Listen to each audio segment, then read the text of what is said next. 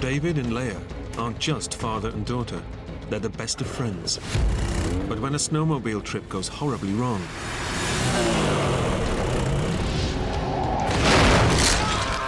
11-year-old Leia finds herself having to do things she never imagined, just to keep them alive. I knew that I need to find help. I need to send someone to my father, you know, he's hurt.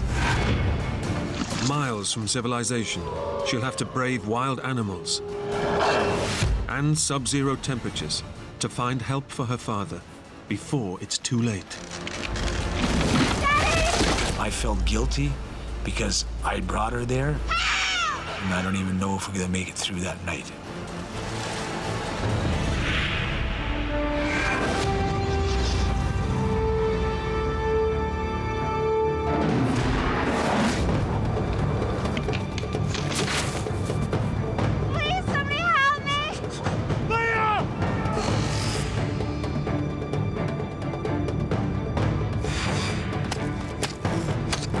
Can you feel your feet?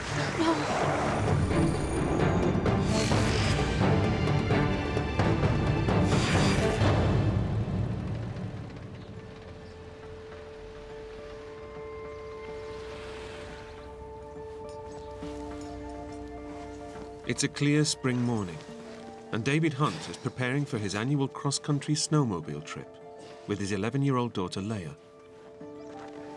Cool, eh? It was just something that we promised that we would do every year, something together. Oh, you look at that. We always had fun together, you know, no matter what, there was never a dull moment. Mum Barbara and little brother William will be staying at home. This trip is for fathers and daughters only. Leia and her father had a special bond, I think from the moment she was born. They spent a lot of time together when Leia was younger, whether it was cycling, skidooing, all kinds of things. Her brother, I think, was very jealous about the fact that he wasn't going to go. But I think that Leia really needed to have that one-on-one time with her father. Keep you nice and warm, don't you? I love my daughter. She just had an interest to being around her dad, and she'd always want to come and hug me, and Daddy was like everything. Bye now.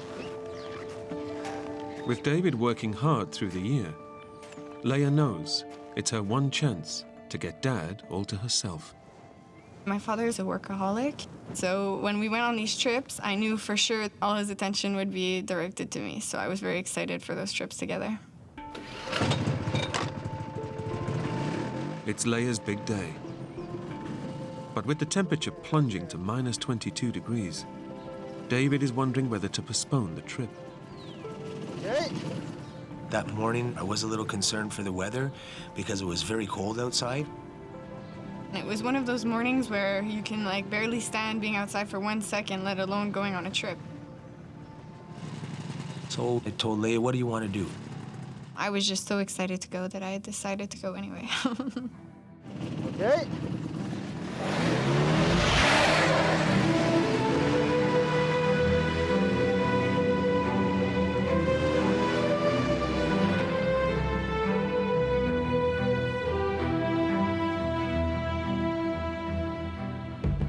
I really like snowmobiling, just the fact of having nothing on your mind. You're totally away from everybody. You're away from work.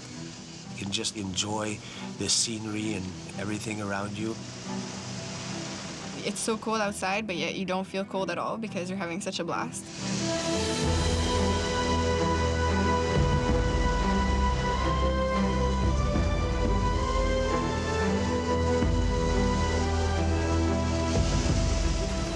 Leia and David are traveling on specially designated snowmobile trails. 30,000 kilometers of frozen freeways, crisscrossing the wilderness. Meticulously maintained by an army of grooming vehicles. The trails offer a thrilling alternative to taking the car between cities. That morning, we were heading in the direction of my cottage in Mont-Laurier. It's about 700 kilometers away. The journey will take 3 days, and they're traveling light, with just a small bag of clothes for the hotels they'll be staying at along the way. Tonight, they're aiming for the small town of Saint-Jérôme. I was concerned because it was around 2:30 in the afternoon, and darkness does come in around 4:35 in the wintertime. Figured around 4:30 we should be at Saint-Jérôme. David has recently purchased a state-of-the-art two-seater Grand Tourer snowmobile, capable of 220 kilometers an hour. But David sticks to the blanket 60 kilometer an hour speed limit on the trails. Accidents on these tracks are all too common. Every year there's maybe 30 or 40 deaths in snowmobile accidents. You could be coming on your trail, nice and slow, minding your own business in a way, and just looking and admiring all the scenery and everything, and you'll come into a corner, and the 3 or 4 machines will just be coming around that corner like they think it's a racetrack. If you get 2 skidoos and 1 skidoo is on your side of the trail by 6-7 inches, forget it. It won't pass. They think it's a racetrack. Like we got Michael Schumacher on the track here, you know, and Jeff Gordon. My trick is not to travel at nighttime. Leave early in the morning and be finished by about 4 or 5 o'clock in the afternoon. That way there, you know, you won't run into all these people that are just going out for a fast night run. After 2 hours on the road, they stop for a hot chocolate and check their directions.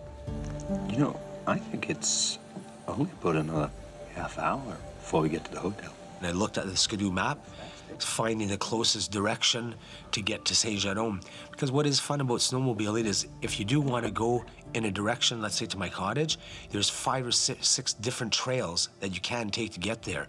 And one of the fun things is that each year you take a new way, so you get to see new things. So I was looking at the map and I told Leia that, look, well, it looks like this trail here is a nice windy trail and everything and all that, and that'll take us to Saint-Jérôme. Sitting in the heated restaurant has warmed them up. But once outside, they're back in the grip of the ice-cold conditions.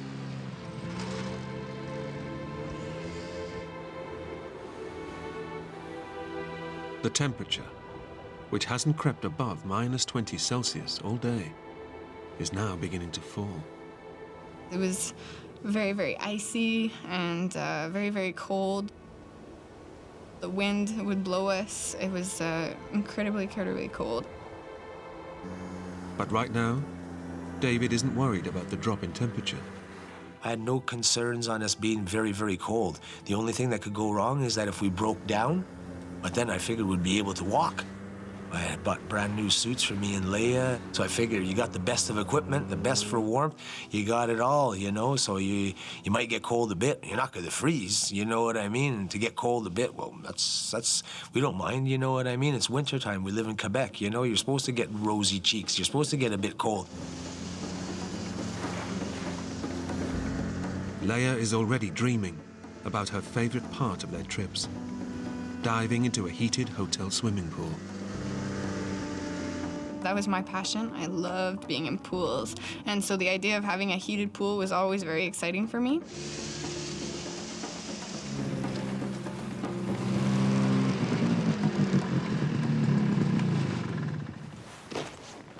Leia and David arrive at Saint-Jérôme before nightfall.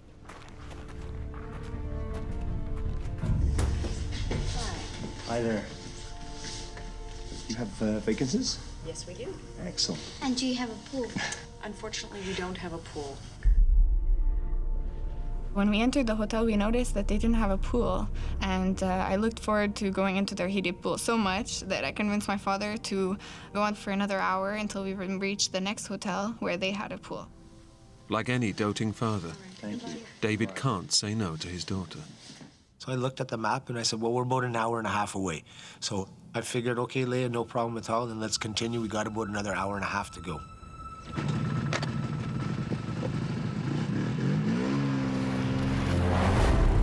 David knows that snowmobiling at night brings a new set of dangers.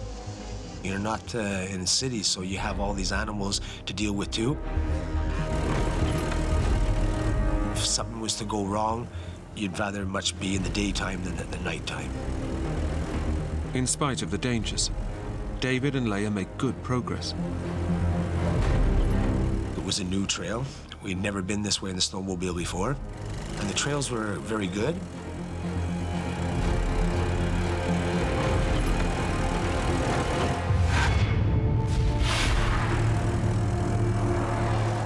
But 30 minutes later, the trail Leia and David are on starts to change. High winds have blown snow in drifts across the track, and the grooming vehicle that should have cleared it has broken down. The visibility of the trail was very, very bad. You really had to be cautious. David has to stay focused. Hidden dangers lie beneath the snow. If they drift off the track, they could smash into concealed rocks and branches. I was just anxious to get out of there and away and to get onto a better trail and to get to the motel at this point. This wasn't fun.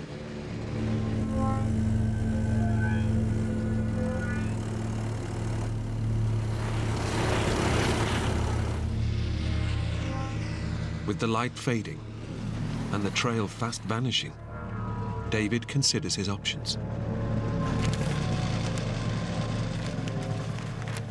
I looked at the map. I saw that if we had to turn around where we were to go to another trail, this would take us 2 hours out of our way and that we would never be able to make it to that motel before 8, 9 o'clock at night. David faces a major dilemma. Lose time turning back for better trails, or carry on through heavy, ungroomed snow. So I figured, well, if the trail's no good, we'll just go slow. At least it's good to save us time.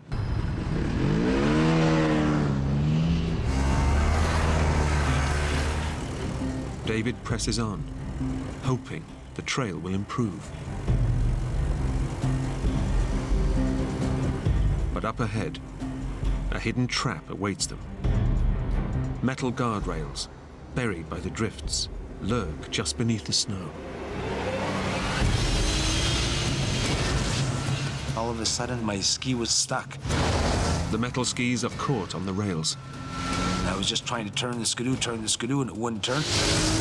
It's steering them towards the edge of a ravine. My first reaction was to turn around and take Leia and throw her off. And then I realized...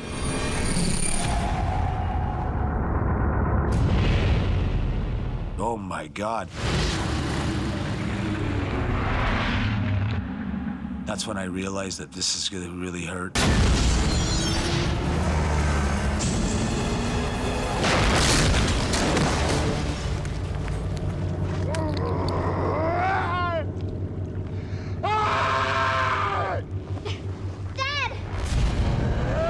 When I looked down at him and I saw him in the bottom of the ravine,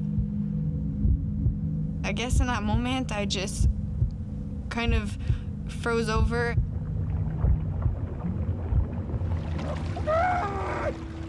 David's snowmobile has crashed into a freezing cold stream, crushing his leg and pinning it beneath the water.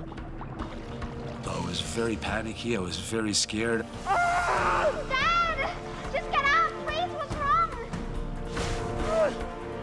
Using brute force and every last drop of adrenaline, David has to drag his legs free from underneath the machine.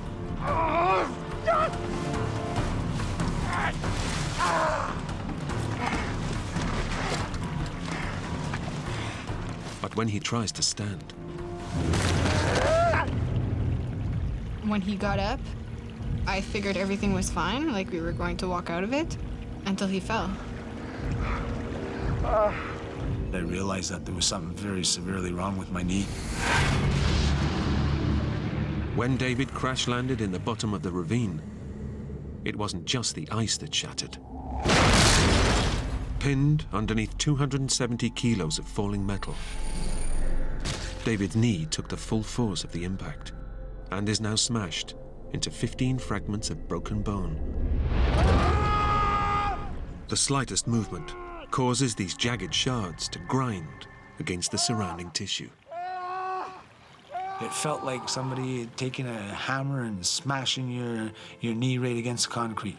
Ah, Leia! I throbbing pain that I've never experienced before in all my life.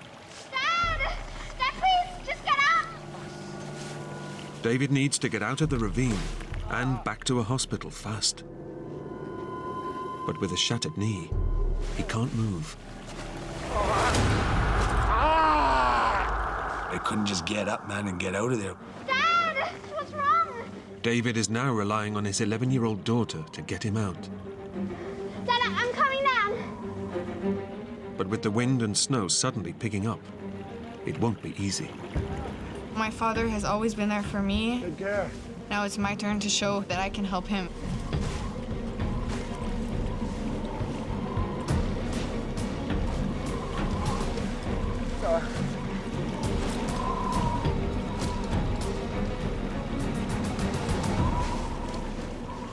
Leia's made it, but there's no time to rest. Their best chance of rescue is being spotted by another snowmobile. Unless they can get back up to the trail, nobody will see them. We were so far down that if a snowmobile drove by, they wouldn't see us, so we had to get up there. Okay, slow. No, slow. I tried to pull him, but he's a man. I'm an 11-year-old child, so it was kind of impossible to do. Okay, again, one more time. I'm like paralyzed now in a way, you know what I mean? The minute you make any movement, it's a throbbing pain. Realizing her arms aren't strong enough to pull her father up, Leia braces her body and uses her legs instead. So I'd grab her leg and I would pull myself up about a foot at a time. Then Leia would back up, brace her hands very well in the snow on each side again, and I'd grab onto that leg that she would put down, and I would pull myself up another foot.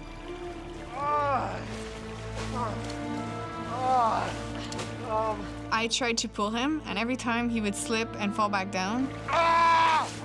Every jolt sent shockwaves of pain through David's smashed knee. I wanted to quit a lot of times, you know? I figured I ain't gonna make it to the top. You know, I can't get up there. Come on, Dad. Okay. But Leia didn't want to give up. I was so determined at that moment. It was like another me that kicked in.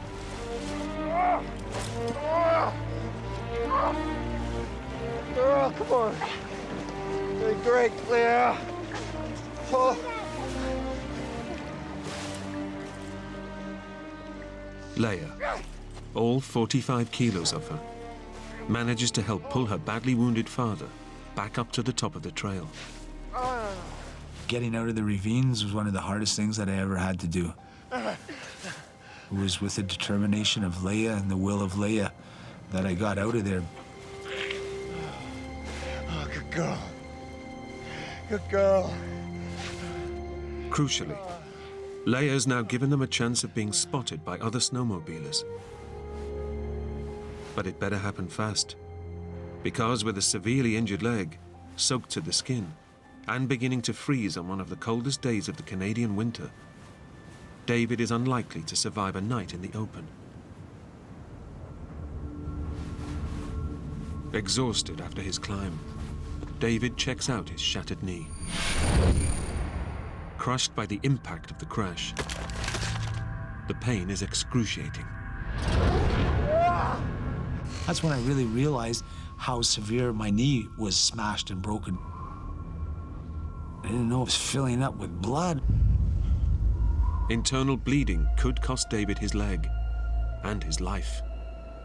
He knows they need to get help before it's too late.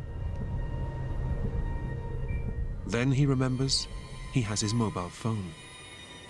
If it works, he can alert the rescue services and get them out of here. I ever go on big trips, I always take a cell phone. You get in an accident, you get stuck, that's what a cell phone is for.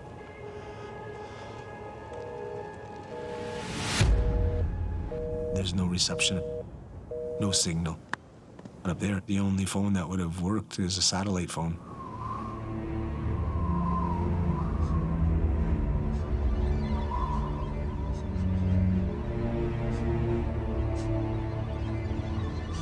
David and Leia are all alone. The temperature is dropping. They're 11 kilometers from the next town.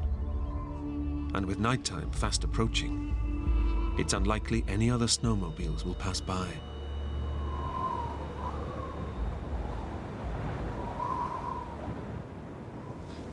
Well done. Still wet from his fall in the river, David is freezing. But right now, he's more concerned about his daughter. Where's your glove? That's when I could see Leia. Leia had lost one of her gloves. Put that on. That on.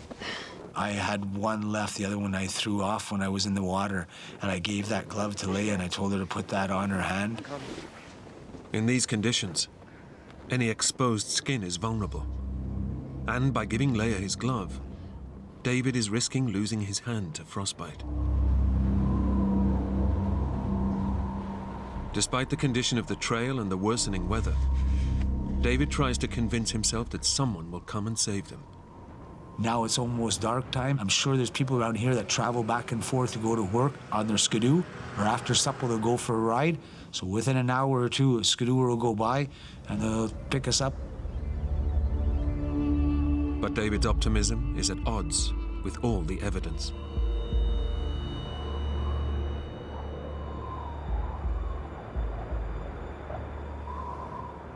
I was thinking, man, it's getting colder and colder and colder.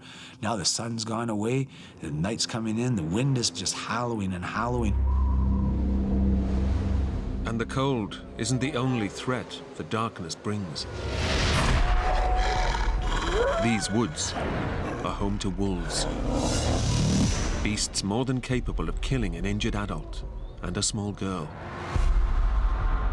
The wolves were making noise, they were howling, the wind is howling. I'm thinking, this is not just a snowmobile accident. I'm gonna get eaten by a bunch of wolves. Leia is cold and terrified. With his smashed knee, David can't lead her to safety. But he might be able to keep them warm and safe from predators. Listen, Leia. Look.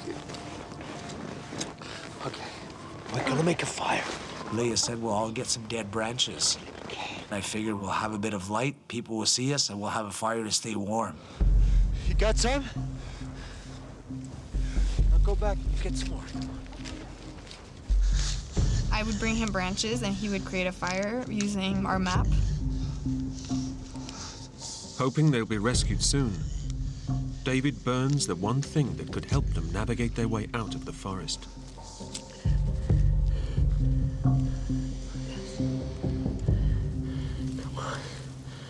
Come on, Leia, they're gonna need some more branches soon. For the first time since they crashed, David and Leia feel some warmth.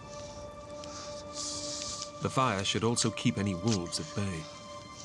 Starting to look better now, at least, you know, things are looking up. But keeping the fire going proves a challenge. The branches that she could break were like an inch and smaller. I got some more. So by the time she'd go and get more and come back, it was burnt. I would be running back and forth. Every time I would come back to enjoy the fire, it would be out again. Listen. Still good, honey. David soon realizes that making the fire is a futile exercise. This isn't gonna work. I told her, no, forget about that. You're gonna have to stay in. Keep close. The wind is blowing so fast, too. It's hard to make a fire. Dad. As the last flames die away, the icy wind and sub-zero temperatures sting David and Leia. The cold is now as much a threat to their lives as any predator. And unless they can stay warm, the forest will become their grave.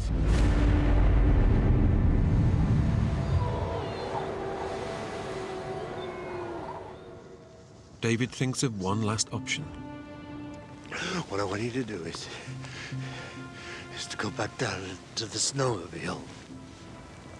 Real slowly. My father suggested that I empty one of our nap packs that we had and take a few sweaters and a few blankets and whatsoever to be able to put on our hands and our feet. The problem is, that the snowmobile is half submerged in the creek. If Leia falls in trying to get to the bags, the icy water could send her into cold shock. And with David unable to move, he won't be able to help her. But it's a risk they have to take. Good girl. Go nice and slow.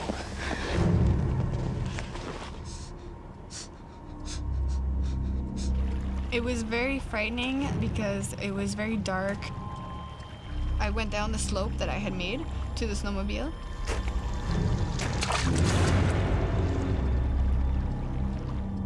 I made it, Daddy!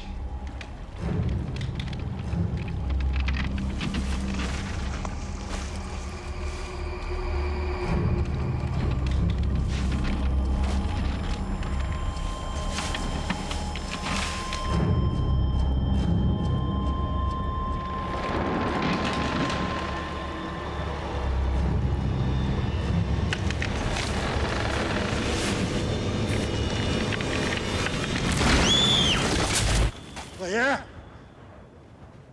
My foot went through the ice and went about to my knee. I was not worried. My father seemed worried, and I was kind of wondering why.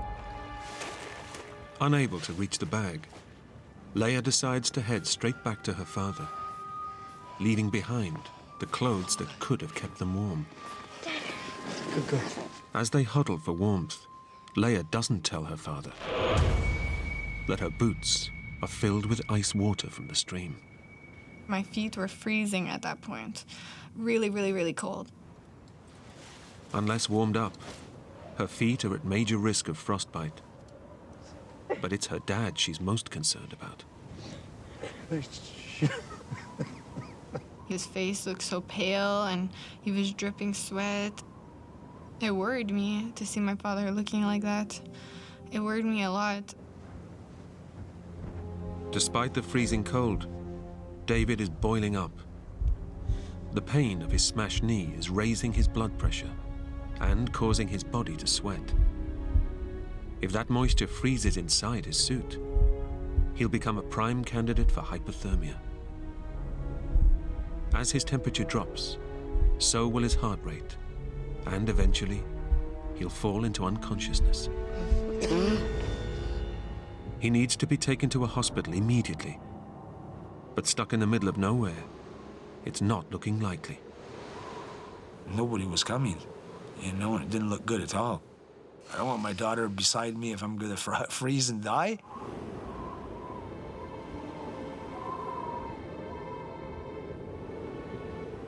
With 8 hours till dawn, and the temperature still dropping, David makes a decision. You're gonna have to go and get help, okay? When my father told me to leave to go find help, I was incredibly shocked. I didn't know what to do at that moment. Linda, you're right here. Okay? She didn't want to leave me there, you know. She wanted to stay with me. Girl. I said, you have to, Leia. I said, you can't stay here with me. You stay here with me, you could pass away. I could pass away. We'd freeze here tonight. Off you go now. I was scared that he would be left by himself. But I knew that I wanted to rescue my father.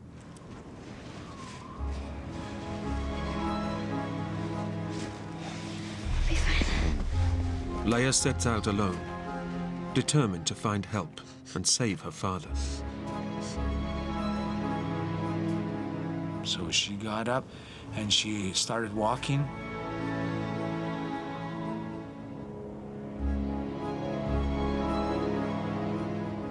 I literally felt helpless. And then that was the last that I saw of Leia. Leia left.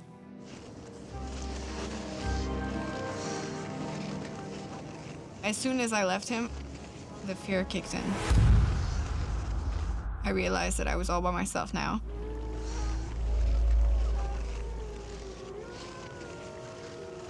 I was outside in the dark, in the woods by myself.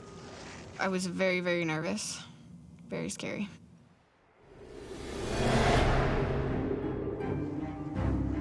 Limping, after her earlier fall through the ice, Leia heads deeper into the forest.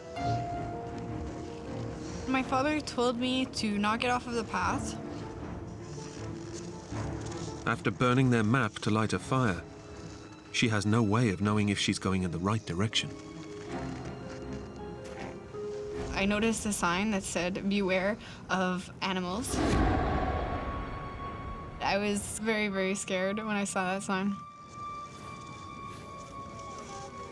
As soon as you go into an area where it's all bushed, you can't see anything. All I could hear was these wolves howling, branches breaking, and, you know, things moving. All these things really, really were frightening me.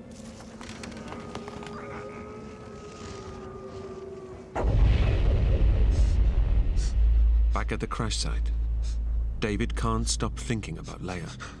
I was so worried after she left. I was thinking, you know, all kinds of stupid things that could happen to her.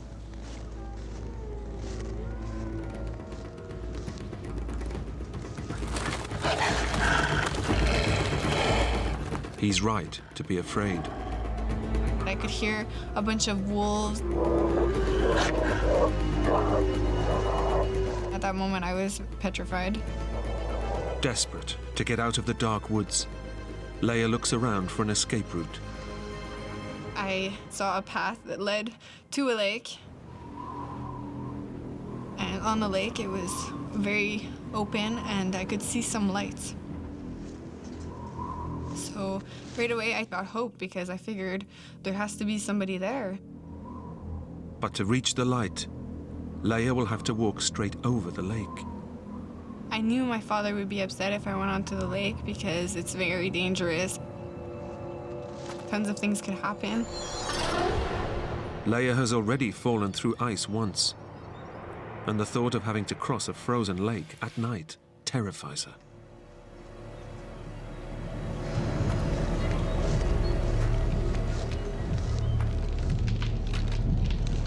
What if the ice breaks? I kept going anyway, just trying not to think of it.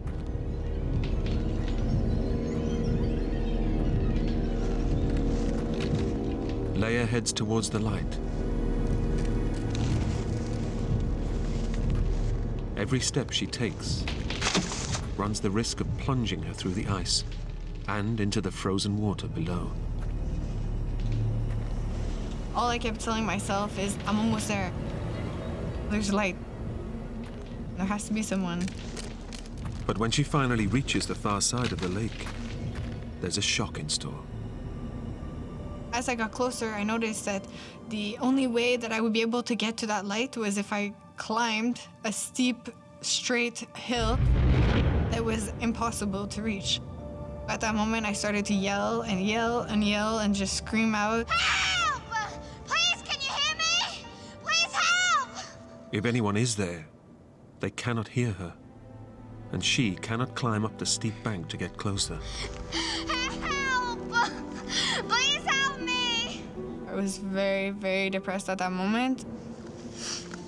11-year-old Leia has walked through the dark forest and across a frozen lake that could have taken her life, all to save her father. But it's been in vain. At the crash site, David's core body temperature is plummeting, and he's just hours from death.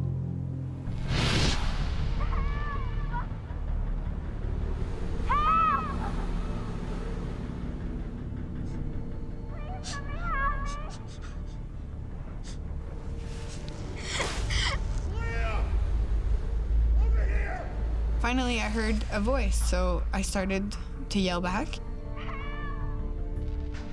Leia! Leia! It was my father's voice. Leia heads in the direction his shouts are coming from. Daddy! It's been 3 hours since David last saw his daughter, and hearing her voice breathes new life into him. When I heard Leia calling out my name, it was like a sigh of relief that I knew that she was still alive. Daddy! I'm here!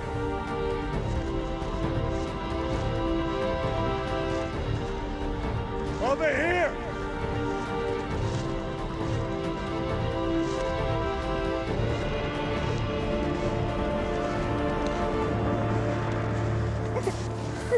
It's okay.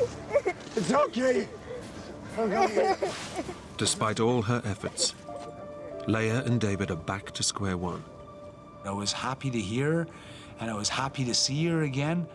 But on the other hand, I was very unhappy that she didn't make it and that she wasn't already a nice warm place and everything else, that she would have to stay here now with me in the freezing cold weather. It's okay. We're gonna be okay.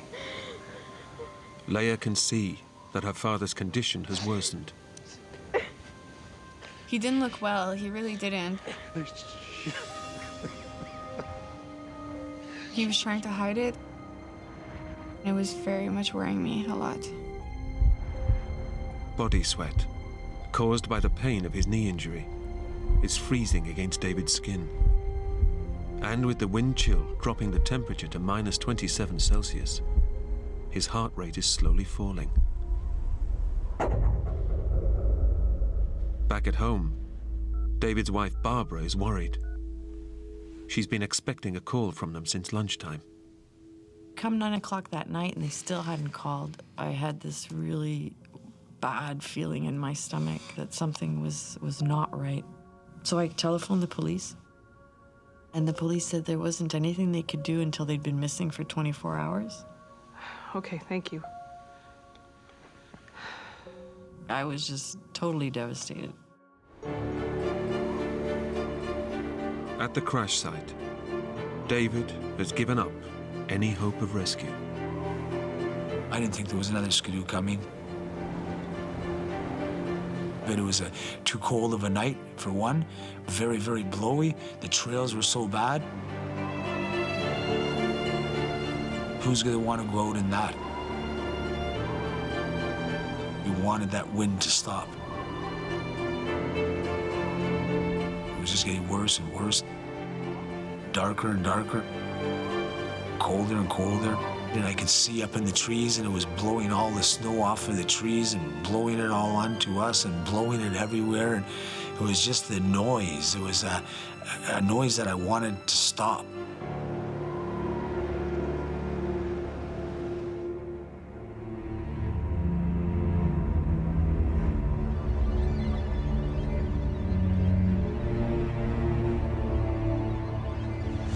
Although badly injured himself, David is more worried about his daughter. She was cold, and I was cuddling her up. She was shivering and shivering and wouldn't stop. I was trying to get her as warm as I could. But one part of Leia's body, which was freezing cold, is now beginning to feel warm. Her feet. My feet weren't cold whatsoever at that moment. They were kind of actually numbed. It's gonna be okay. Her feet are also swelling. Combined with the lack of sensation, it's a sure indicator that Leia is developing acute frostbite. The cold has frozen the fluid in her skin cells, creating ice crystals. These cells have ruptured, causing her feet to swell. Now, the blood supply is not reaching the damaged skin, and the nerves in her toes are slowly dying. Every 15, 20 minutes, I'd just be patting on her side, and I'd see that she'd move. I didn't want to wake her up, but I wanted to make sure she was always alive. David has tried to stay strong for Leia. But now, one thought goes round and round in his head. Has he just led his young daughter to her death? I felt guilty because I brought her there. It was a living nightmare for her. There's no way that Leia deserved this. So if there was anything that I could do for this to turn around and be different, I would do that in a flash. But I can't.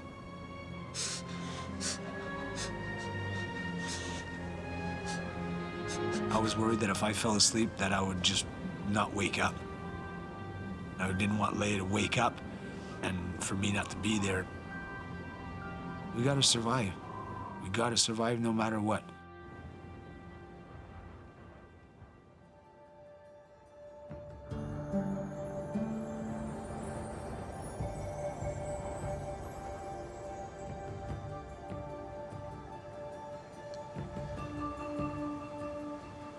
was very, very relieved that the sun was coming up.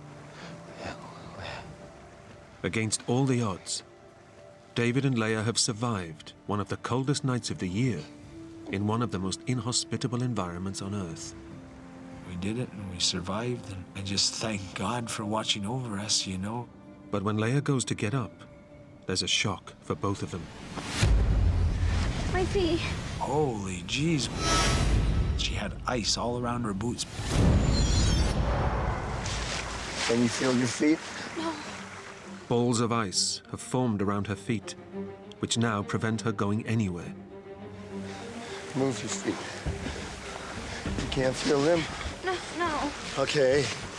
David grabs a metal signpost out of the snow to chop away the ice. I was holding the wood part of it, and I was chopping with the aluminum part of the sign. As David breaks up the ice, curiously, Leia feels nothing. My feet were so numb, I didn't feel anything whatsoever.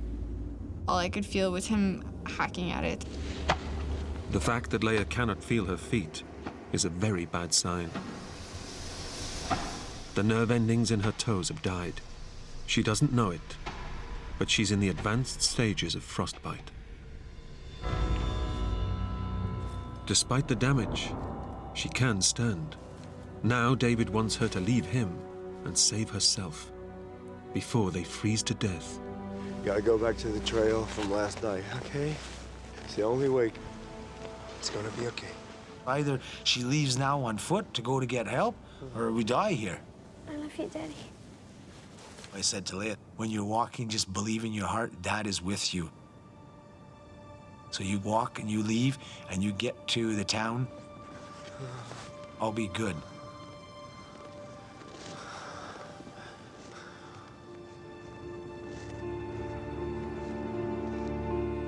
Dragging her numbed feet through the snow, Leia heads out once more to find help.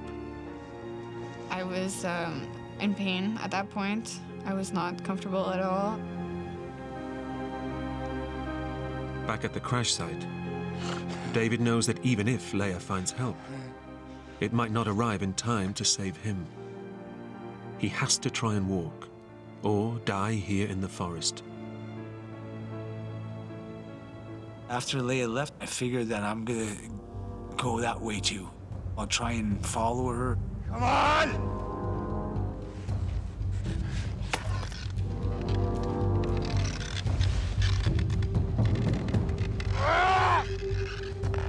Although his knee is shattered, David summons the courage to stand up.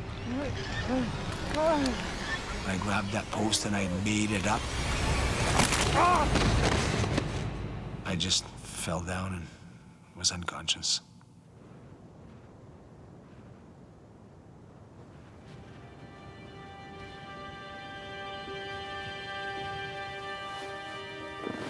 An hour into her walk, Leia spots a derelict building in the snow up ahead. As I went up the hill, I noticed a little lodge. So I walked up to it and I noticed that it was a little cabin or something, maybe for fishing or hunting. I was so disappointed because I wish I would have seen it the night before and I would have been able to drag my father towards it or something so that we could have gone in it, you know? So I was very disappointed at that moment. As Leia pushes on, she starts to worry that she'll never find help. I felt like I was not getting anywhere. When you're in the woods like that, often it all looks a bit the same. Leia doesn't know it, but now every second counts in the race to find help. Her next decision, to go left or right, could seal her father's fate. As I was walking, I reached the point where I had turned off the night before to go into the lake. I remember my father told me it's very important to always stick to your right, he told me.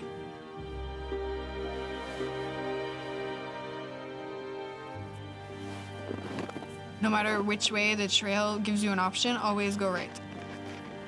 Leia goes right, hoping that the path will take her towards the town. and the chance to save her father.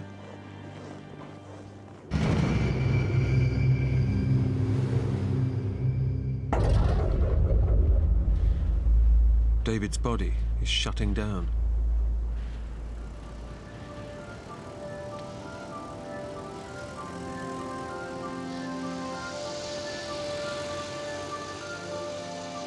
Hours later, a family on a snowmobile trip spot David's body in the snow. David has clung to life. My daughter! Now his only thoughts are for Leia. My daughter! He said that Leia had been found and that she was going to be taken to Saint Jerome Hospital. It was a sigh of relief that we succeeded. We made it. You know, we're not going to die here. It's not our time. Honey. Incredibly, Leia and David are rescued just a few hours apart. Leia walking into a nearby town on her badly damaged feet. I was so happy. I was crying. I was so happy. It was like I started breathing again.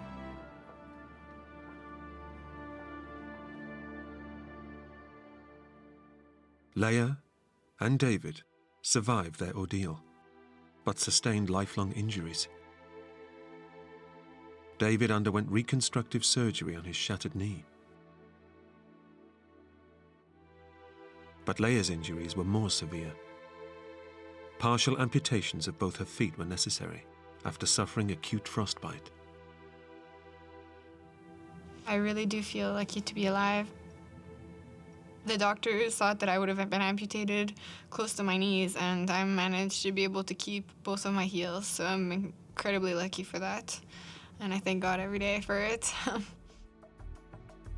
For her incredible actions in saving her father's life, Leia was given the Star of Courage, one of Canada's highest awards for bravery. Just 11 years old and being told to go for help and not hesitating for one moment. She's the bravest person I know. I would have never got out of there without Leia. Never, ever. It was Leia that saved my life. She's my hero, you know? She's everything to me, that girl.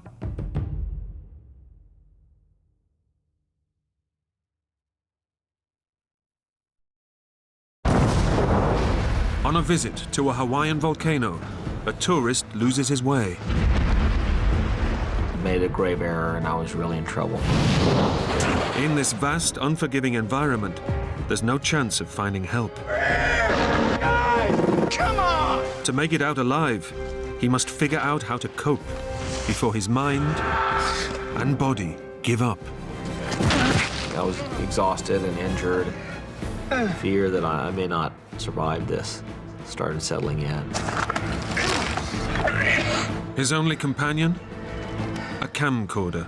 I want you to know I'll always be with you, always be watching over you. This could be the last time my kids hear my voice. I really love you guys. Bye.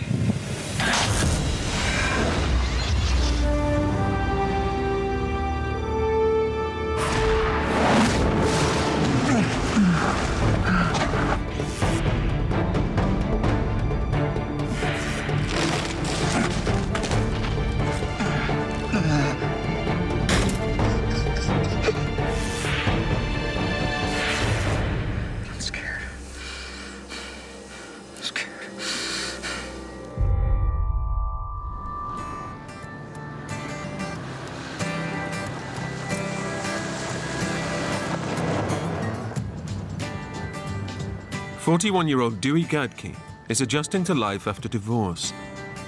This holiday in Hawaii is one of the first he's taken without his family. When I went over there, I really feel like my life was in a transition. I went through a painful, difficult divorce, and I was in the midst of a bunch of change. Everything felt new in many ways. I think I was taking things less seriously and becoming much more exploratory, much more curious.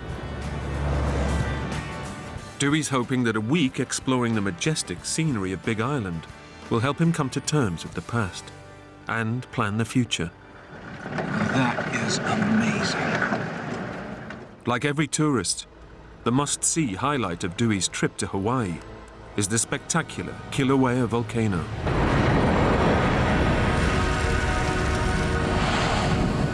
One of the most active volcanoes on the planet. It's set in 300,000 acres of barren lava fields. Devoted father Dewey badly misses his two young daughters, Trina, aged 5, and Tara, 7, who live with their mother. Hey, Trina, Tara, it's your dad. This is the Kilauea volcano I was telling you guys about. His kids couldn't come with him, so he's filming his holiday to share with them on his return. Ain't she amazing? And tonight, you will see her in her full fury. More later. But this trip to Kilauea is just a scout. Dewey plans to come back after dark when the volcano looks even more dramatic. My friends had told me that viewing of the volcano was much better at night because you can't see the lava in the bright sunlight.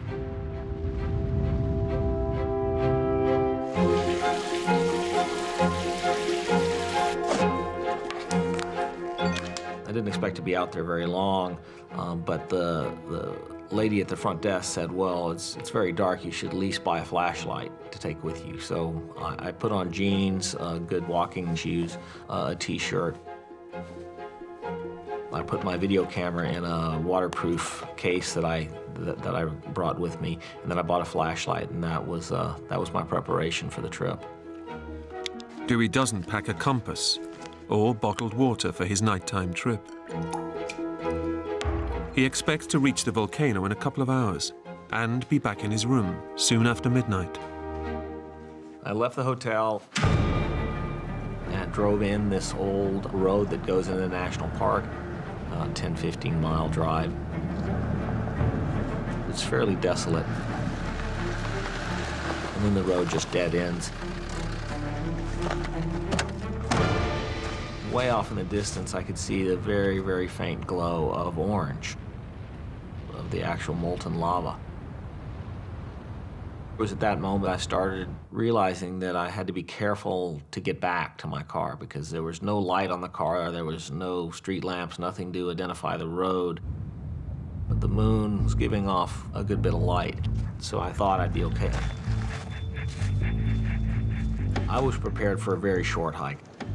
The only two things I was carrying was a flashlight and my video camera, and there's no cell coverage down there. So I didn't even bother to take my cell phone. Dewey is confident he'll find his way back to the car, but he's failed to factor in the unfamiliar terrain and total lack of landmarks. I was just skipping from mound to mound, and there was a breeze. I felt great. It was a really, really pretty night.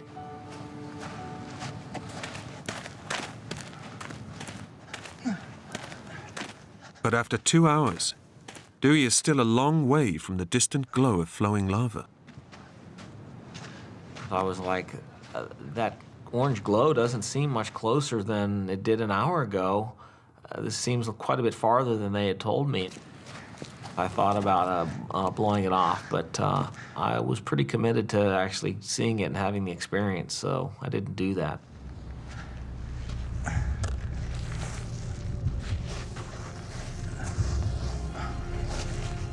After a 3-hour hike, Dewey reaches one of Kilauea's active vents.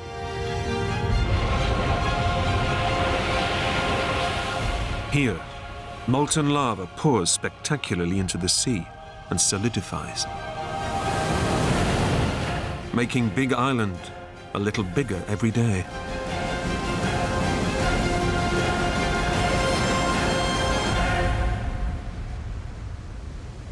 The steam and the sense of the ocean and the boiling water was just immense.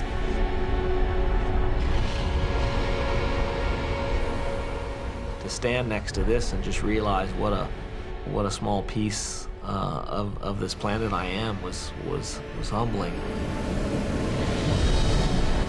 It was phenomenal. So I took my video camera out and I started filming it, and I really wanted to get closer to it, but I kept, based on my friends telling me that it runs under the ground and there's a thin crust and all this, I kept feeling the ground as I got closer, and it got very, very hot. I was afraid it would melt my shoes, and I was afraid I could break through, and so I didn't get as close as I wanted, but it was really fascinating. Hey girls, it's your dad. Those lights in the distance? That's the lava flows crashing.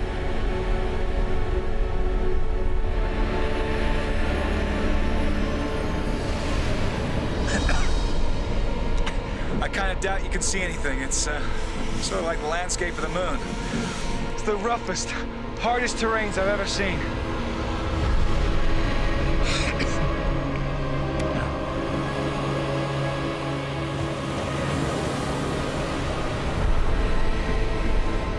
That's it right there, girls. New Earth being created. It's a beautiful thing. I watched the volcano for probably 20, 25 minutes, and then I was like, it's got to be late, and it's going to be very late when I get back to my car, so it's time to get headed back. But when Dewey looks for the trail he came in on, he can't find it. Undaunted, he decides to follow the coastline and then cut inland to hit the road where he'd parked his car. That was the plan. But just after Dewey sets out, the moon went down, or clouds came over. Basically, it got quite a bit darker. I think I was walking in less of a straight line. Surprisingly quickly, I hit a different texture of rock. It was, and I didn't know what it was, but instead of being this smooth, crunchy black dough, it was these large, white, crumbling boulders, and incredibly hard to walk on that stuff.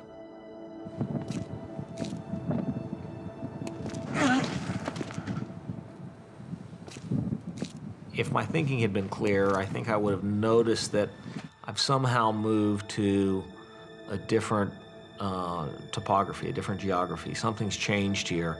But I just didn't know if this was some strange, I'd seen so many strange formations and strange things the lava had done that didn't occur to me that this was a bad sign. 3 hours later, Dewey thinks he's hugged the coast long enough. By his calculations, he should be only minutes from his car.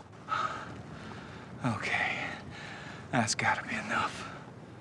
At the point I thought I've got to be past the end of the road, I turned left to walk inland, expecting to hit the road in my car.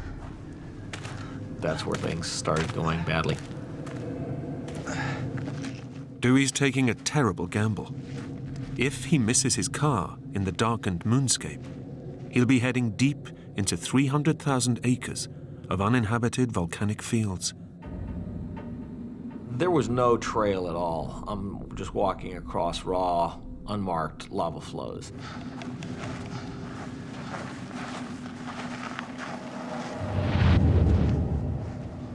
After 3 hours hiking inland, there's still no sign of his car. Dewey realizes he's lost.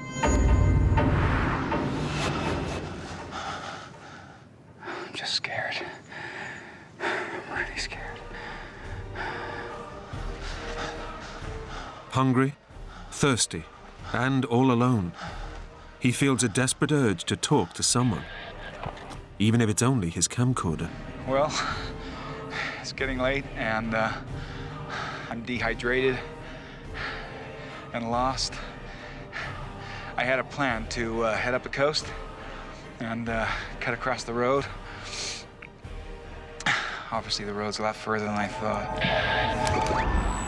But he's confident that with the dawn, he'll be able to find his car.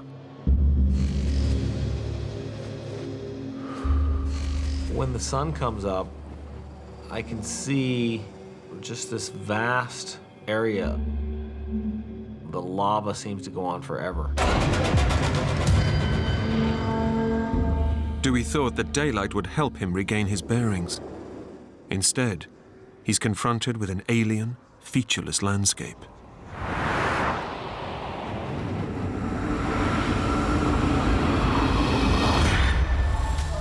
With no mobile phone, he has no way to call for help. I didn't see any signs of humanity at all. Very alone out there, very alone. Although he doesn't know it, Dewey walked right past his car during the night. Now he's walking headlong into 300,000 acres of empty lava fields.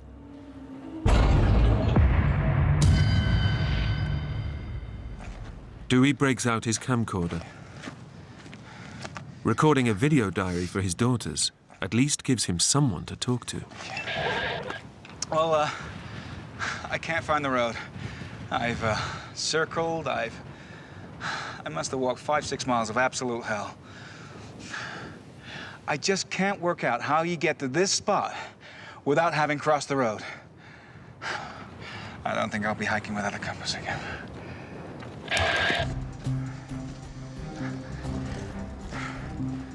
Heading inland looking for the road, I ended up walking on some stuff that was really, really dangerous to walk on. These are crispy shells like overcooked cookies, and every time you step on them, they break. You fall into these holes of crumbly shards of glass-like rock.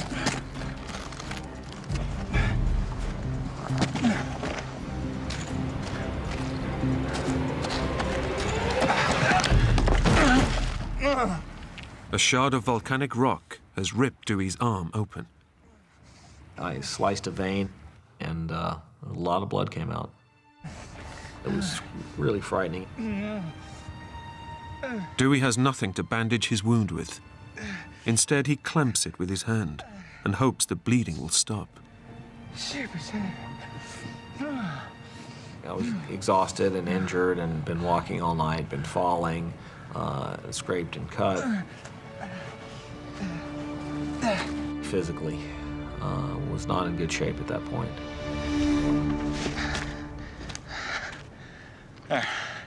Pretty dumb, huh? Well, I just want you guys to know that I'm working really hard to get back to you. Well, this is what I've been walking on all night. It's the roughest, nastiest terrain I've ever walked on. Miles and miles and miles of this stuff, as far as the eye can see. Really nasty terrain.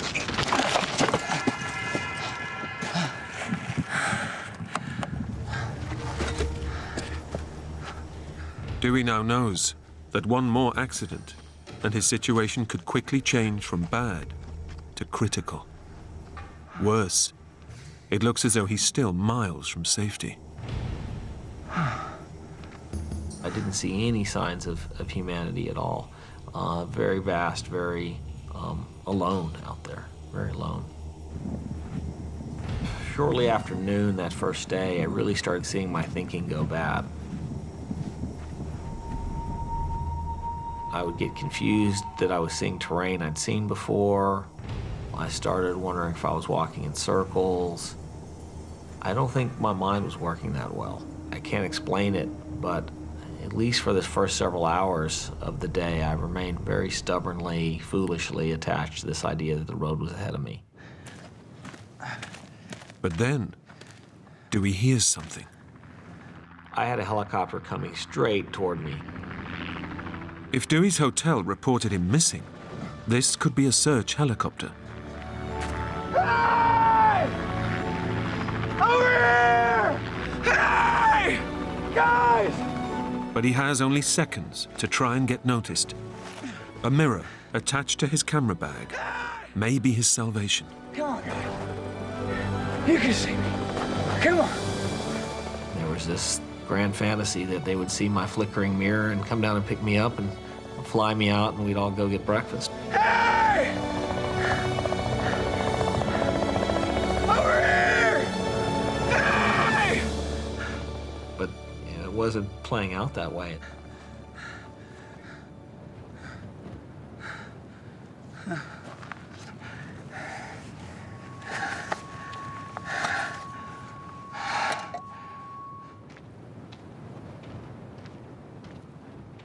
When I was out on the lava rock, I was struck by how barren of life it was. There wasn't anything anywhere.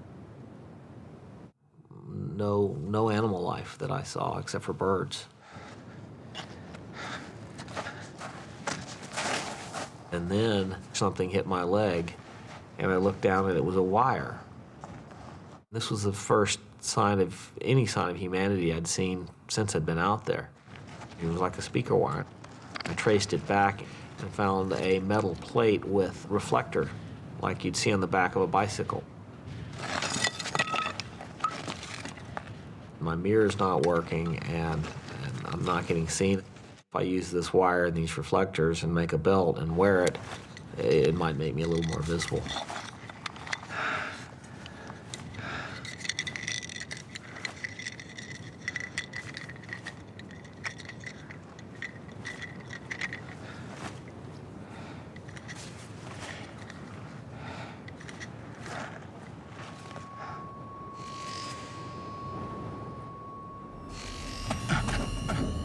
Dewey is bitterly regretting his decision not to bring any water from the hotel. And as the temperature soars beyond 30 Celsius, the furnace-like heat of the lava fields is making him dangerously dehydrated. He's now feeling dizzy and nauseous.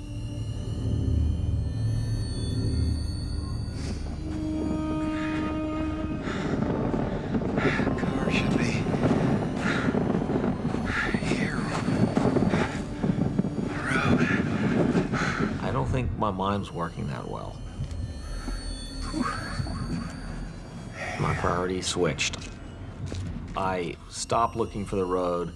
I started looking for water.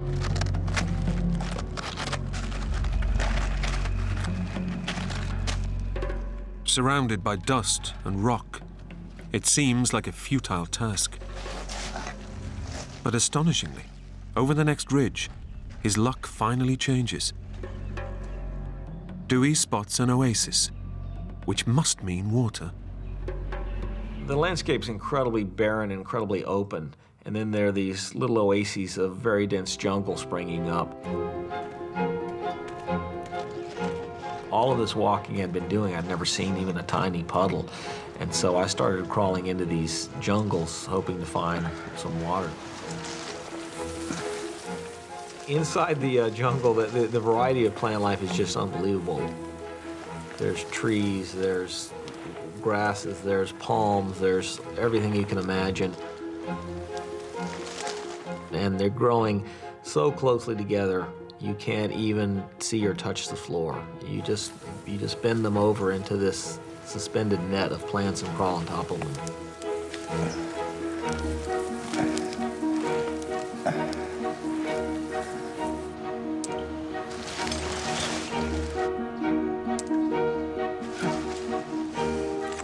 But just as Dewey gets his first taste of water in nearly 12 hours,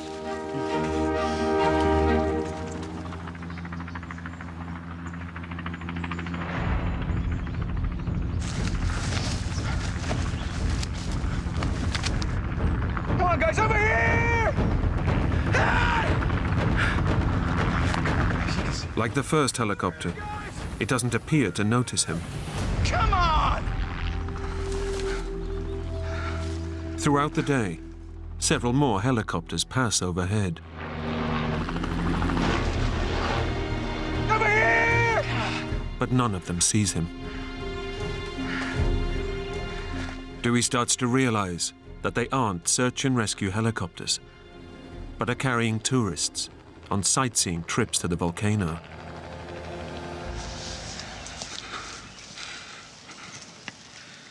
Mad with thirst, he's torn between trying to attract their attention and finding life-saving water.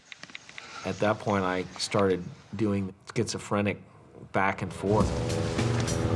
I would crawl as fast as I could to get out where I could reflect the mirror at them. And then as soon as that didn't work and they were gone, I'd crawl back in again to try to find moisture.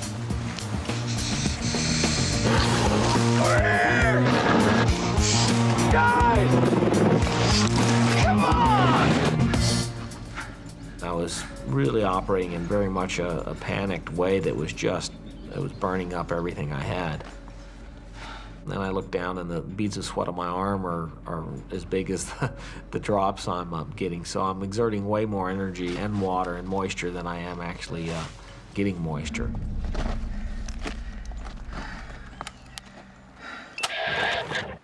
I flashed my mirror at probably 12 helicopters today, and not one acknowledged me. I don't think anyone's looking for me. At that point, I started to get really afraid.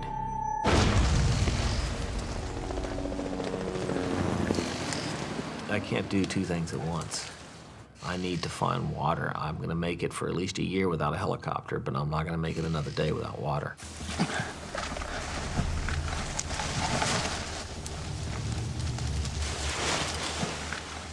In the small oasis, plants are thriving.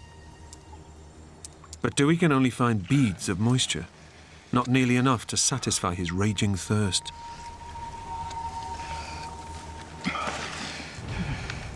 I see this very large drop of water. I'm leaning over to try to reach it, and as I do, I'm supporting myself from falling by pushing on the edge of a tree with my left hand. And I was like, something feels strange. And there's a green moss growing on the side of the tree. I tore some of it off and squeezed it. The trickle of water ran out. I did hold the water in my mouth as a test to see if there was anything acidy or burning that felt like it might be poisonous.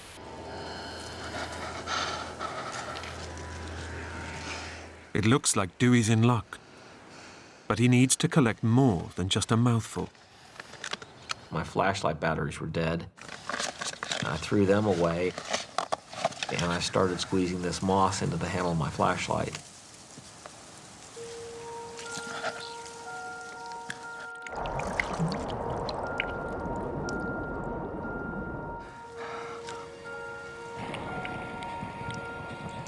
It wasn't exactly, clean, delicious water, but I was pretty happy that I'd actually found it. That gave me some confidence. It improved my thinking and my sense of hope. I don't think I was completely dancing for joy yet, but I was encouraged. I actually had found a source of water. That was a life-saving moment for me.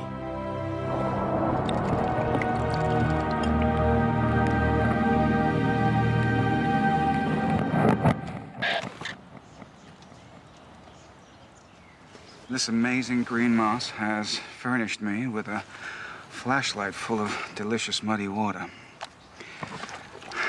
Muddy water never tasted so good.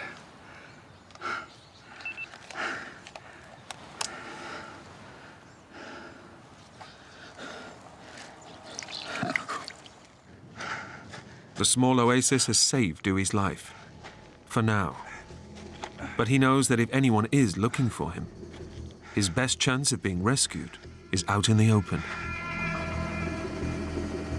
In fact, Dewey's hotel has raised the alarm, and an air search and rescue is now on.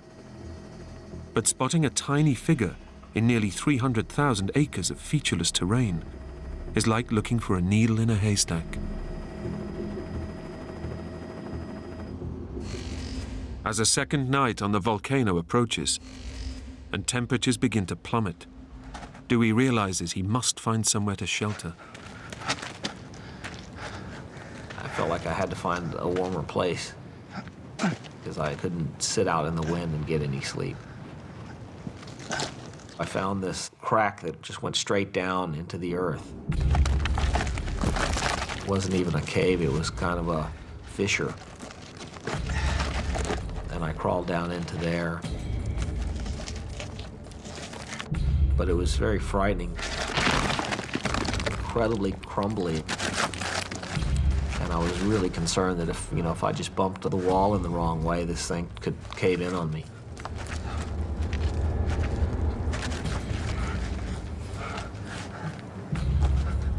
I was just nervous about it, but I felt like I had to be out of the wind because the wind had gotten stronger and it was getting chillier. Dewey now faces the grim hours ahead, knowing that at any moment, his shelter could become his grave. It was straight down into the ground.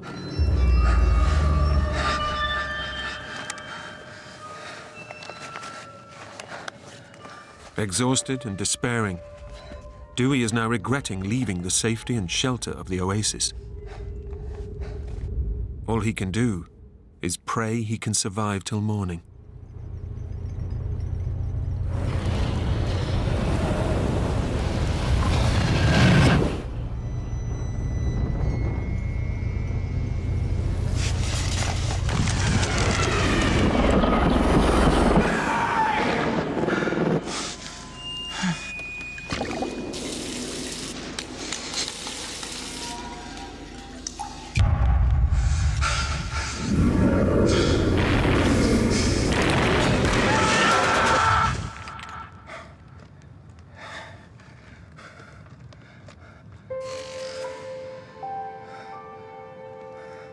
Dewey can see no way out of his predicament.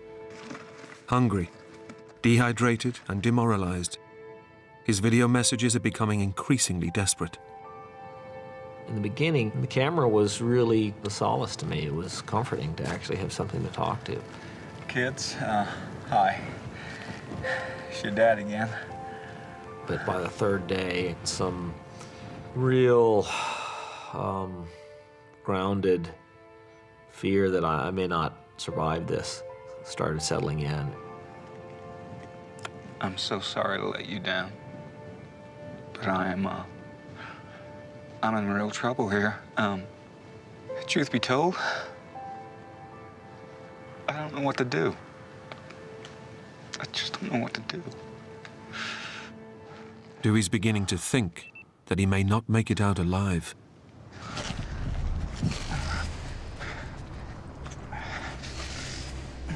He's chronically dehydrated, and his body is close to collapse. At this point, I'm really not walking well. My balance is off, my leg's injured. I had this sprained ankle that I'd turned, 3 or 4 times. I was really sick of turning that. I had so many cuts and blisters and things going on my feet. I felt like if I keep walking on these rocks, collapsing and falling, I'm gonna break a leg and die. You're gonna kill yourself like this, Dewey. Dewey needs to get water, and soon. That means finding another oasis. In temperatures approaching 40 Celsius, his body is losing over 3 liters of fluid a day, and Dewey's brain is starting to suffer the effects of serious dehydration. I don't know that I can articulate exactly how dehydration felt. A fuzzy, unclear way of thinking. Thinking I'm walking in circles. Dry mouth. Seeing things.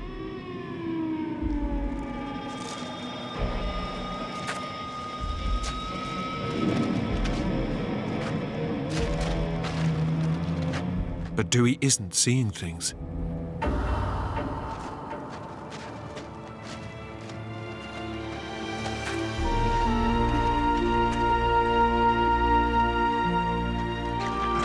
He's found water, just in time.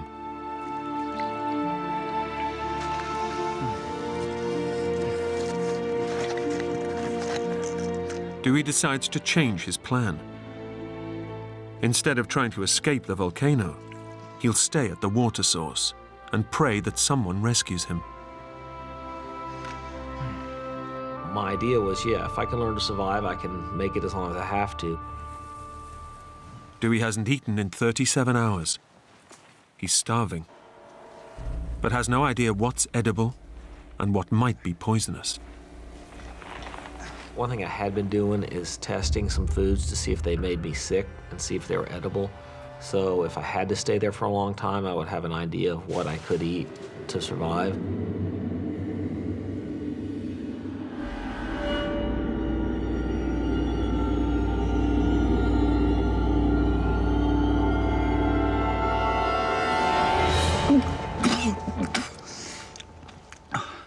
Guess that one's a no.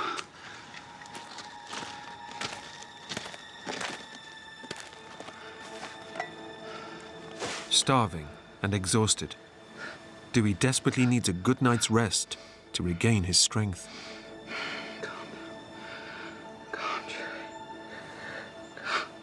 So I figured I'd better come up with a way to shelter myself.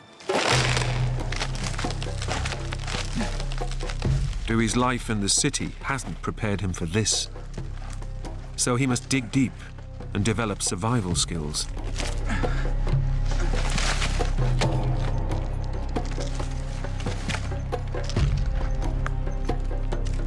I found some reeds that I could bend into a dome shape and shove them into the mud, and then pile stuff on top. That afternoon, I made a rudimentary little hut that I could crawl into. It was very, very flimsy.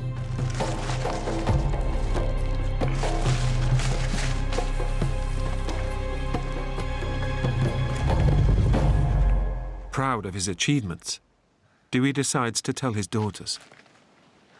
Hey, Trina, Tara. You always said you wanted a vacation home, so here it is. I just built this shelter, and I'm hoping it's gonna help me survive. These leaves here, they're gonna help me collect water.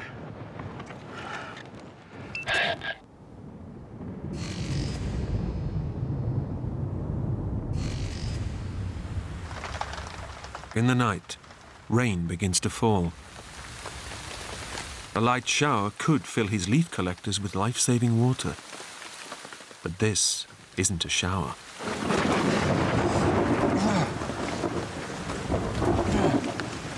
The worst thing about the whole time out there was the nights. The wind cut right through my shelter, and it was just absolutely freezing. It was not well insulated. I hadn't put a door on it. Being in the wind and the rain and bugs crawling on me and not being able to move because I'd knocked down my shelter. That was the hardest thing for me. I shivered the whole night, and it wasn't a mild shiver. I shivered like deep muscle shiver.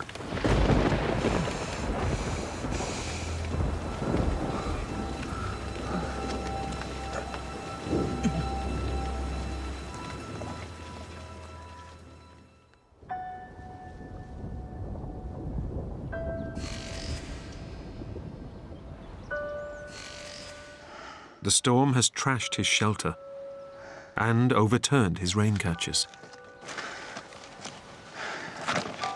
The third morning, the hunger had set in, the isolation had set in. I'd been shivering all night. I was exhausted. I was injured. I was sore. There was a lot of hopelessness. To make matters worse, Dewey now makes a shocking discovery. I had all these shards of pumice or lava rock or whatever it is embedded in my feet.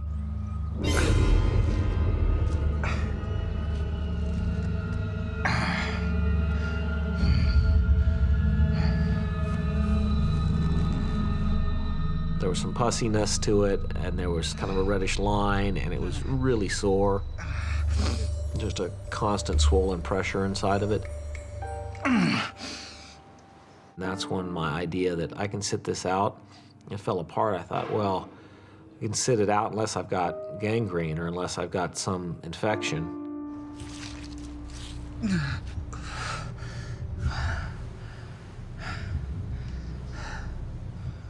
felt really real, you know, it felt really right up against the edge of existence at that point. After more than 51 hours alone, and with no one to share his ordeal, Dewey's turning to his camera more and more. I hope you guys are proud of me. I ain't no quitter. I ain't no quitter.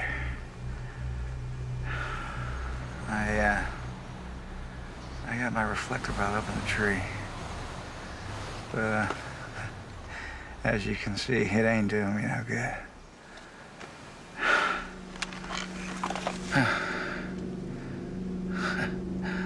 Looks like it's just you and me.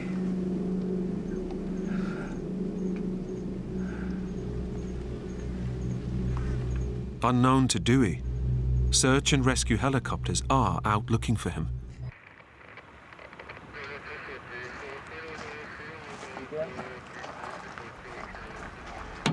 In the night, local police have found his jeep.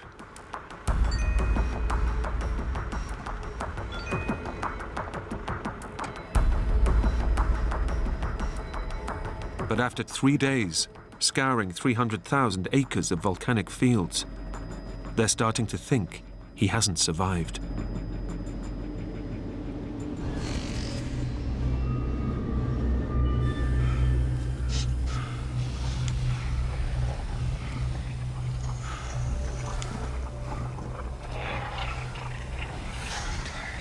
Tired.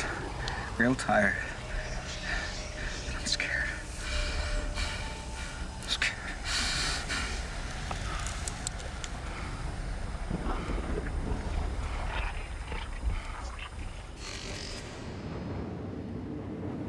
By morning, Dewey's hit rock bottom, and the infection in his foot is spreading. The pain is excruciating. Any remaining hopes Dewey had of walking off the volcano are gone.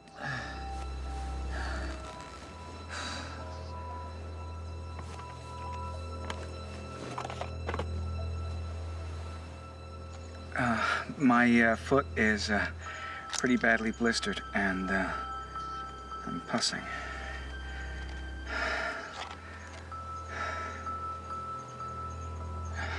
They gotta see me to find me. His only hope is to make one final attempt to attract the passing tourist helicopters. Well, I thought if I could build a large fire with a lot of smoke, might actually attract rescuers. Dewey decides that the lava fields which have held him hostage for 5 days might give him an escape route. If he can use the red-hot lava to ignite a branch, he can start a fire and make a beacon. But to do it, Dewey must brave the volcano's toxic gases. Even brief exposure to concentrated carbon dioxide could kill him.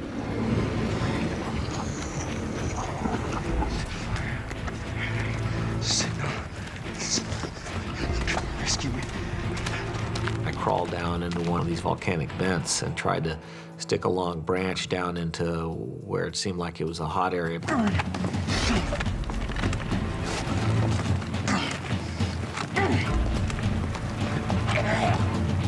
Light! Light, son!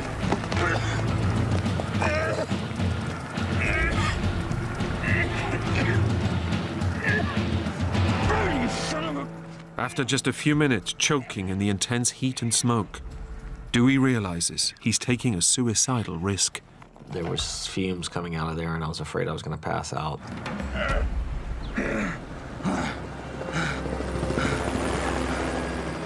It's a bitter blow.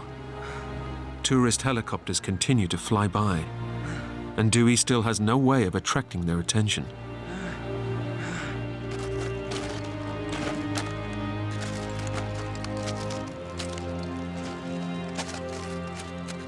I came to the conclusion the only way I'm going to be able to get a fire is if I can get a magnifying glass to amplify the sun onto some leaves. The only place I could think to get a magnifying glass was the lens inside of my video camera. The camera was always my companion, someone to talk to, my connection to the outside in a way. Talking to it every day was a solace to me. It was comforting, so I didn't want to smash it. Before destroying the only companion he's had, Dewey decides to record one final message to his daughters. I was thinking, you know, this could be the last time my kids hear my voice.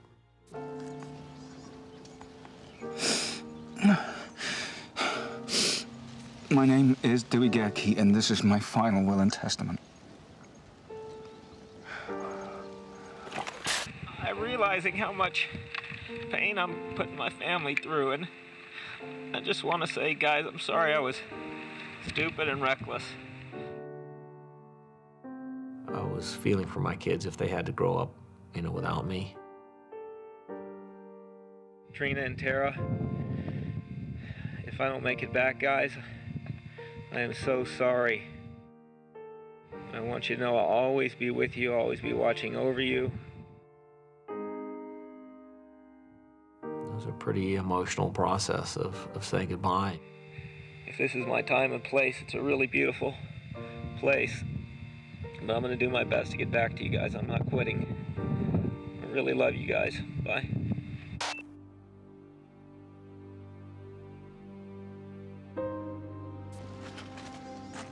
But Dewey does have one slim hope.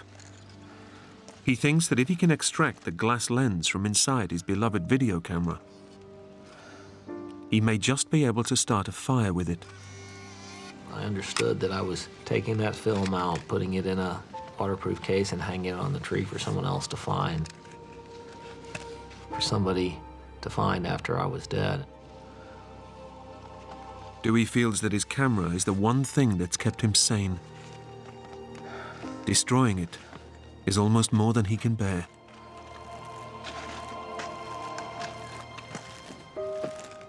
But I figured I needed to. I needed to, you know, make the hard choice and try to find a way to stay alive.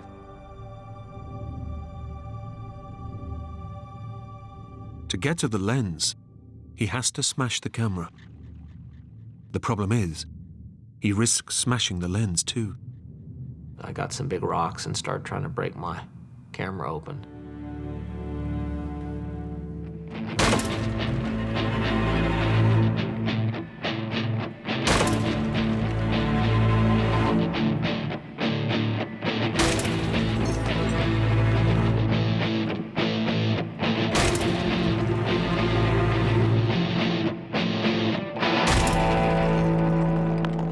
I couldn't get anywhere. The lens just won't come loose. If I hit it too hard with too big of a rock, I would have crushed the glass, and it was just a painful effort.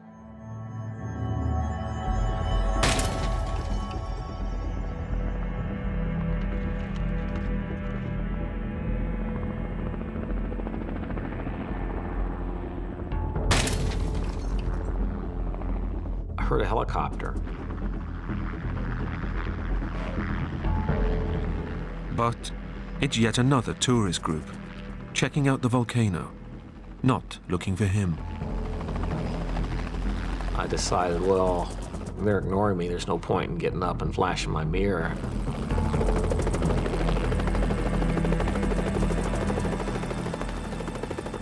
But it flew right over to me, and I was like, is it possible that they actually saw me this time? And started circling me, and it was at that moment that I totally knew they saw me.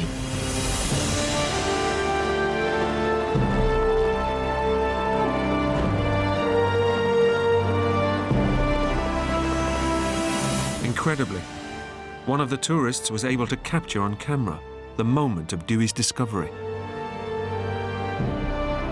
Yeah, he needs help. He's waving you down.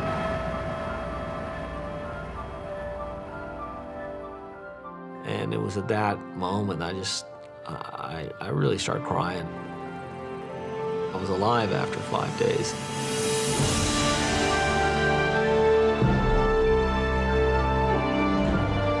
I had this huge kind of release of all the fear and all the desperation I've been kind of keeping somewhat at bay. And it all came busting forth, and I just sat on the ground and I cried and I shook.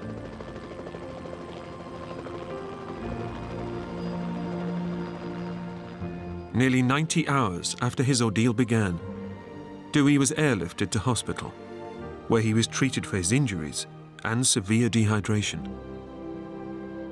4 days later, he returned home to Austin, Texas, to be reunited with his daughters. Absolutely the biggest thing behind my will to live was my kids, wanting to get back to them and not wanting them to have to grow up without a father. Dewey owed his life to the young, inquisitive tourist who spotted him, Peter Frank. He said, "Thanks a lot, you saved my life," and then he asked me for my home phone number and stuff. And what did you say? I said, "It's cool." Peter has remained in touch with Dewey, Trina, and Tara ever since.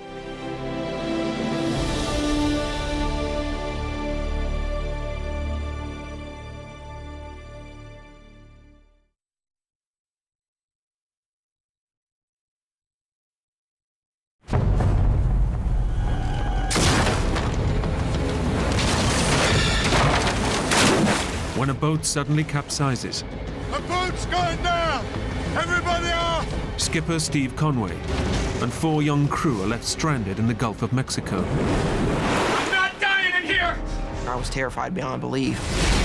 Floating aimlessly without a life raft, they face exposure, hypothermia, and the threat of drowning. Travis! Steve must draw on every ounce of his experience to keep the 4 young men alive. You've got to have a fierce will to live. Come back!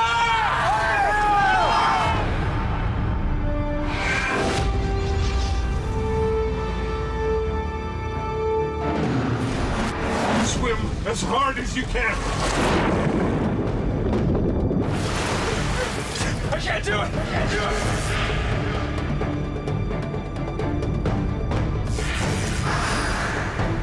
Oh my God, what is that? Swim!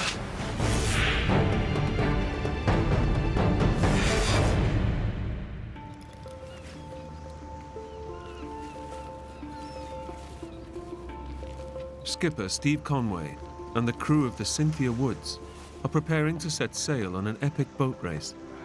Hey, where do you want me to put this food? Behind the stove.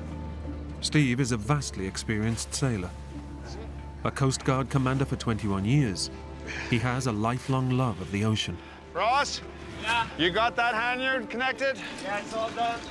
When people get around the ocean, one or two things happen. They either fall in love with the ocean or they fall out of love with the ocean.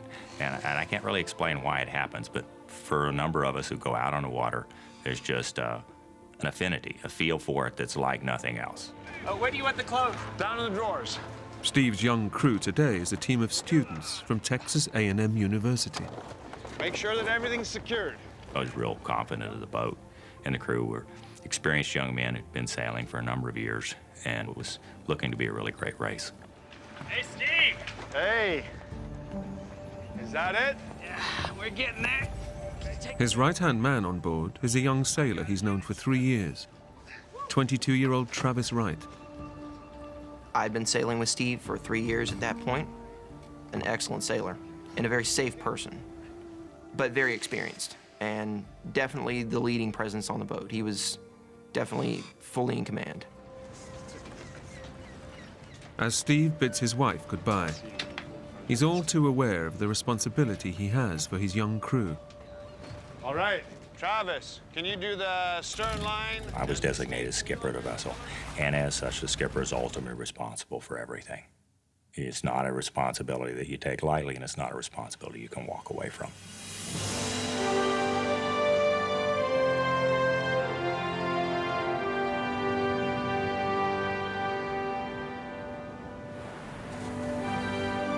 For over 3 months, the crew have trained together in preparation for the 630-mile race from Galveston, Texas to Veracruz, Mexico.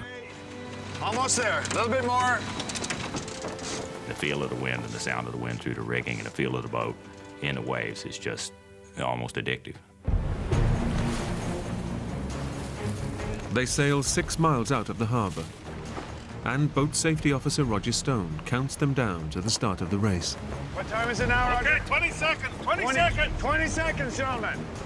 20 seconds. Roger was a very experienced sailor, very experienced racer, a really great coach, just a great way of explaining to the young men and women what to do and how to do it. We're coming up to the line! Getting ready! 10 seconds! 10 seconds, guys! 4, 3, 2, yeah, we go! Here we go! All right!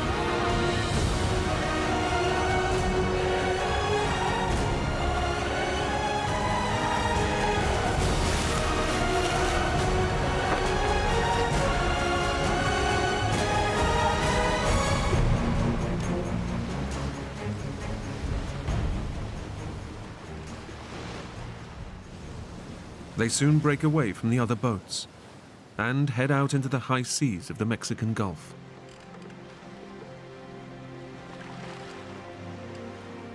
Just keep it pointed 180 degrees due south.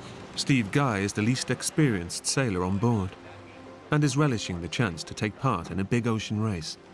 Travis was sitting next to me, showing me kind of how to do things, and Doing good. I felt pretty good. You know, I'm in control of this boat, and it's just kind of a power rush because you're like, here I am on the open ocean doing what I love to do. Enjoying yourself, Steve? Oh, yeah. Everyone was ready to go, but you could also tell we were also in that competitive mood of we're wanting to do this right. Here's a way to see how fast we're going. See? Adjust the sail and see how we go faster. Okay. As the race gets underway, the crew are in high spirits and excited by the challenge ahead. Doing good. Yeah.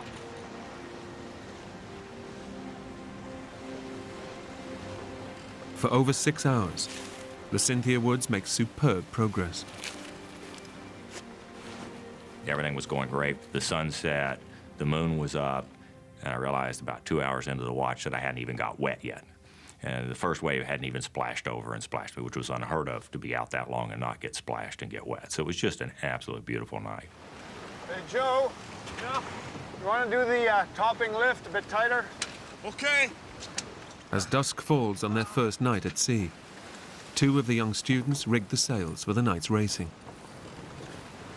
Ross, you're going to have to wake him soon. Yeah, okay. Below deck, Travis, Roger, and Steve Guy try to get some sleep before taking over for the night watch.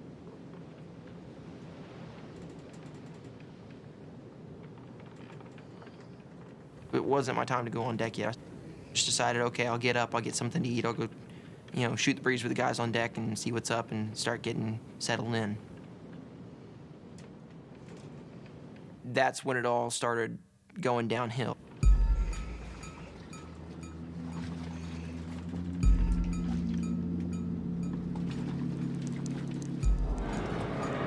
Finding water inside the cabin is not unusual, but Travis instinctively suspects something is badly wrong.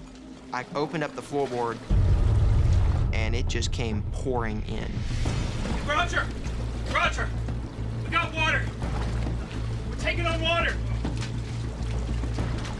Hey, Steve! Steve! What's going on? We're taking on water! Start the engine! It's every sailor's worst nightmare. The boat's hull has a serious leak. Due to a previous incident, the keel, the huge balancing weight at the bottom of the boat, has cracked along its mount. Joe, get ready to douse the sails. Okay. Skipper Steve knows that they're in terrible trouble, and they must drop the sails to slow down. But before the guys can get the sails down, The keel of the vessel parted completely, came off, and the boat went instantly into the water.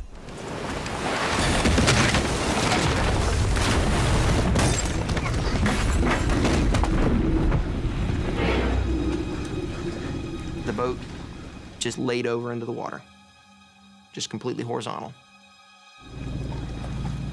All of a sudden, the lights go out. The engine shuts off. What happened? I don't know! up on deck, Skipper Steve is clinging to the capsized boat. I was hanging underneath the boat. because it wasn't still up out of the water at that point, thinking it was time to go. A boat's going down! Everybody off! Unclip yourselves!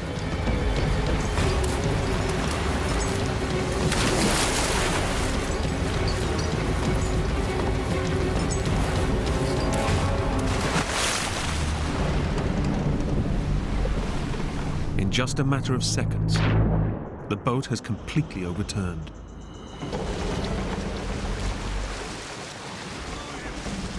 Steve and the two students on deck escaped the sinking boat. Come on, guys. Hey, did you see anybody? No. But Roger, Travis, and Steve Guy are trapped inside. And seawater is flooding in. I'm not dying in here! Yeah, I screamed it, I'm not dying in here. This is not where I'm gonna die.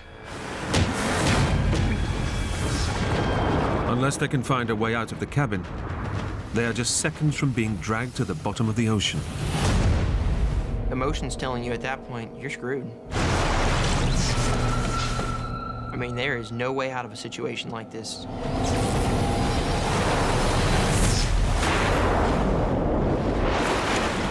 The water level is rising rapidly. Unless they can get out, they're just seconds from being dragged down with the sinking boat. How do we get out of here? Through the hatch! Their only escape route is a tiny hatch, but a powerful wall of seawater is pouring through it. Are you kidding? Come on, it's the only way! I'm sitting there thinking to myself, how am I gonna swim through here? I don't even think an Olympic swimmer could actually get through this with all the water rushing through. Let me try. Let me try.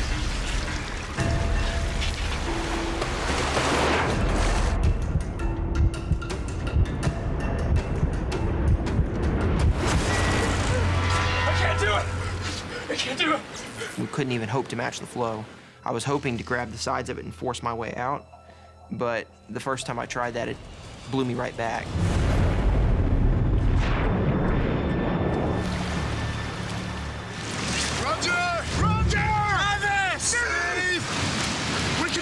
Steve Conway can do nothing but wait for the three men to emerge. I didn't really know what was going on down below, but my biggest concern was that Roger, Steve Guy, and Travis weren't able to get out of the vessel and drown.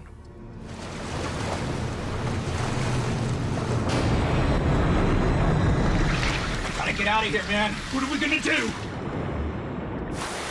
I was terrified beyond belief. I don't even want to see what my face looked like at that point. Take a deep breath. Go for it. I'll push you through. It's your only chance. As I was trying to go down the second time, Roger grabbed my legs and pushed.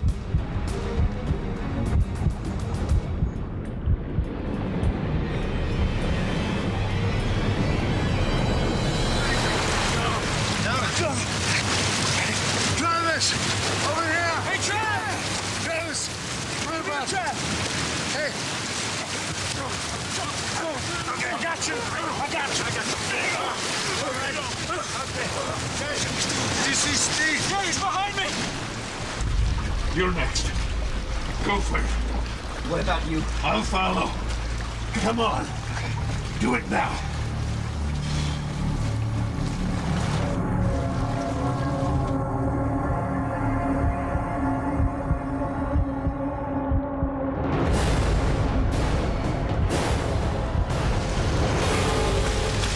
Steve!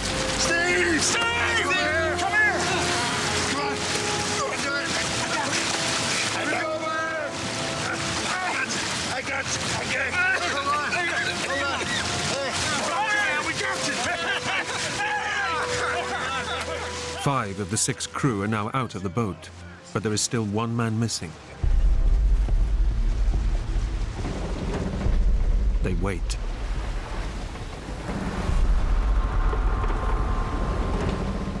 But Roger Stone fails to appear. Nobody knew what happened to Roger. Nobody had seen him come out the other side. We didn't know if Roger was in the boat or if Roger was floating off in a different direction.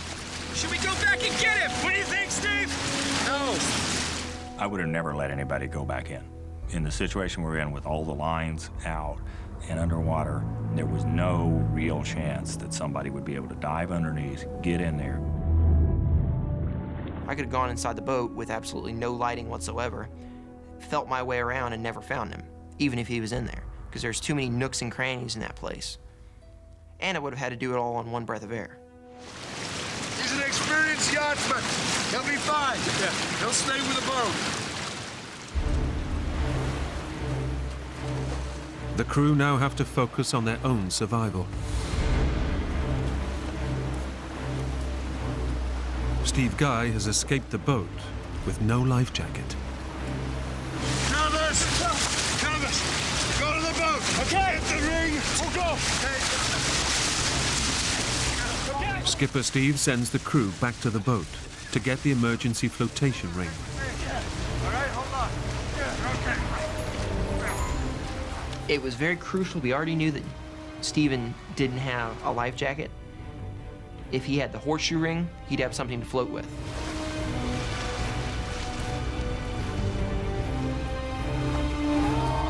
The guys have only moments to grab it before the boat sinks, but it's tangled in a web of matted ropes. Releasing the ring is an impossible task with their life jackets on. Try it without your jackets! Try. No, don't take off your jackets. Do whatever you can, but keep your jackets on. Okay. Wait. Skipper Steve and the young student are being dragged away in the current. He knows he must take immediate action. At this point, there's a couple of major things you try to do. The first thing you try to do is stay with the boat. The second thing you try to do is stay together. So in this case, Steve and I couldn't swim back to the boat. So I decided that it would be better for us to stay together. Also, I wasn't sure that my flotation was enough for both Steve and I. Guys, wait! Come here! Skipper Steve orders the guys to abandon the flotation ring.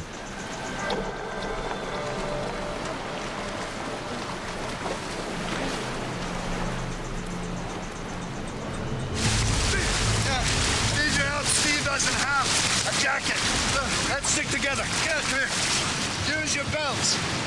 Steve decides their best option is to tie themselves together so that no one can drift off into the vast ocean alone. Try under this. Got it? Anything we could to make sure that Steve, Guy, was not going to come loose. Or if he did, he would be just a tug away.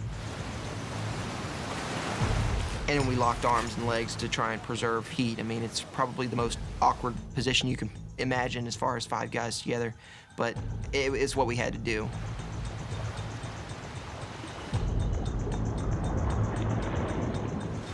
As their boat sinks in front of them, all they can do is pray for rescue. But in the dead of night, and 60 miles out at sea, nobody knows they're missing.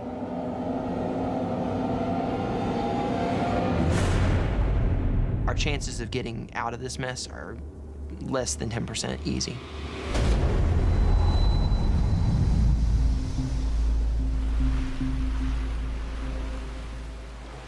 The Cynthia Woods sank in just a matter of moments.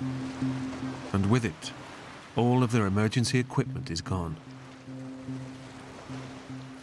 The only thing you've got is the people that are with you and the clothes on your back.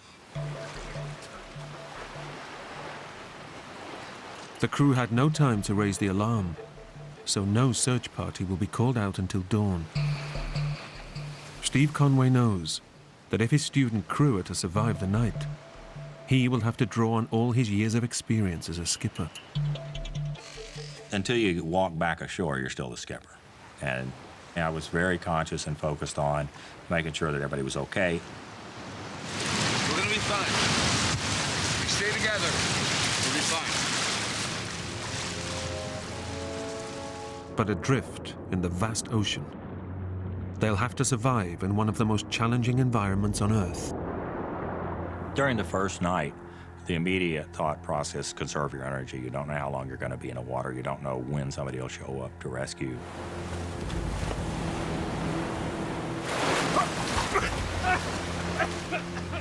About every 3 to 5 minutes, the water would blow up our nose, no matter what we did, how we turned from the wave action.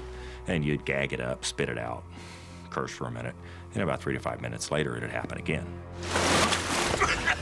Try not to swallow the water. I can't help it. Seawater contains 3 times more salt than human blood.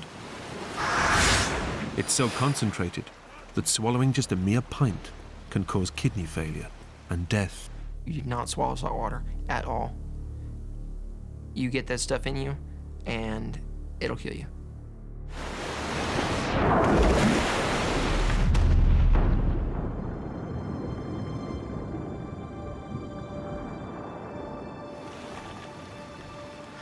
I'm starving. Really? Yeah, when I get out of here, I'm gonna have the biggest feast. We were just kind of talking, you know, saying, kind of joking around, you know, so what are you gonna do when you get rescued, you know? Oh man, my parents are gonna be mad when they find out we're here. Steve was like, well, don't get in between me and the bar because that's where I'm gonna be when I get picked up. A beer is the first thing I'm gonna have when we get out there. Joe, you still got your shoes on? Everybody else lost their shoes except Joseph, who had a brand new pair of Nikes. Nothing's gonna take my shoes from me.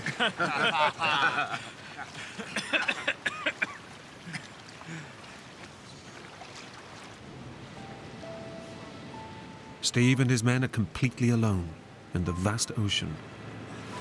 Hey guys, I can see something. Is that a boat? On the horizon, they spot something that gives them a glimmer of hope.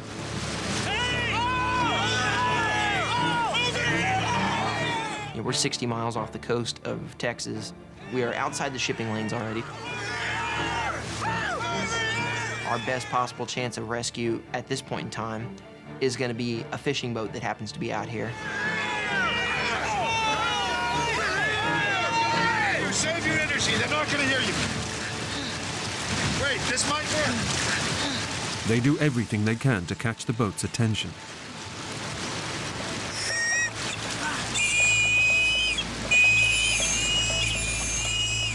Hopes were really high, hoping that maybe someone on the deck would be like, oh, what's that little light flashing out there, and tell someone on the bridge what was going on.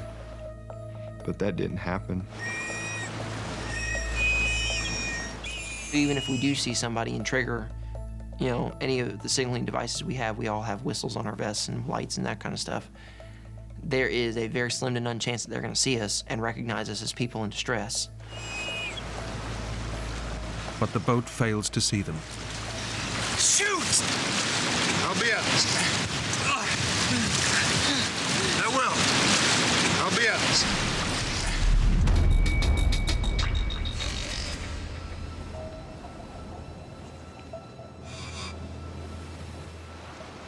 As the night wears on, their thoughts turn to their missing comrade.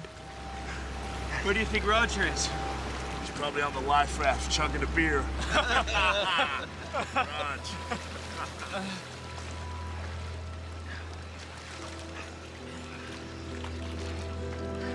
Do you think he's okay? He'll be fine. He's an experienced yachtsman. He knows what to do. I think all of us kind of kept a hope that he did get out. I mean, kind of deep down, there was that, well, maybe he didn't, but it was always the positive that always came out.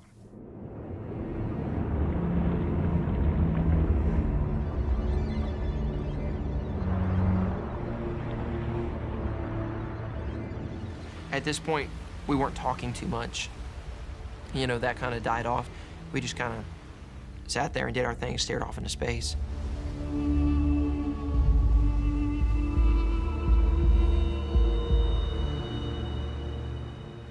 About 3:30 in the morning, I remember thinking, we're floating along, we're all lashed together, 4 to 6 foot waves, and thinking that I really ought to be on a boat about 10 miles farther south sailing.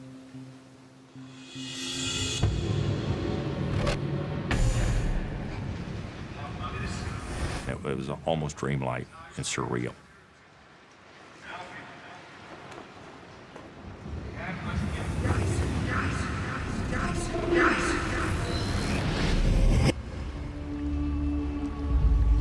As they drift on the ocean current, Steve Guy spots something on the horizon.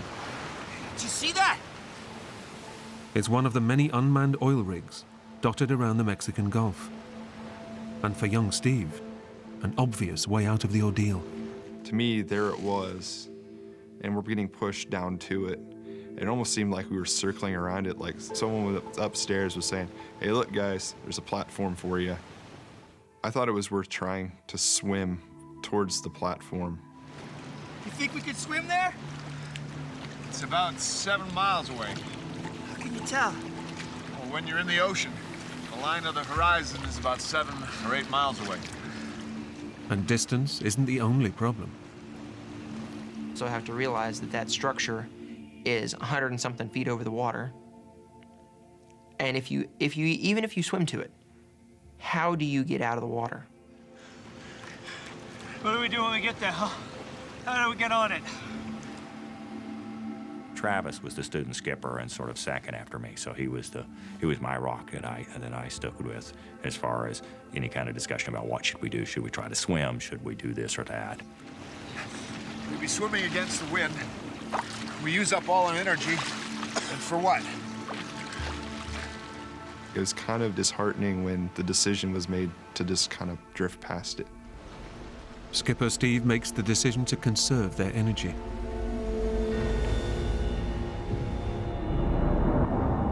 They're now pinning all their hopes on rescuers finding them. But even staying put is no guarantee of safety.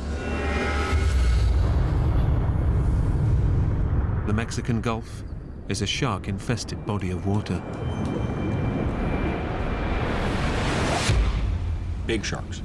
Those are the ones you worry about. Tigers are probably the most risky. They get really large. And it's not long before Steve's worst fears are realized.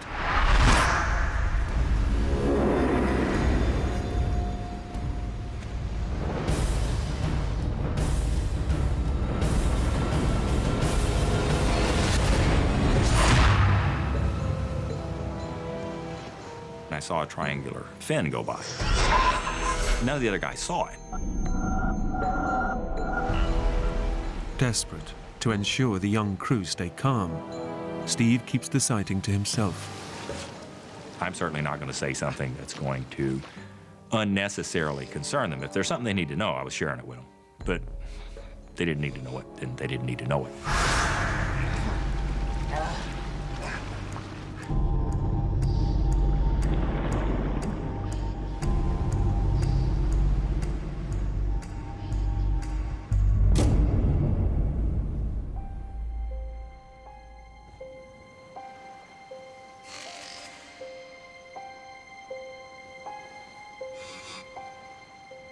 For me, I think there was a sense of relief as the sun rose.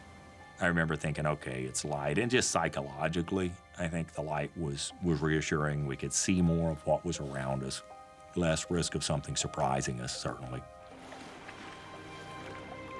And with the morning light comes the hope that a search will soon be launched. What's gonna happen is this. I started walking the students through what would happen. We had a normal 8 o'clock call-in on our satellite radio. Every morning at 8 o'clock, I called in and said, here's where we're at, we're okay, and just did a daily check-in. About 8 o'clock, they'll start listening for us. I figure about 8:15, they'll call the Coast Guard. So, when do you think they'll send out a search? Well, I figure about 10 o'clock, we'll see the first planes. What if they don't find us? Will they stop searching? Oh, not for a long time yet, buddy. I figure about 8 to 10 days. This kind of a search, you just keep it up long past there's any chance of people surviving, actually.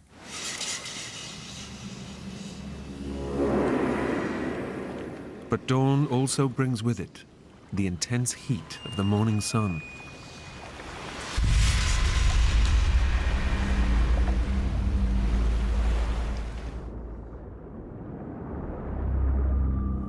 sun was out. None of us had caps on. Fairly quickly, we started to burn.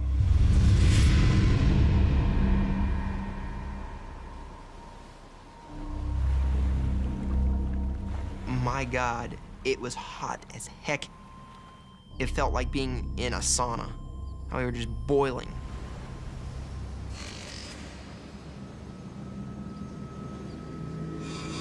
By midday, it's been 13 hours since the boat sank, but there's still no sign of rescue.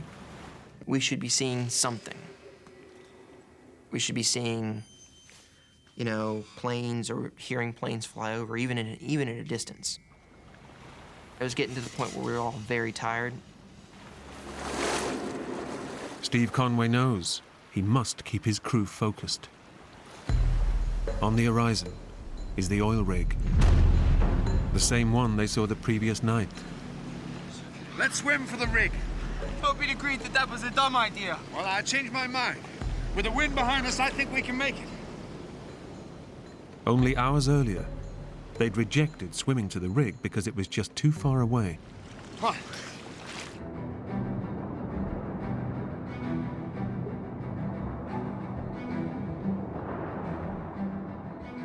Having dismissed the exact same thing probably 12 hours ago, I clearly thought that rig was a good idea. It gave us a focus, it gave us an objective, it gave us a sense that we were doing something beyond just floating to help ourselves.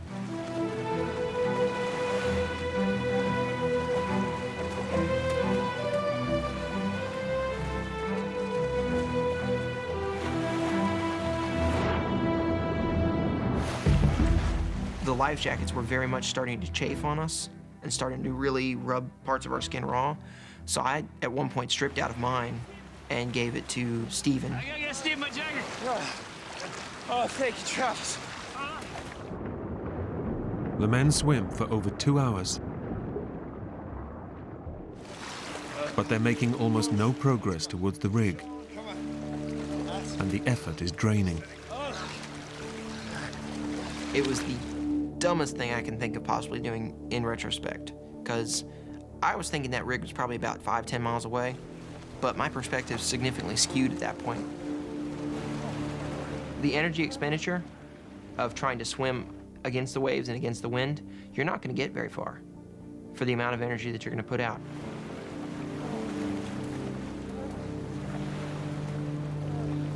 Despite their desperately slow progress, the crew struggles on towards the rig.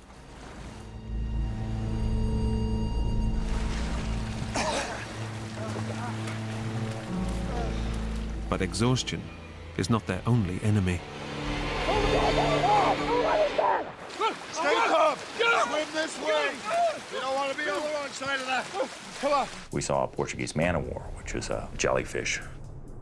Behind them will run anywhere from 20, 30, 50, 60 feet of tentacles stretched out with stingers on them. The long, deadly tentacles are filled with venom. As long as you stay away from them, you're fine. But you get stung by one of them and you're dead. We saw him drifting toward us.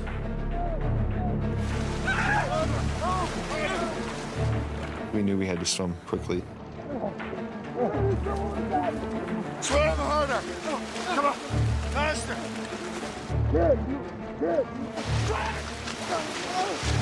Come on. Come on. Okay.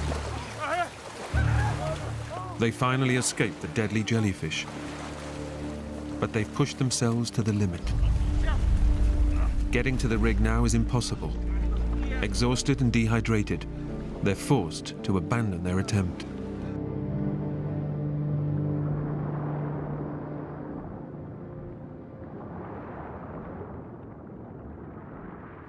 They've now been in the water for over 14 hours, and the ordeal is starting to take a terrible physical toll. By about 2 o'clock, it had been roughly 24 hours since I had last had any kind of food or drink, and I figured everybody else was in the same position. Fairly dehydrated from being out there in the water and sweating it all out all day.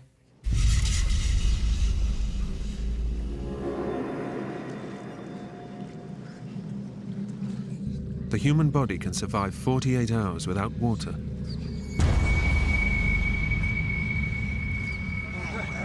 But with the sun beating down and their skin exposed to salt water, the crew are succumbing rapidly to extreme dehydration.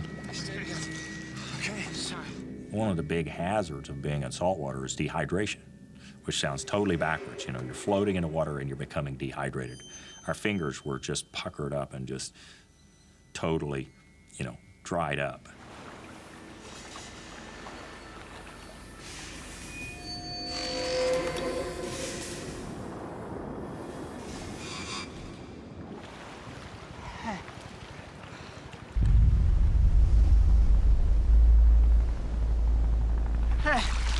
Hey!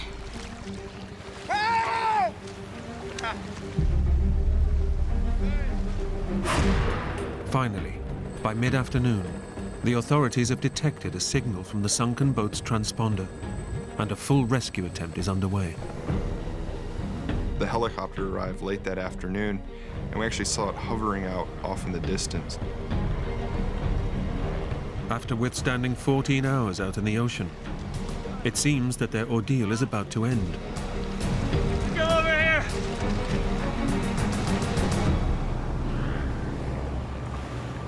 But the 5 men have been dragged by ocean currents, and they are now miles from the sunken boat.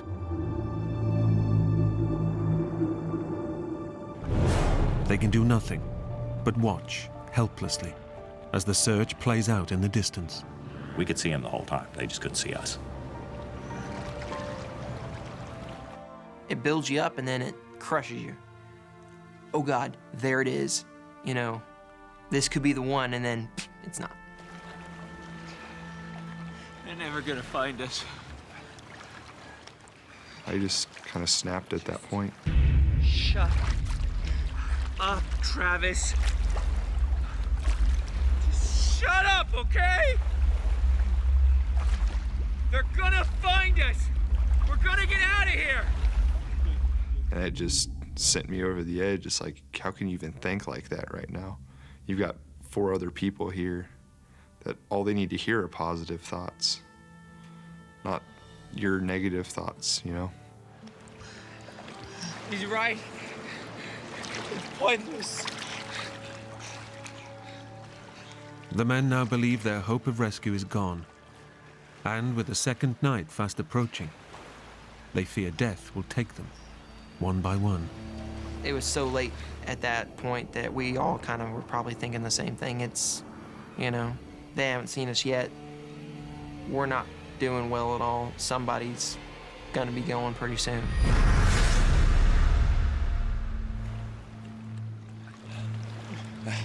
Come on. Come on, guys.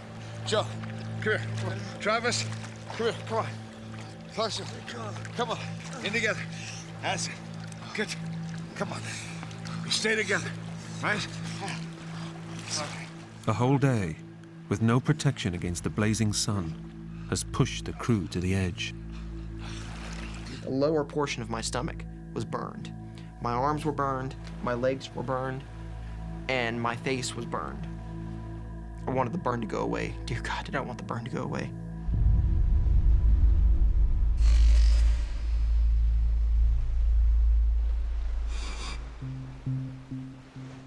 As the sun drops, the temperature plummets, and the fight to stay cool turns into a battle to keep warm. It was getting to the point where we were all very tired. I think I probably blacked out for a few seconds every now and then.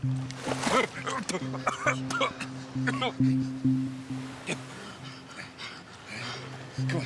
Sorry, closer. Sorry.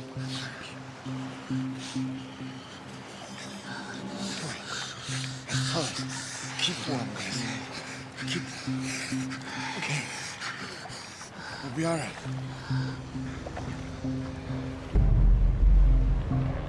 With light fading, the rescue helicopters begin to disappear over the horizon, and Skipper Steve drops a bombshell.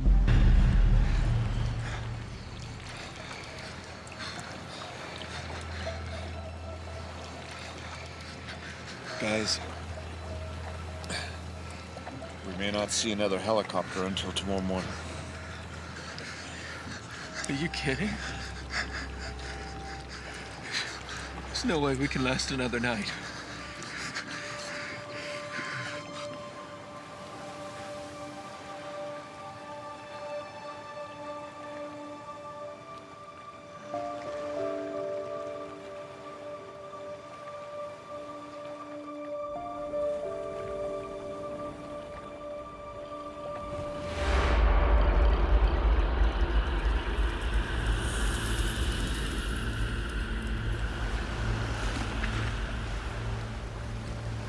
I was deathly afraid of the impact of the young men I was with dying on their families. To be in any way responsible for somebody, a parent, losing a child, I couldn't imagine. Let me tell you about a case study that I read. A fishing boat overturned. And a very fit 22-year-old football player died. But a 68-year-old grandmother survived. How come? Afterwards, they interviewed the grandmother and they asked, how was it your grandson, who was so much fitter, died? And she goes, I wasn't gonna give up. I wasn't going to die. You've got to have a fierce will to live. You've just got to never give up. The will to survive is the most critical thing for us to make it through. We must never give up, okay? Never giving up was the critical thing for our survival.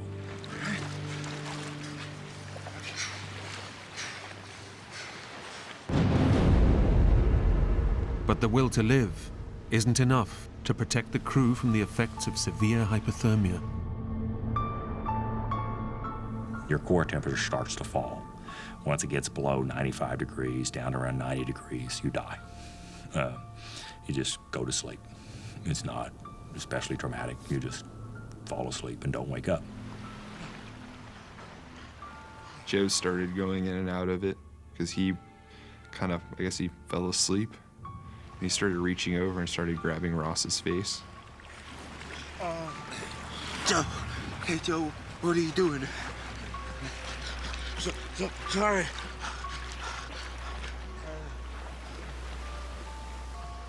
Ross, the smallest of the group, is beginning to drift in and out of consciousness.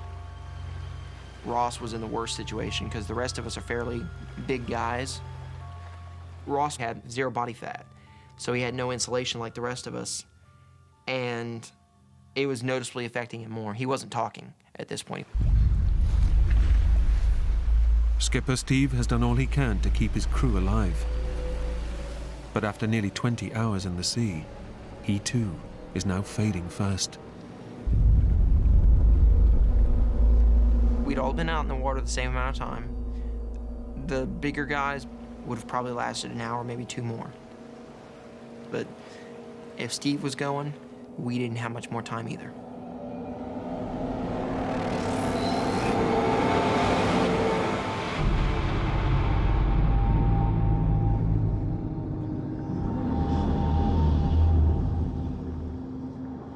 The 5 sailors have now been in the ocean for over 24 hours. They've done everything they can to withstand their ordeal. But they're losing the battle to survive.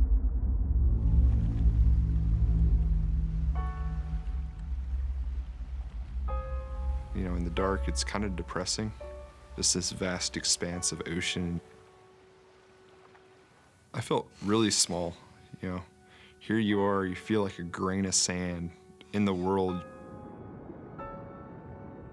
They've suffered acute exposure to the sun, extreme dehydration and hypothermia, and are now just hours from death.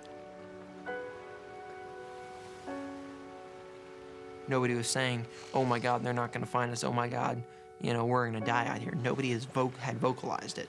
But we all kind of were probably thinking the same thing. Steve Conway has done all he can to keep his young crew alive. But now he knows that with no sign of rescue, his quest to survive has failed. I was scared of what the impact would be on my wife. We'd been married at that point 30 years, and we're best friends and still very, very close. We've seen other people lose spouses, and it's hard. In no heroic way at all, but just matter-of-factly, as I was floating in the water, I realized I wasn't afraid to die. Drifting in and out of consciousness, the 5 men can now do nothing more but await death's final call.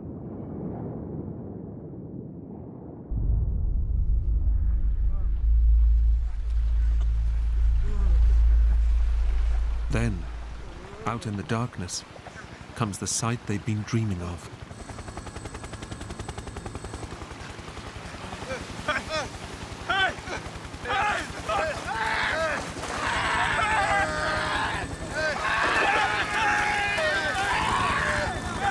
Then all of a sudden, every light on that helicopter came on.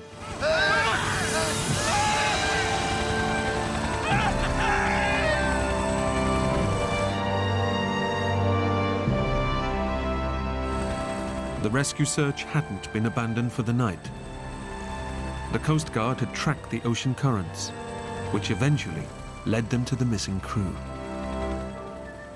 Everyone just screamed it. I'm happy, you know, we're going home. It all really set in that it's finally done, it's finally over.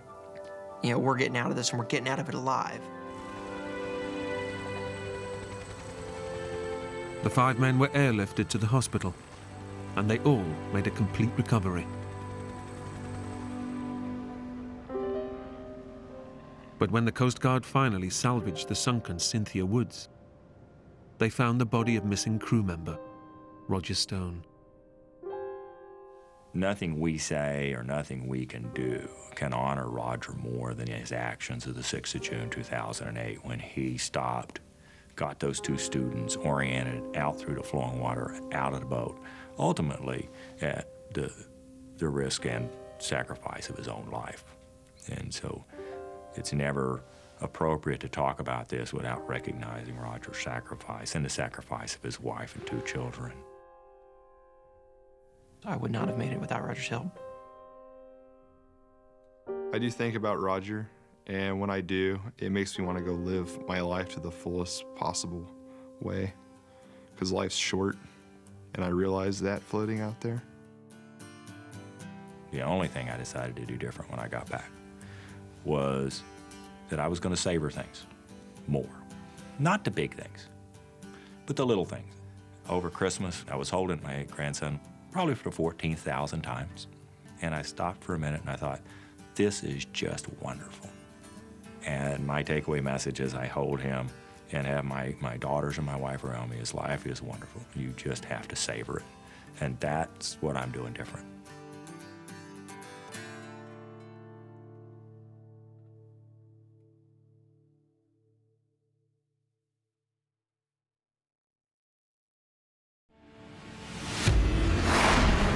In the Montana wilderness, 5 friends reunite for an epic adventure. But this trip of a lifetime Avalanche! turns into their worst nightmare. It felt like being hit by a car. It was black and violent.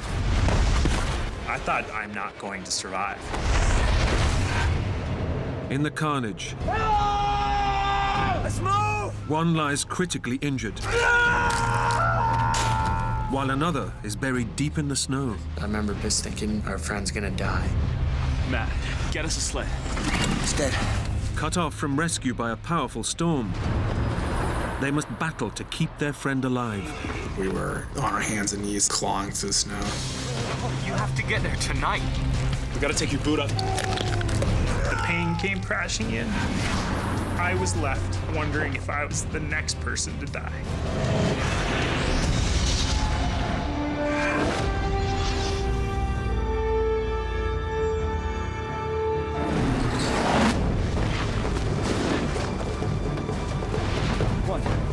3, 4, 5.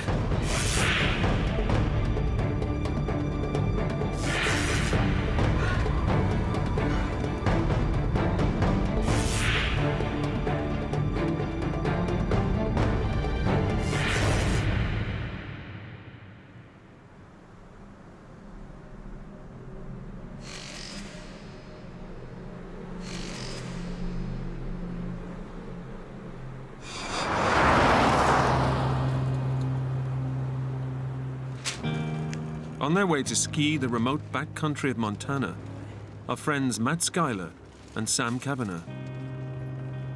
Skiing is 25-year-old Sam's greatest obsession. It's a pretty young age that I fell in love with skiing. I did it every opportunity I had, sometimes 4 or 5 days a week. When you stand on top of a mountain, it's literally like you can hear the clouds moving by, and you're the only person there. Matt shared that love and passion. That's insane. The forecast was for snow, so not only are we going into a place we love to be, but we're gonna have A+ conditions. It was going to be just perfect. This trip is a rare chance for Sam and Matt to hang out with their 3 greatest friends. Waiting for them at the trailhead is Sam's closest buddy, Blake Morstad. Haven't you finished yet? Blake is a special guy. He is amazingly intelligent, and he is a physical powerhouse. He would give you the shirt off his back. To Matt, Blake is more than a friend. He's also his brother-in-law. The final 2 members of the group are professional mountain guide Jason Thompson and emergency medical technician Chris Mackey. We were all very excited about the skiing, but I think the overwhelming thing was just being excited to just be hanging out with the guys again. I don't want to get stuck up there with you. It's New Year's Eve, and to celebrate, the friends are heading out to ski virgin powder in one of Montana's most isolated areas. It was extremely remote. We couldn't get emails. We couldn't get cell phone contact. But the whole idea of the trip was to go out and get some great powder skiing and have a blast doing it. Their destination? The untouched slopes of the legendary Mount Nemesis.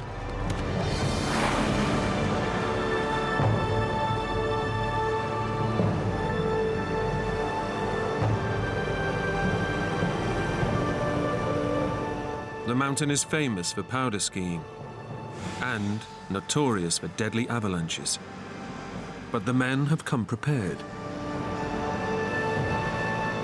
A high avalanche danger to us is not a stop. It just means you need to be on your A game. Each and every one of us carried a personal beacon and all the tools necessary to extract somebody from an avalanche.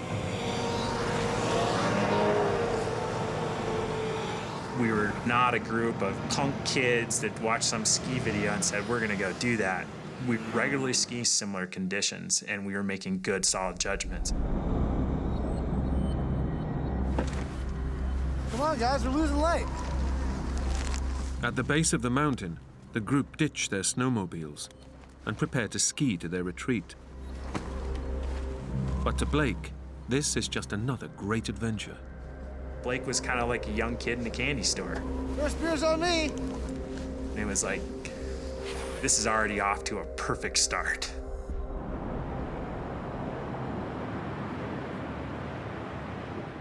The friends have skied 8 kilometers cross-country to their base camp. They're now all set to see in the new year. Happy New Year! But Blake is celebrating something much more life-changing. Okay, guys, I have a special announcement. Addie's pregnant. I'm gonna be a dad. Wow, good luck to that! It was a pretty momentous moment. Good work, man. Hey, Didn't know you had it in you. Blake suddenly was gonna have a little man looking up to him and exploring life for the first time. And so we took out the personal video camera. And I remember Blake toasting his wife. Hey, Addie.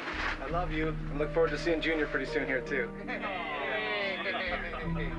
Happy New Year, Eddie! We all fully expected that next year we'd be celebrating the craziness that was 2005.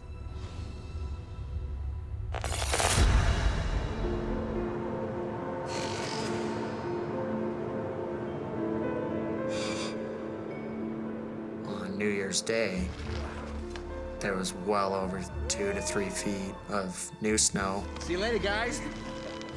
It was just perfect. The skiing was phenomenal, so we were stoked.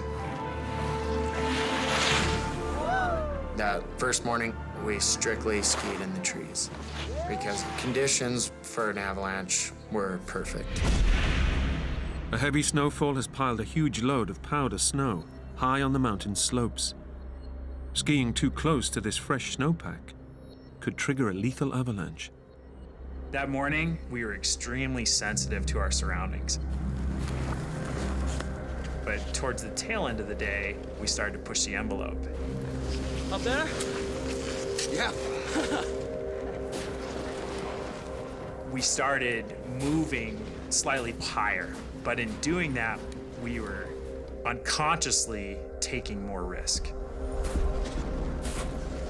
In their search for the perfect run, the young friends inch ever higher up the slopes, closer to the heavily loaded snowpack. Let's do it. Yeah. See you down there.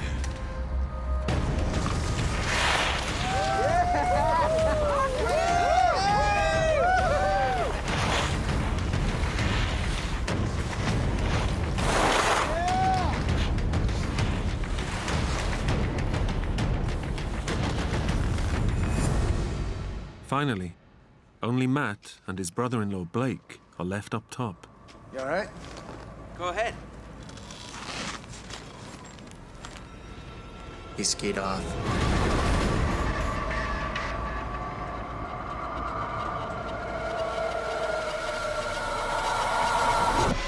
And that was the last time that I saw him. 300 meters down the mountain, Sam and Chris have finished the run. There was just genuine excitement. Chris pulls out the camera and he looks at me, he's like, "So, Sam, What'd you think?" That was awesome. But, gotta tell you, I'm exhausted. As Chris powered down the camera, suddenly you could just hear this distant, faint noise.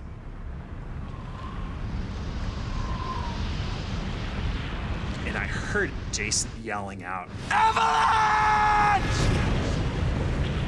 When you hear the word avalanche, there is just a sudden cold shiver that runs up your spine. A terrifying wall of snow, weighing thousands of tons, is heading their way. Upslope, Jason is its first victim. Right. Right next to me was a tree. I grabbed it. I started to feel the snow vibrate. What I experienced, I can only imagine, is like being hit by a car.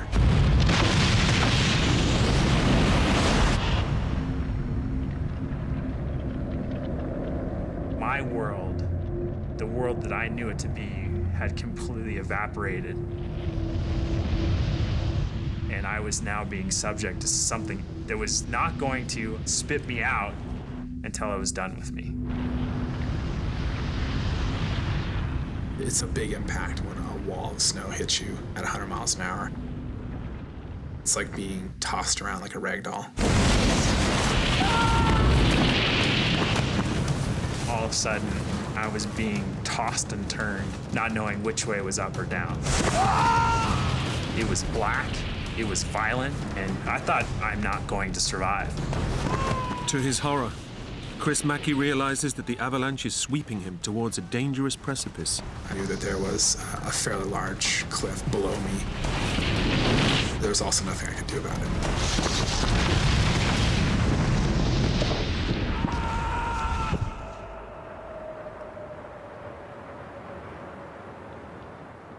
The nature of the terrain means that the sound of the avalanche hasn't reached 24-year-old Matt Schuyler up above.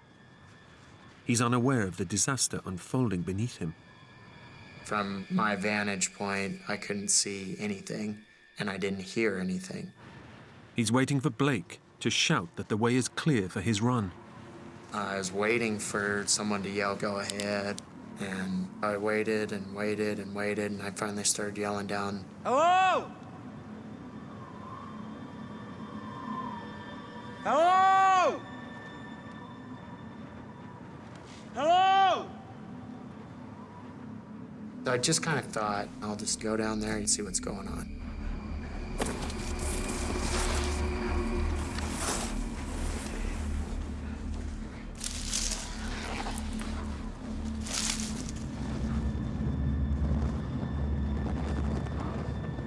And I just thought,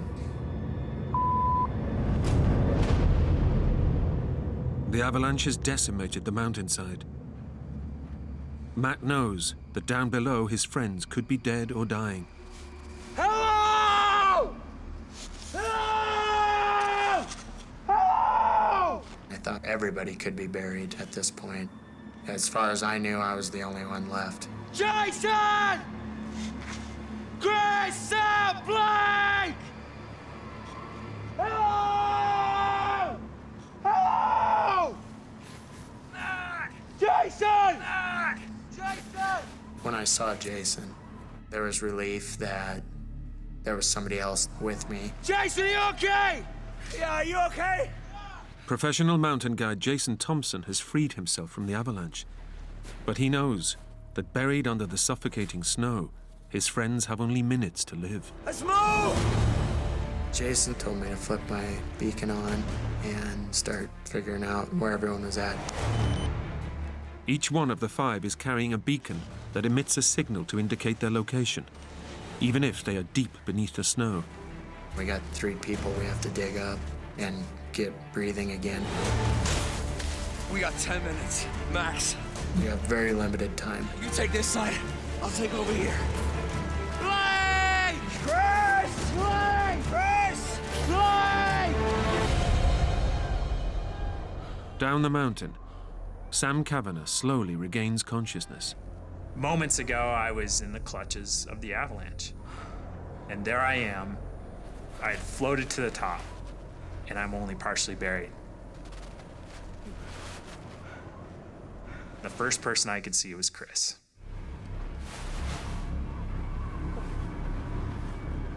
Are you okay? He's shooken, scared, but alive. Yeah. Yeah, I think so. Somehow, despite being thrown over the cliff edge, Chris Mackey has also survived. There's so much snow, and it's so powerful, I didn't even feel it.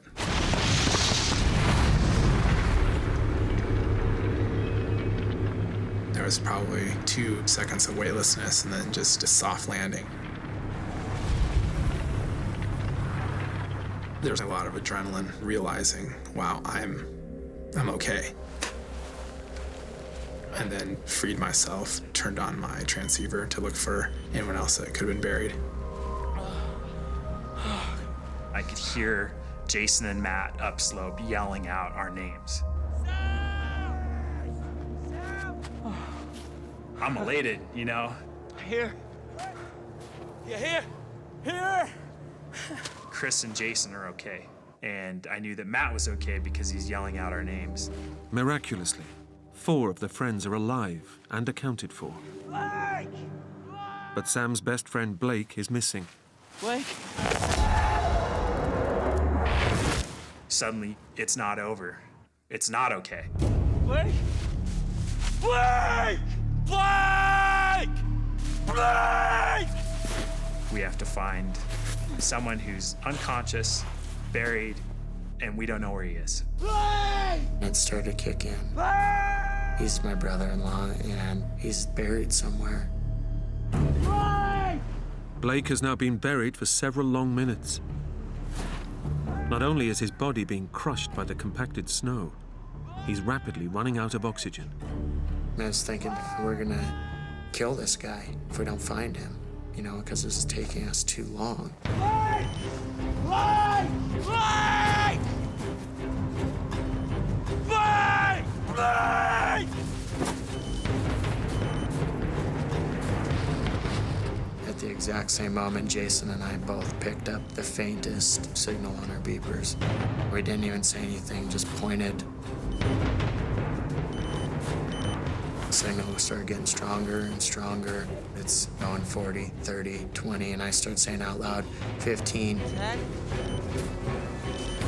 9. 8. All of a sudden, I could see the top of the backpack. Over there. Now that Blake has been located, it's critical they get to him and clear an airway, fast, Start from below. before he dies from lack of oxygen. We're trying to get to his head to get him breathing. Using their Avalanche shovels, they start to dig. But the snow has become heavily compacted in the slide. It was very frustrating. It was like digging up concrete. I threw my shovel aside and was just digging with my hands.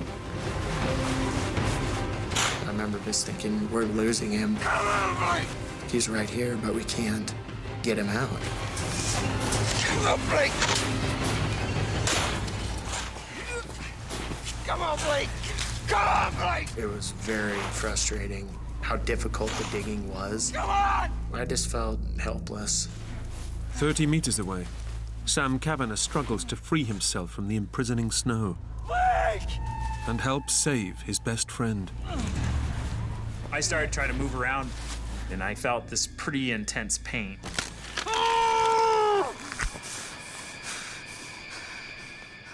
And that's when I finally looked down.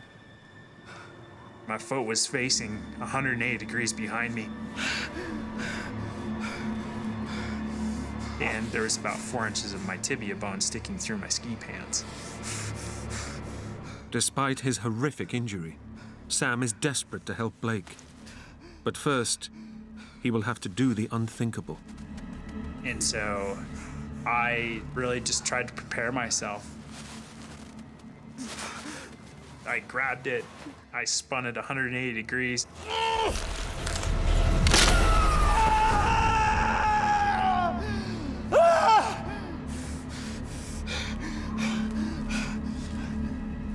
And I tried to stand and walk and shuffle my way down the slope to find Blake. Hearing the screams, EMT Chris realizes Sam is also in trouble. I looked up and saw that he was in a very tenuous situation. Sam, how you doing there, buddy? You okay? My leg's busted. It's really bad. Come on!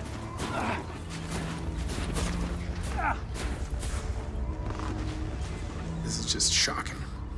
There was a very big laceration on the side of his leg and quite a bit of bone sticking out.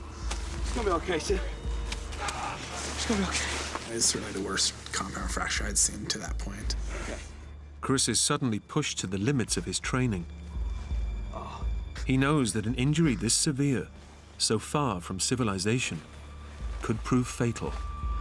We just need to get Sam stabilized, try to control the bleeding, and get him off of the slope. But we were still right in the middle of dealing with Blake. We got him out! Finally, after being buried for almost 10 minutes, Blake Morstad is pulled from his icy tomb. At first, I thought, he's just passed out. We'll revive him. A couple pumps, and he'll cough up some snow, and we'll get out of here.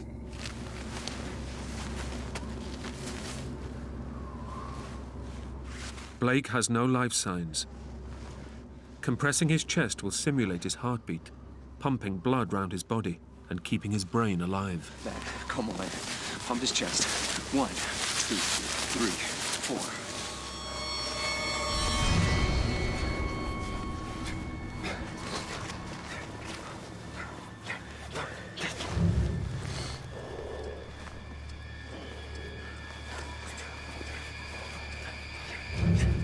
Jason had me pushing on his chest, and he's saying, Harder. Go harder. break a rib if you have to. I remember being really frustrated, thinking, we're losing him. They did CPR for a few minutes, and they yelled up, "It's not going well." Chris! We need you down here! Keep the pressure on here, buddy, okay? Stay calm. I'll be back, all right? Okay. I raced down through the debris.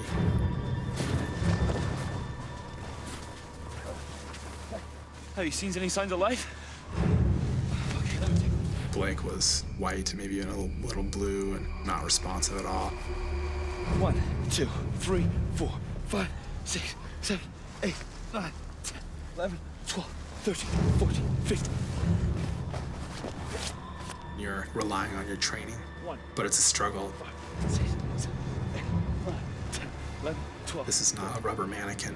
This is your friend, and he's not doing well. 15. In the back of my head, I knew he was dead.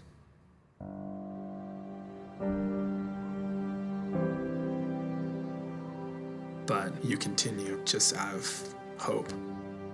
Because this is Blake, you know?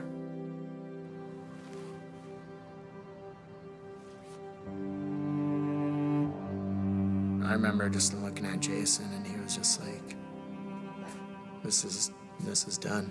He's dead. And I just thought, wow.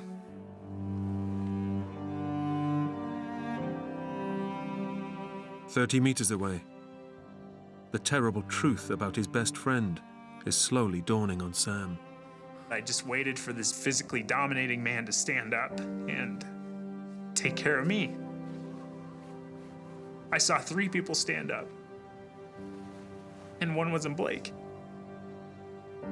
That's when my world came crashing, and I was left wondering if I was the next person to die.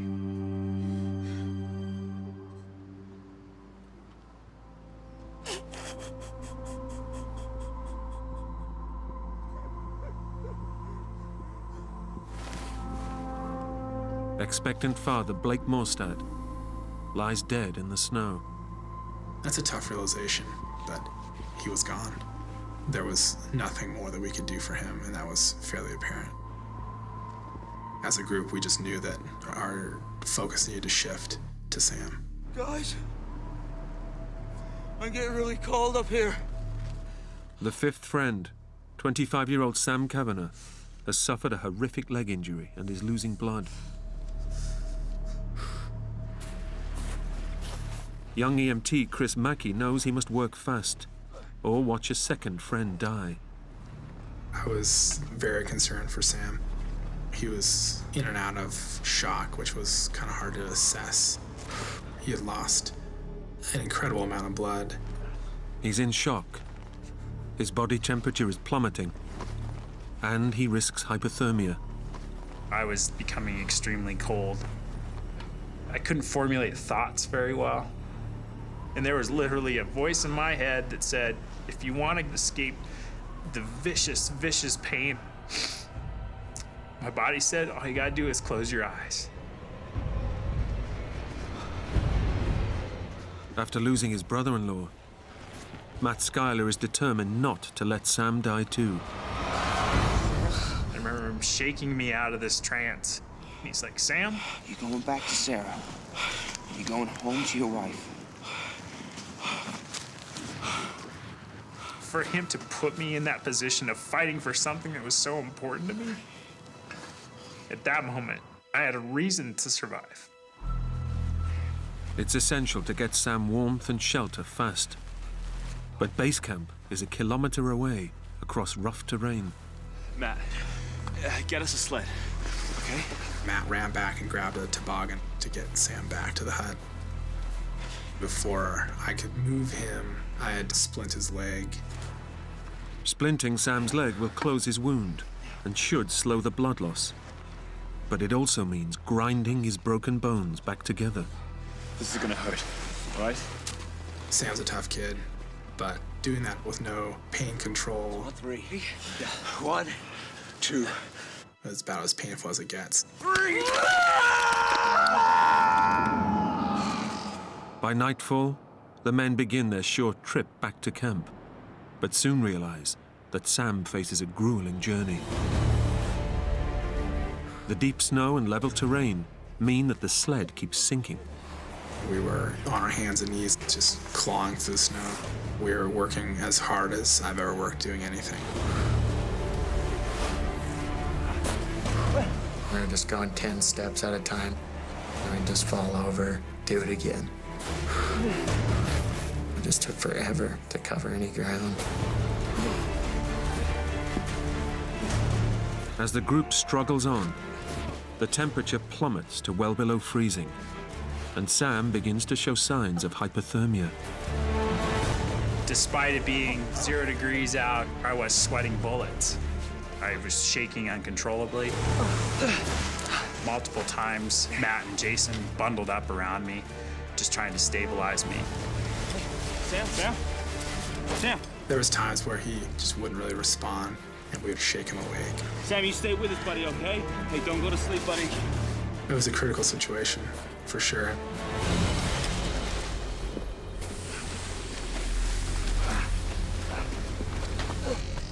Finally, after 2.5 hours out in the bitter cold, the group gets Sam into the shelter of base camp. Once we got back, there was a sense of relief. Easy, easy. On 3. 1, 2, 3. Okay, easy. Go, Sam. Okay. Yo, Matt, give me that water. All right. But EMT Chris Mackey knows that the journey may have done untold damage to Sam's shattered leg.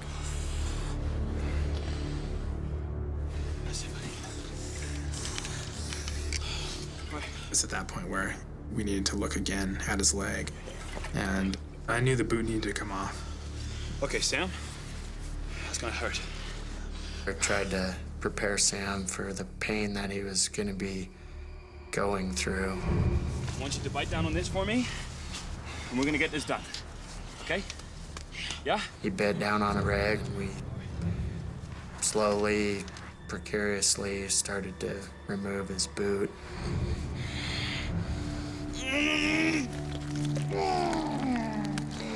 Okay, go. Come on. You have to imagine my leg is only currently being held on by the very back muscle. And I remember yelling out, "Just rip it off now!"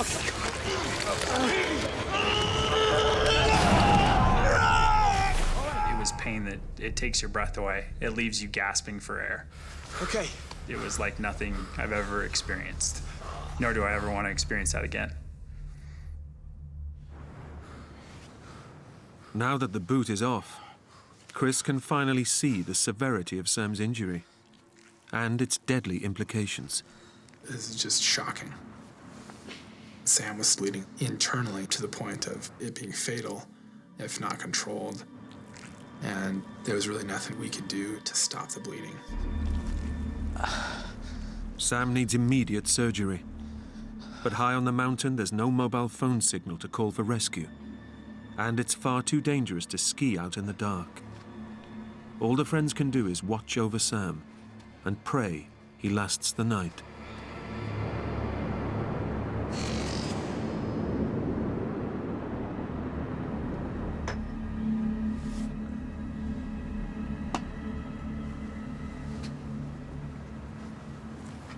The decision that we made as a group was to wait till first light. And we took rotations staying up with Sam. And as the hours drag by, the friends' thoughts turn to Blake, who only hours ago was still among them. We were all mourning Blake. It was unsettling knowing that your friend was lying out there in the dark, in the snow, alone.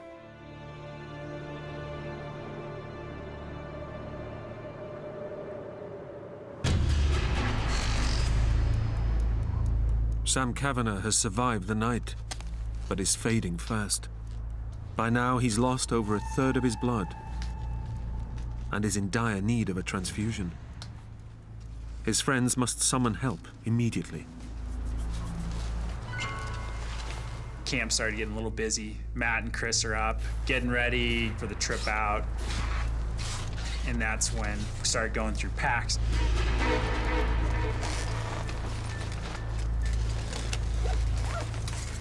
And realizing we didn't have all the stuff that we needed. Spare ski poles. They're in Blake's pack.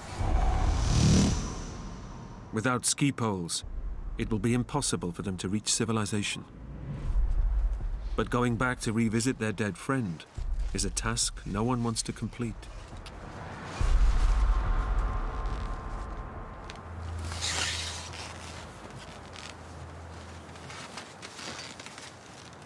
I'll go.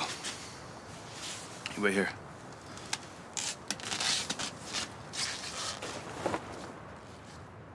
I followed our tracks up from the night before. I was a bit hesitant because it was like a bad dream at that point.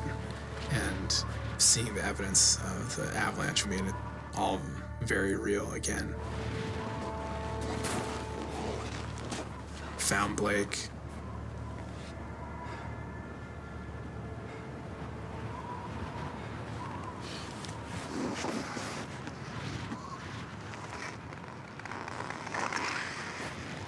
Searched around and grabbed some ski poles.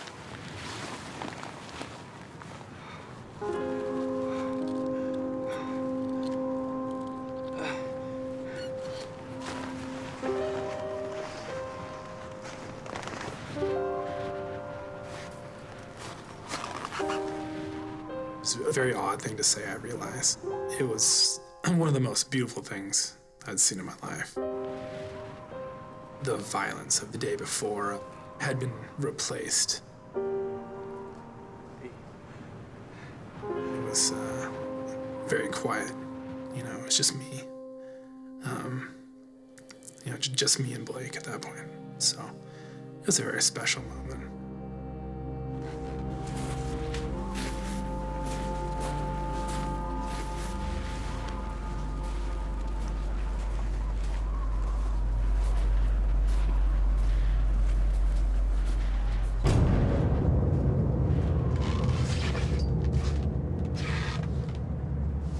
You ready? Hang in there, young.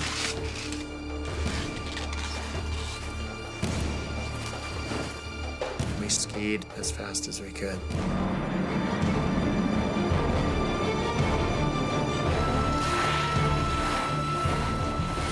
For 4 hours, they ski through dangerous avalanche terrain. Finally, they make it to the base of the mountain, where they left their snowmobiles. From here, they're just an hour's drive from mobile phone contact with the outside world. And the one thing you need to happen is that snow machine starting.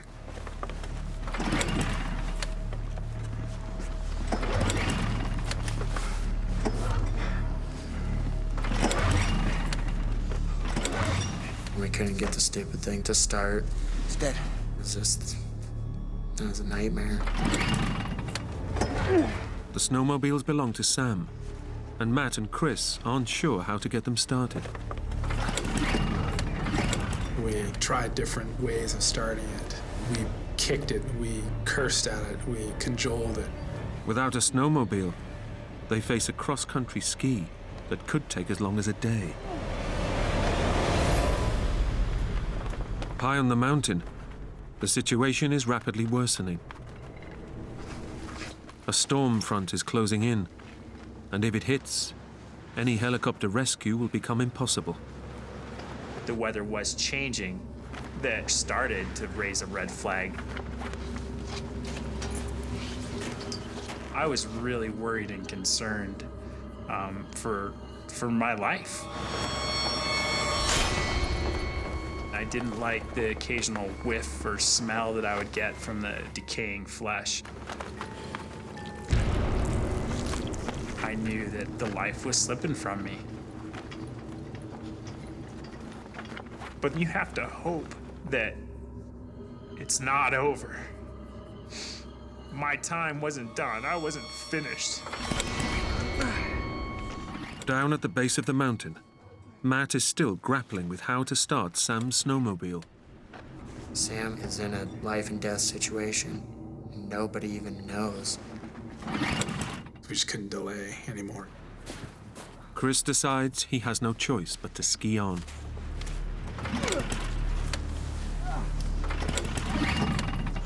As I'm out in the middle of this big field,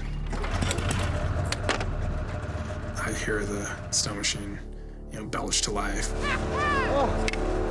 And that frustration and anxiety quickly melted away.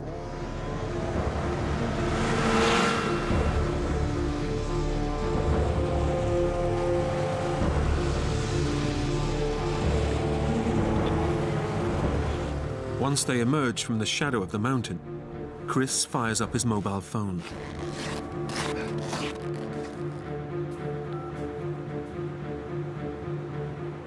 The first time we got half a bar, we called search and rescue. Hello? Look, my friend needs urgent medical attention. Yeah, okay, but hurry. I distinctly remember talking with the head of search and rescue. Yeah. He was very professional. He asked the right questions, and I said, If ever you needed a helicopter, yeah, this is now.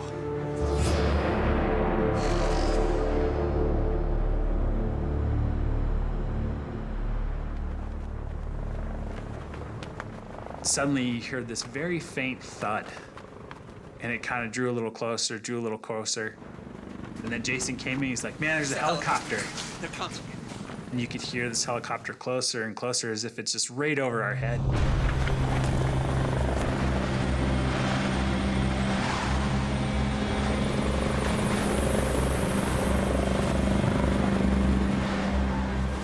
I'm elated. They're coming to rescue us.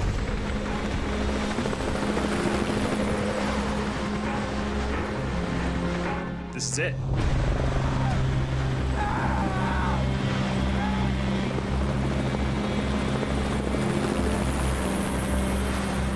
Then the helicopter would faint and it would go away. Please! Come back! We didn't know what was going on. Could they not see us? Because we could clearly see them. And Jason said, they're coming straight back. I'm sure of it.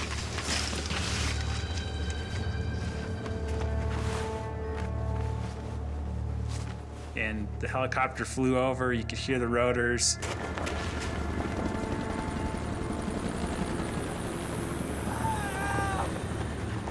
And then they got a little quieter, and they disappeared.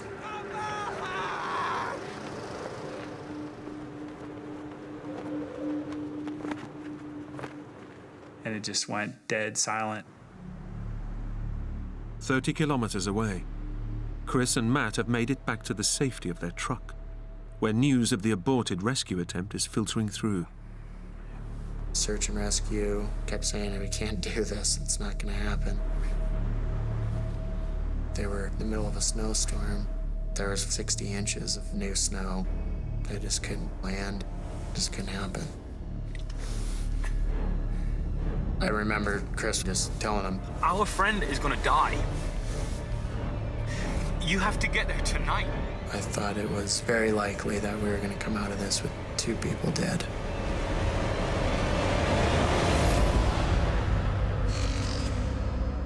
The rescue helicopter can't try again till daybreak, and the mood at camp is desperate. There was anger, but I just had to try to make it to tomorrow. But by now, Sam's leg is starting to decompose. And with no antibiotics to stop the spread of poisonous toxins, his organs are starting to shut down. I needed to go to the bathroom. And I was trying to pee into a plastic juice jug. Jason. And so I talked Jason into letting me sit upright.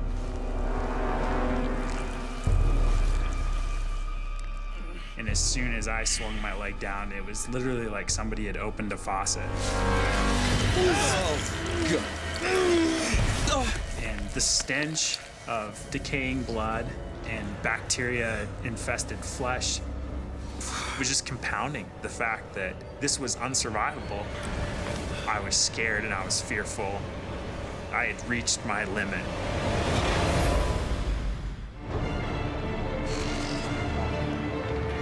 In the backcountry wilderness of Montana, search and rescue air crews are grounded by a fierce snowstorm. 2,000 meters up, Chris Mackey and Matt Schuyler have battled their way back to camp, where 24 hours ago, they left critically injured Sam Kavanagh fighting for his life. When Matt and I arrived, there was a big relief that Sam was still with us.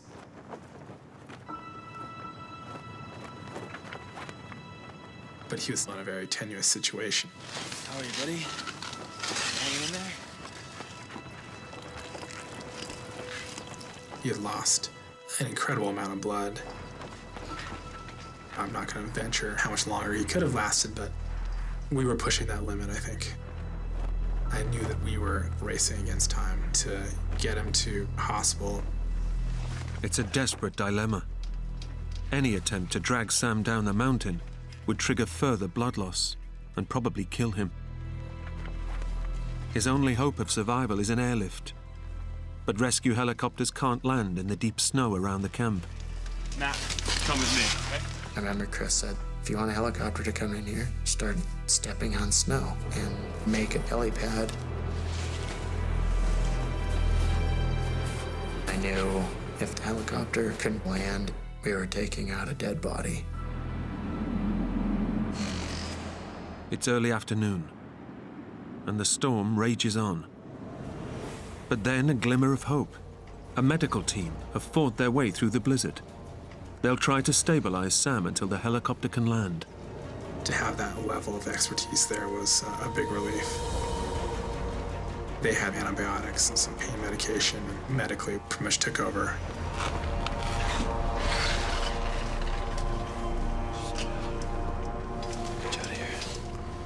I was happy to at least be seen by a doctor for the first time.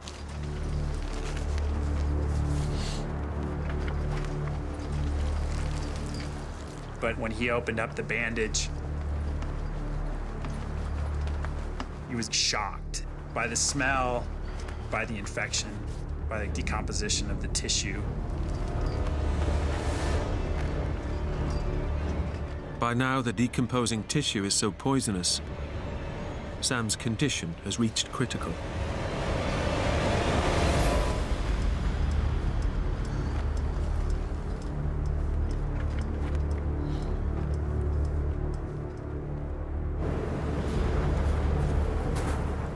A decision is made. Despite the risk, the friends will have to drag Sam down the mountain. It's a desperate strategy. Okay, Sam, we're gonna drag you out, okay? The whole group collectively began wrapping me in the sleeping bag. At that point, my injury was so bad, the probability of me dying halfway out was pretty high. 1, 2, 3. I think there was a real concern that I may not be able to survive. I don't know, but then it was just like, this is a nightmare. We just couldn't lie there and watch him die. Okay, ready? Let's go. Wait. Suddenly, we got word that the helicopter pilots were going to give it one more try. Chopper's coming back. We immediately started going to this makeshift landing zone that Chris and Matt had stomped out with their skis. Suddenly you hear the helicopter flying in, and it's getting louder, and it's getting louder, and it's getting louder. And now you can feel the wind and the rotor wash and crystals of snow hitting your face.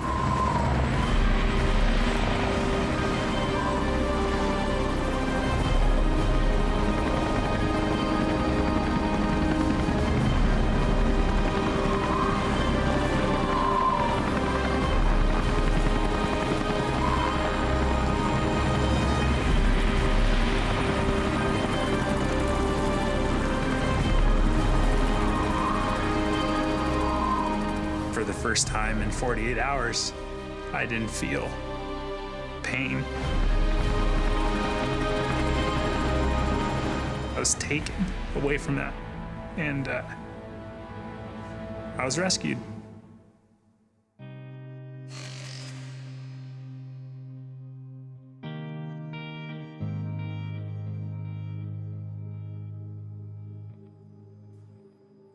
Chris Mackey went on to study medicine, graduating from medical school in 2010. Today he works as a hospital doctor in North Dakota. Matt Schuyler still lives and works in Montana, where he has 3 young children. Jason Thompson continues mountain guiding around the world. Sam Kavanagh was flown to hospital, where following an emergency operation on his shattered leg, doctors forecast a further 3 years of reconstructive surgery. 2 weeks later, Sam opted to have the limb amputated. Today, he works in Montana as a civil engineer and cycles for the US Paralympic team. I've become an exceptional biker. I walk in the mountains. I run around with my daughter and my wife. The whole experience has taught me to live life and to love life. But it's emotional to think of losing Blake. Not just because he was a great guy, it was because he left a part of him in my heart. It's great to know that I've had people in my life have that impact on me, because I know ultimately that makes me a better person.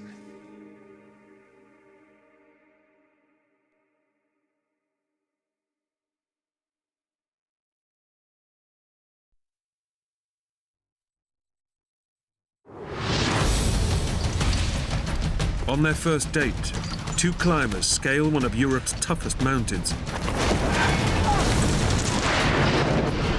But the romantic adventure they hope will bring them together tears them apart. This mountain has become a complete demon. We need to move, all right? All hell is just breaking loose around my head. Trapped inside a violent electrical storm, they must rely on each other to survive. It's an utterly desperate situation. I'm thinking we're not going to survive. Jeremy!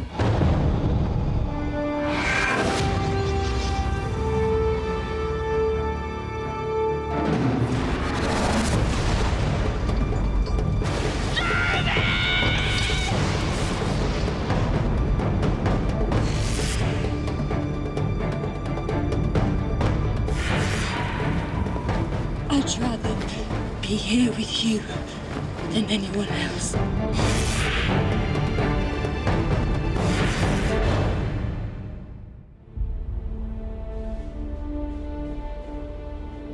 The Ordeal Mountain.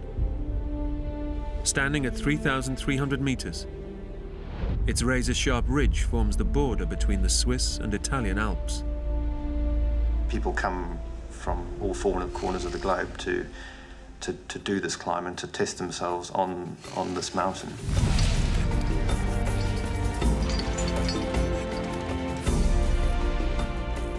Infamous for extreme weather, it's a climb as treacherous as it is breathtaking. And even for professional mountain climbers, like Rachel Kelsey and Jeremy Colenso, it is the climb of a lifetime.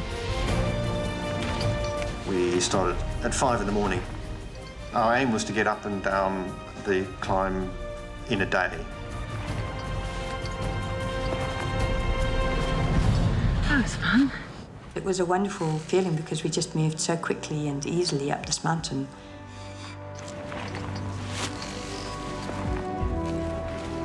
I was just so excited. You know, here I am doing a climb that I really want to do. And not only that, but I'm doing it with this very good-looking chap who I fancy. Just great to be there with someone who's both a climbing partner, but also someone who you're becoming very fond of. I was quite attracted to his quiet but confident nature. Climbing. And really liked a sense of adventure and just relaxed personality. This romantic adventure is actually Rachel and Jeremy's first real date.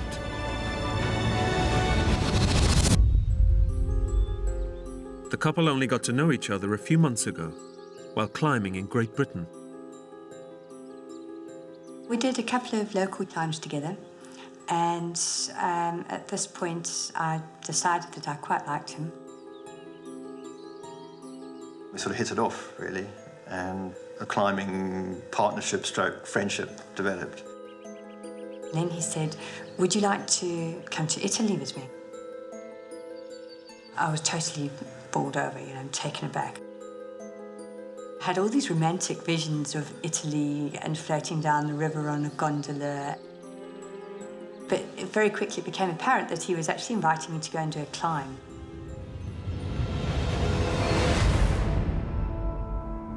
We planned and prepared meticulously.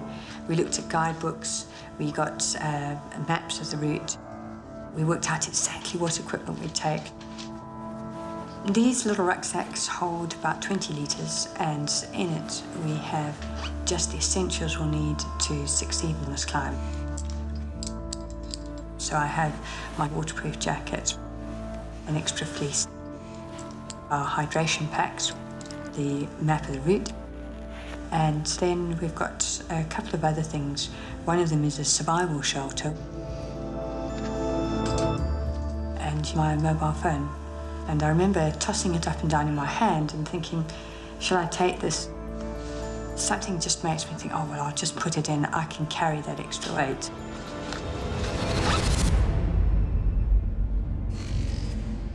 Jeremy and Rachel are ascending the Pittsburgh mighty North Ridge. The grueling climb up and then down the mountain should take them 14 hours. Weather permitting, their plan is to be back at base camp well before nightfall. We were making incredibly good time. We didn't feel like we were rushing. We felt like it was just going really well. Jeremy is ahead, with ropes leading down to me. And I get to this point where I pull over onto this boulder. The whole thing wobbles.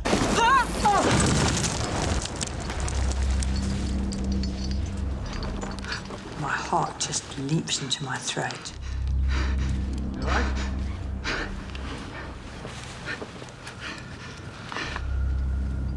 These moments when things nearly go terribly wrong, you have to just take a few deep breaths and recollect yourself and then keep going. If you're not scared at all on a climb, it's probably not the right challenge for you. 2 hours later, and Jeremy and Rachel have overcome the most technically challenging part of the climb. Now, over 3,000 meters up the North Ridge, the couple are only minutes from the summit. We reach a point where there's a bit of snow. I'm feeling completely excited. We're in spitting distance of the top of this climb. The sun is out. It's just a wonderful, fresh afternoon, and it seems perfect.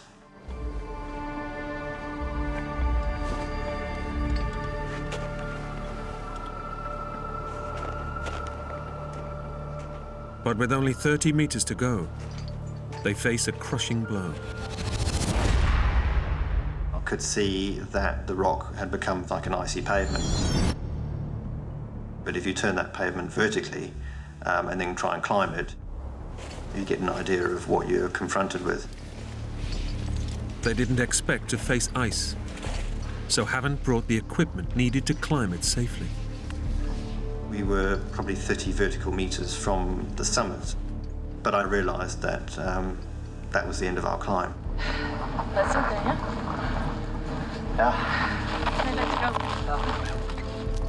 There is a feeling of disappointment there. There definitely is. But there's no time for that. You just need to prepare with the next section and get on with it. And the next section's getting down. But unable to reach the summit, Rachel and Jeremy can't see a massive electrical storm that's brewing in the valley beyond. Jeremy's working with the ropes to try and sort them out for the abseil. I look out into the valley below.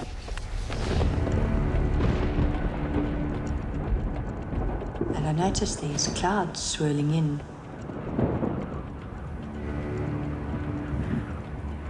At the same time, I feel a sharp drop in the temperature. And I just know inside that this is heralding a storm, and we've got to get out now. Jeremy, I think we better stop moving.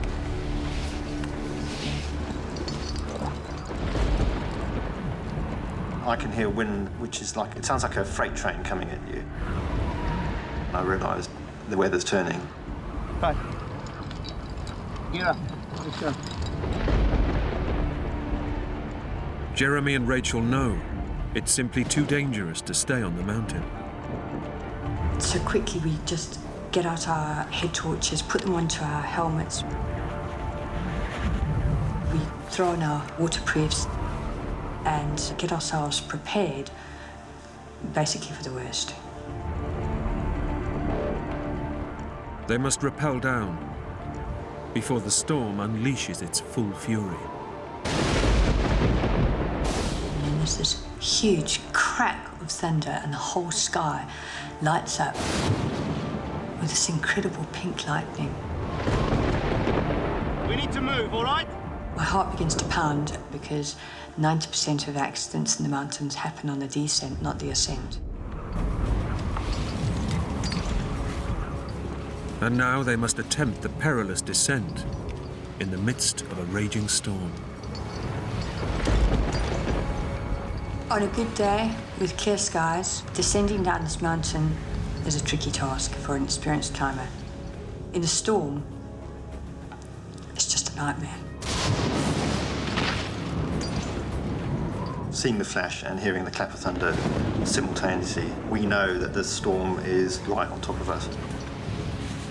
We are surrounded by metal, and we've got every chance of being hit by a bolt of lightning.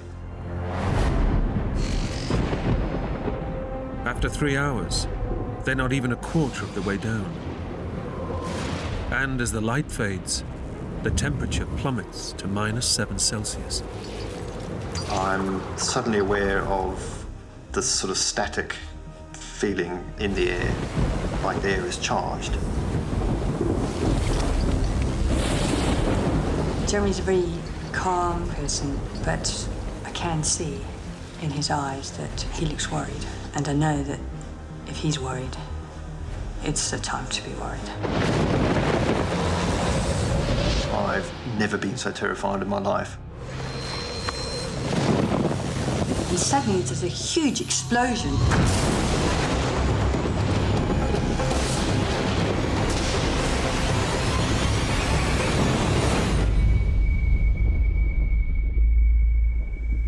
I'm thinking we're not going to survive.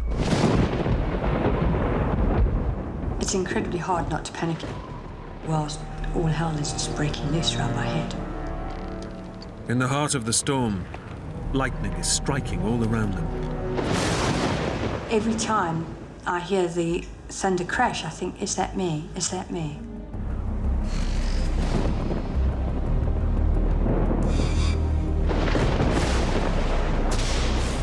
I don't know exactly how many abseils we've done.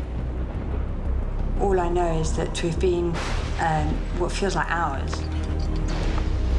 Jeremy's setting off in the next abseil, and I just think there's something not right here. I abseil past this block, and the rope catches behind the corner of the block. And I can't get the rope out.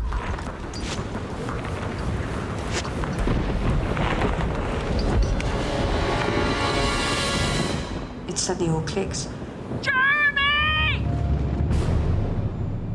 This is that really wobbly boulder that we passed on the way up.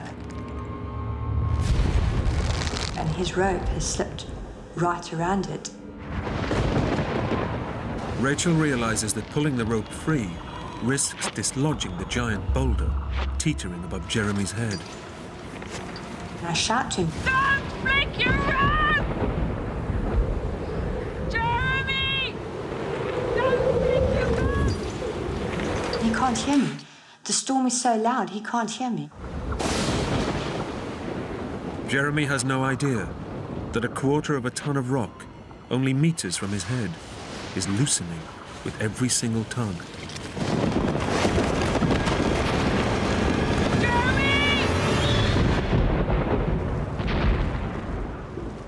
I hear this huge, terrible sound as it bounces down the mountain.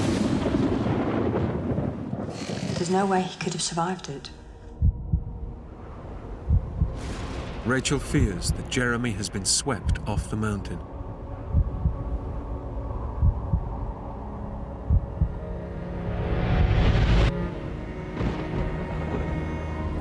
Eventually, I opened my eyes. It was a huge rush of relief and surprise to see him there. I look up at Rachel. She's looking down at me, and I go, that missed me by that much. If it had hit me, that would have been me. I would have been dead.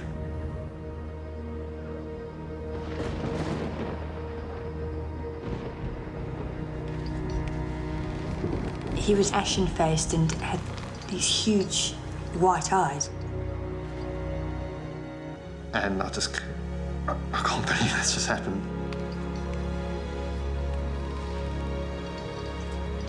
And then he just put his head down and carried on abseiling.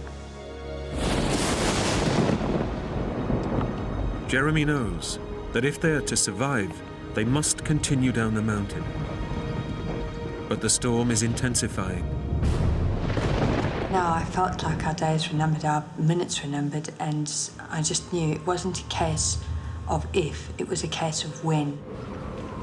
But I had no choice but to go on.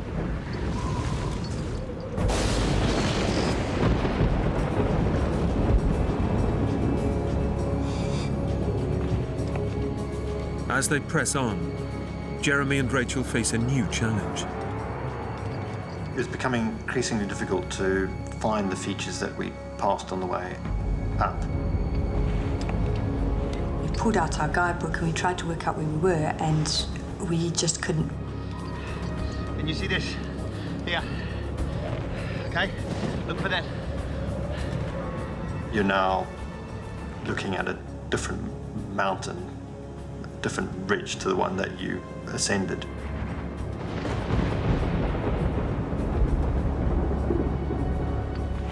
Unable to see any landmarks, Rachel and Jeremy are lost. In this perilous terrain, choosing the wrong route could spell the difference between life and death. We're now at a decision-making point. What do you reckon? I pointed down and he nodded. All right. I hope you're right, eh? Unable to see what lies below, they could be rappelling straight over a precipice. Jeremy insists on going first. The last thing I remember seeing was the red hood and his head torch. And then I was alone. And it was very, very frightening. I find myself on the lip of an overhang.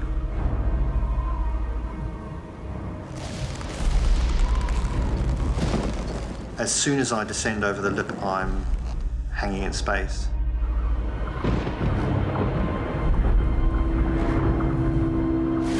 Below, there's a black, inky void. I had no way of knowing whether this was the right way. And it was too late to call him back. I had to just wait.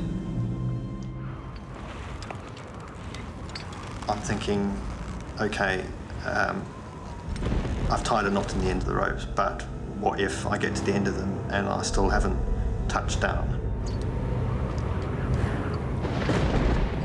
The only way out of here is to descend.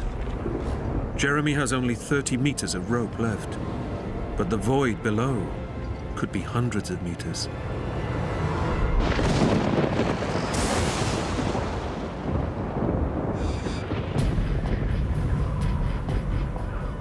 After 30 long minutes, there is still no signal from Jeremy. And knowing the dangers that surround them, Rachel fears for his life. I had a horrible feeling that he'd been struck by lightning.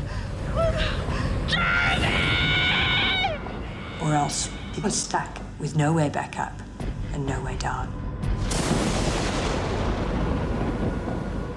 The lightning was still just lighting up things, and I noticed these lumps above me.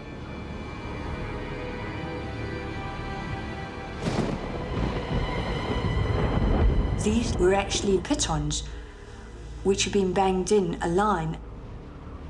Suddenly I knew exactly where we were. The position of the pitons tells Rachel they've strayed from the main ridgeline. Jeremy! Jeremy! And Jeremy is now descending into a 600-meter void with just 30 meters of rope. We must have gone 10 meters, of course, if that. And yet, the ramifications could spell the end for us.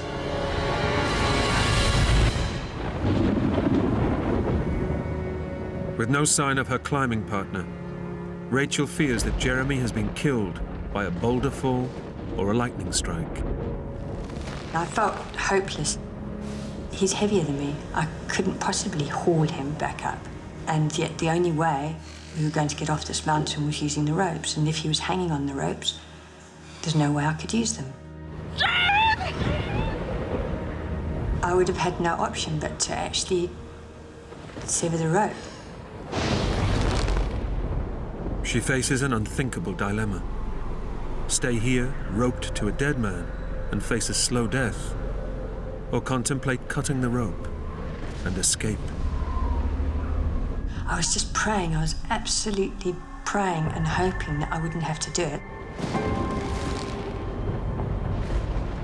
But down below, Jeremy is actually still alive. He's reaching the end of his rope, with nearly 600 meters of clear air still below him. My gut feeling was that we made the wrong decision. I need to go back up the ropes. It's a desperate blow. Jeremy has rappelled down 30 meters. He's exhausted, but his only option is to climb back up.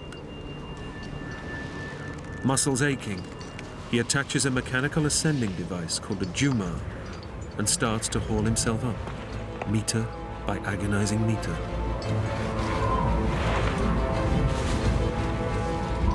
I'm doing these pull-ups whilst being battered by this 70-mile-an-hour wind. It's just horrendous.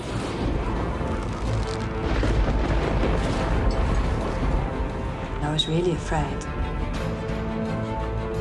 Here was the weight of his body on the rope, but I didn't know if I'd ever be talking to him again.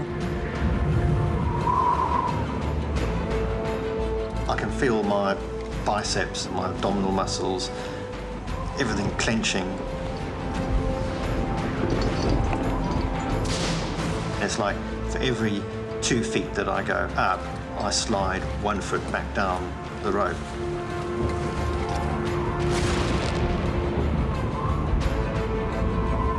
Rachel knows that time is running out. Unaware that Jeremy is climbing back up the rope, she prepares to make the toughest decision of her life.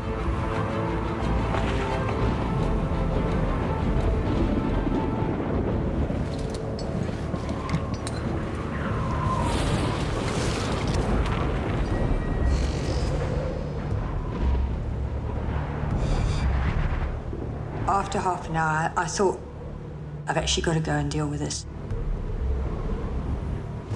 Even if Jeremy is dead, Rachel decides she cannot cut the rope. Instead, she risks her own life by going to look for him. I leaned back and I remember looking down and seeing this bright beam of light. It was Jeremy's head torch. I just couldn't believe it. I felt like it was the most wonderful moment of my life.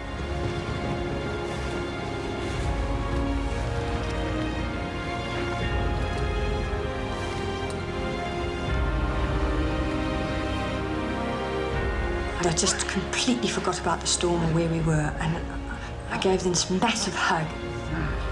So pleased to see you. You okay? I was just so glad to be back. The reunion brings home what they now mean to each other.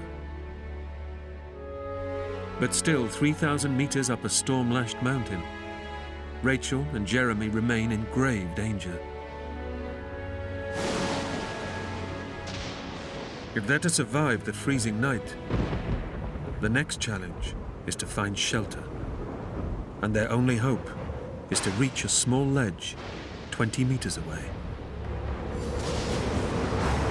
I'll go first, and then you follow, all right?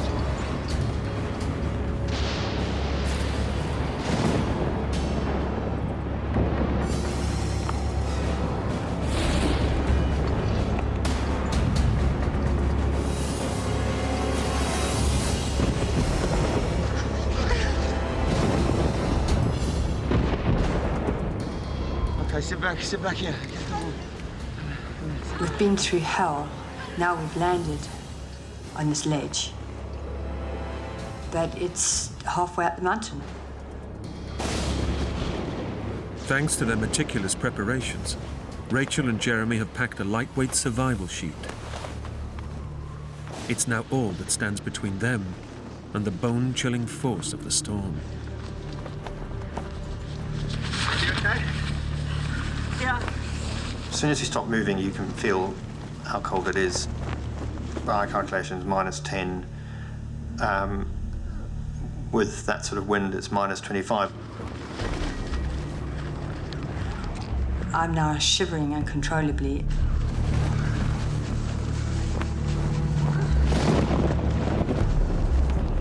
My fingers had gone completely white and were starting to freeze with frostbite.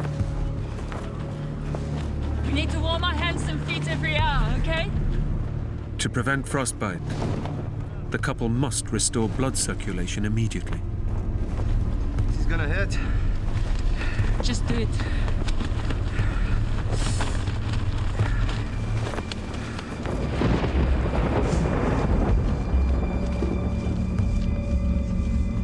It's an incredibly painful experience as the blood starts circulating back. Oh.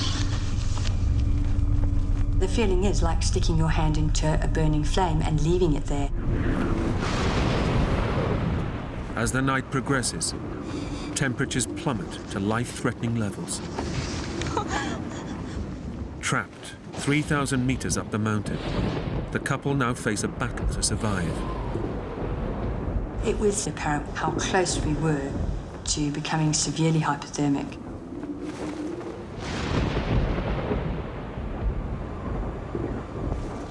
The couple know that as hypothermia takes hold, the decreased oxygen flow to the brain will cause drowsiness, then death. It's vital they stay awake.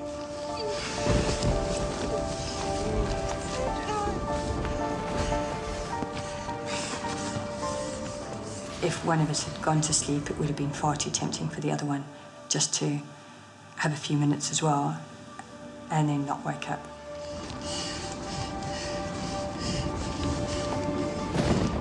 In this situation, your climbing partner is your biggest asset. We both have to stay awake and motivate each other to keep going for as long as it takes. After 20 hours on the mountain, Rachel and Jeremy are physically exhausted. Hey, you need some energy. Have a drink. They know that if they are to last the night, they must replenish lost energy. Neither of us have drunk in hours because we've been focusing on getting through the storm.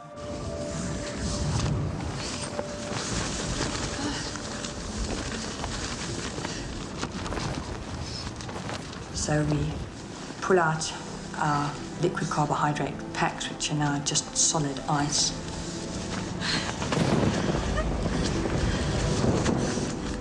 And we try to warm them up.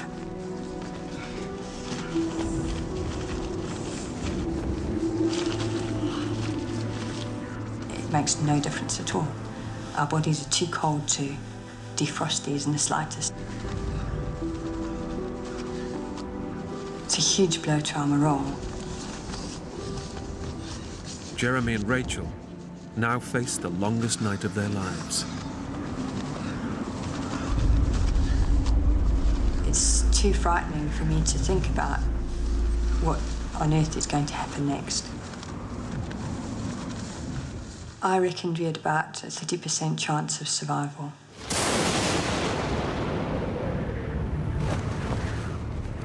You're 3,000 meters up. It's minus 25 outside. I mean, it's an utterly desperate situation. I was sitting back and I felt this lump. And then suddenly something dawned on me. This lump was my mobile phone. I was overjoyed. Turn it on. I just thought, this is it. And then almost at that same instant, I thought, don't get excited. Because I couldn't bear the thought of just another thing going wrong. I wasn't expecting it to work. I just figured it's too cold, that battery's going to be dead. And I didn't expect it to have any reception.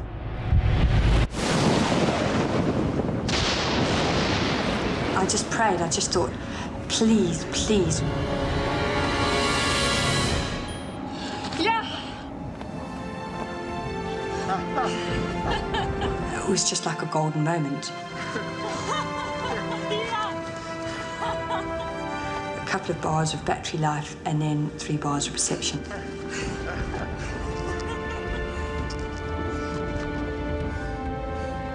This connection to the outside world is an unexpected but crucial lifeline. I guess we better call search and rescue. Yeah.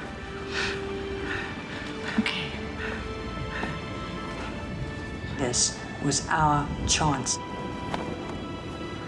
If we wait, it could be too late.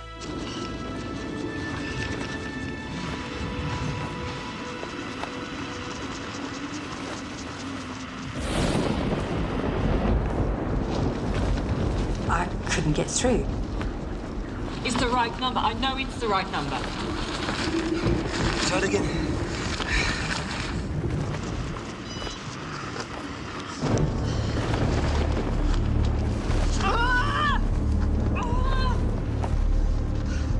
Unable to call for help, Rachel realizes that the storm must be interfering with the signal on her mobile phone. I don't know if this will work, but let's try an SMS. Then we decided that we were going to send a text message to one of our most reliable friends. Try Avery. No? Keep it simple.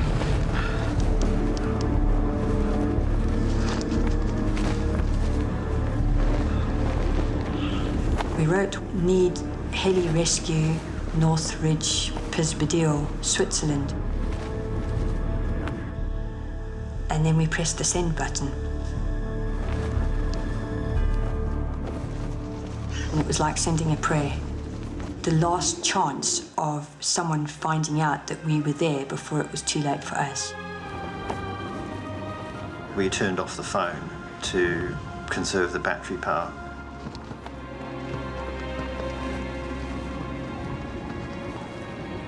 The focus is now on surviving. While sending the message has given them hope, there is still no respite from the storm. We were aiming for dawn, and we didn't know what dawn had to hold because, if anything, the storm just appeared to be getting worse.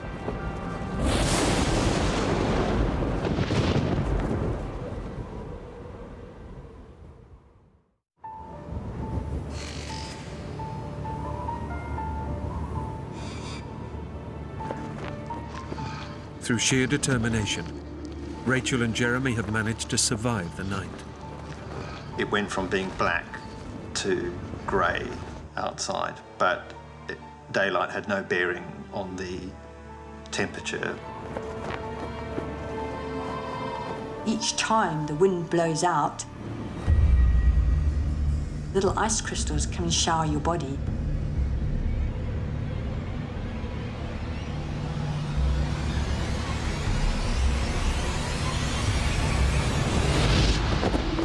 We were becoming cocooned in ice, and literally our clothing was starting to freeze onto our body.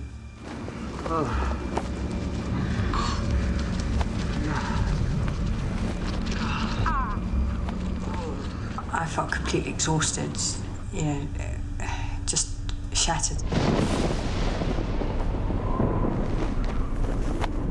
Every now and again, lightning would strike. At that point, I thought, if the lightning hits us, it hits us. At least it will be quick.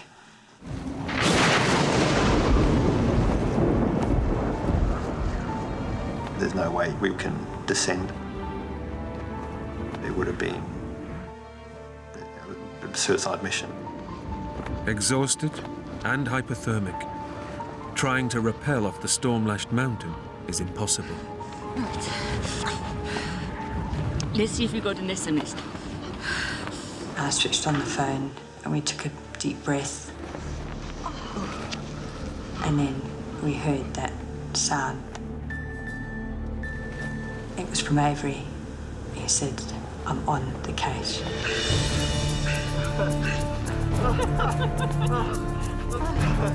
Rachel's close friend, Avery Cunliffe, has received the message and contacted the emergency services. It really gave me hope that there were now people out there who knew our situation, understood it, and were on the case. But until the weather improves, any rescue attempt is out of the question.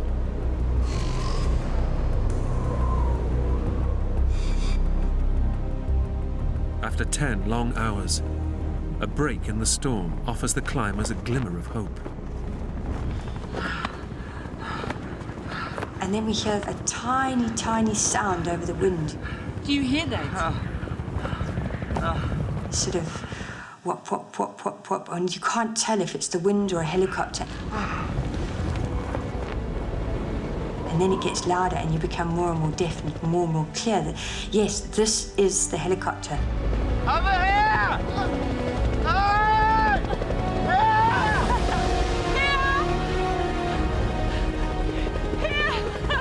And I can see the helicopter, and I jump up and down with the shelter in my hand, and Jeremy stands there with his hands up. There was complete relief and elation.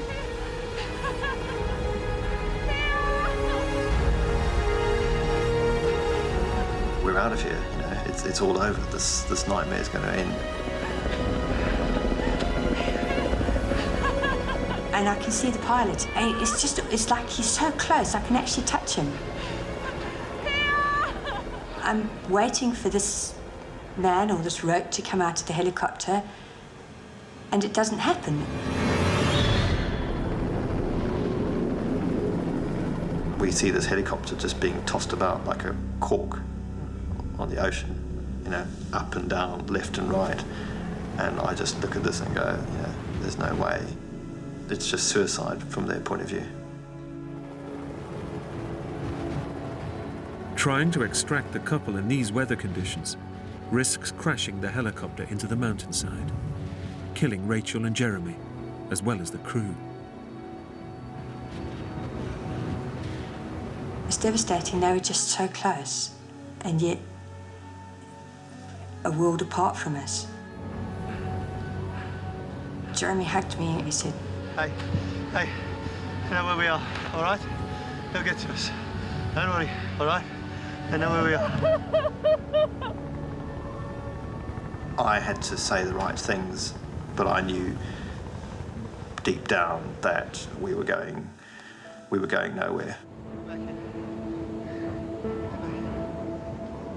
As dusk falls, Rachel and Jeremy face another horrific night on the mountain. Rapidly succumbing to hypothermia, the couple risk losing consciousness and slipping into a coma. We are very much on borrowed time now. And he squeezes me, and then I knew that I might not get another opportunity to say it, so I just said, I'd rather be here with you than anyone else. Me too.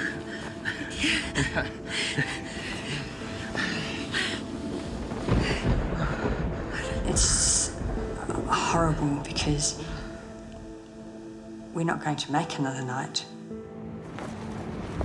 So we write a message to Avery. We wanted them to know that if we were not evacuated within the next 12 hours, we would most certainly die.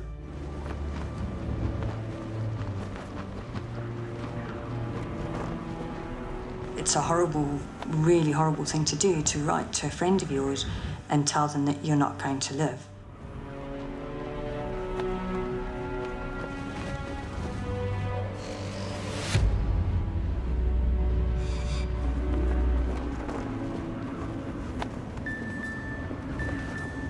It feels like there's no time at all, and then there's a reply, and I feel sick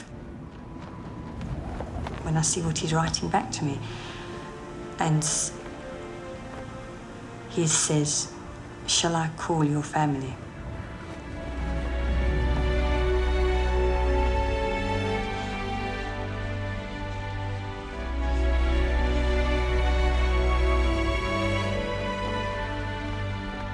It was a chance to say goodbye. But it's like something huge wells up inside me, and I just think, No, we're not gonna do this. We've got to keep fighting, Jeremy, we've got to. I can't say goodbye. I just couldn't do it. We've got to keep on, we've got to keep going. I just couldn't bear the pain of the thought of saying goodbye. But despite her determination, Rachel knows this is a fight they may not win.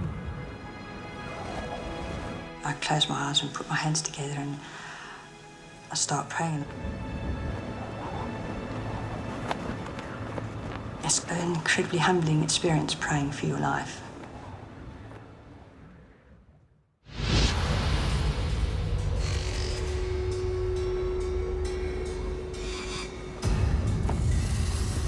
I was vaguely aware of it getting light, but it was almost like it didn't matter anymore because I couldn't function anyway.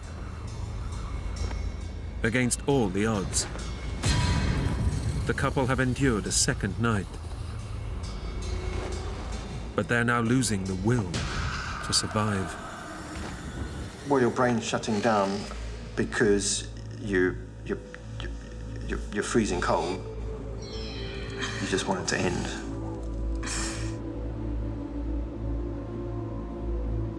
And then it just suddenly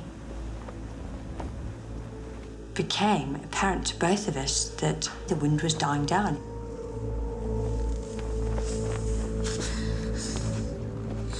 Rachel realizes that the weather is improving and seizes the opportunity.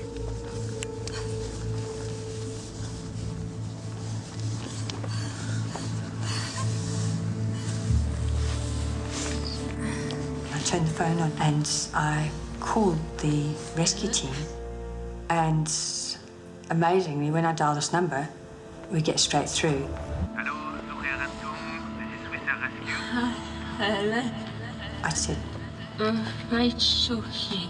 which I knew was my voice, but I didn't know what was coming out of it. It was like being drugged. Hello, Rachel?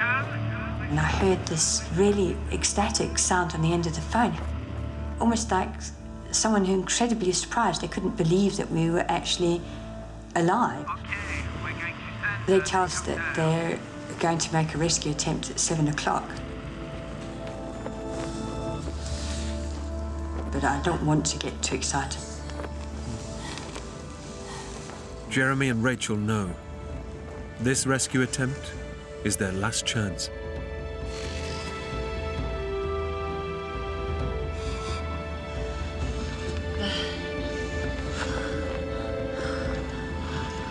They're coming.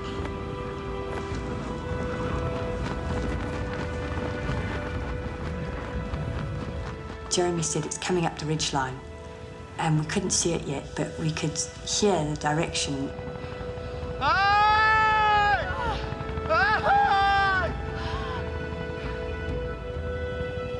And then I remember seeing this helicopter, and it looked tiny.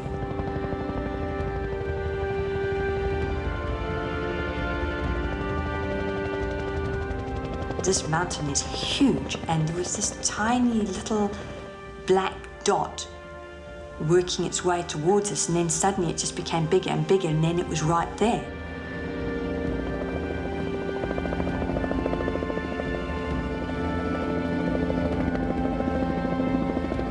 And then it hovers above me, and I can see the winchman at the door.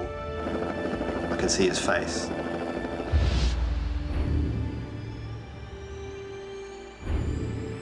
I could see the cable coming towards me.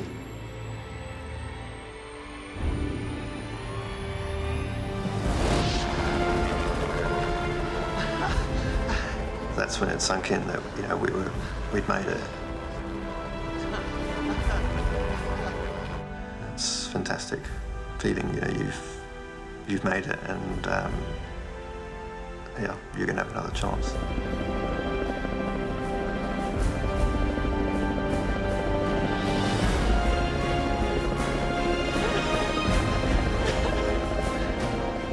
We've done it. We've survived, and I could smile. I knew we were alive now.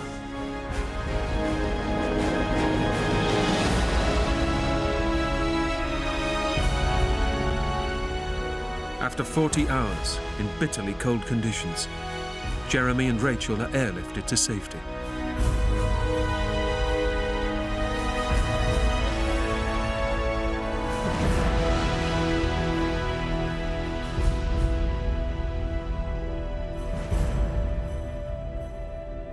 Thanks to their survival efforts, the couple suffered no long-term damage, and both made full recoveries. However, their experiences on the mountain did have a lasting effect. Those 2 days changed my life. I'd set out with someone who I thought was good-looking, a good climber, and now suddenly here was someone who I had this incredibly close connection with. Someone who, as long as I lived, would be in my mind. Someone who would stand by me and be with me every step of the way.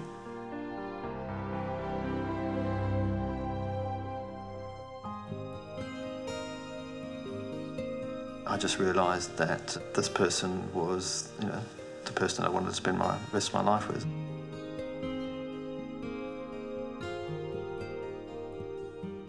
Each day I wake up and I just feel so happy to be alive and so thankful.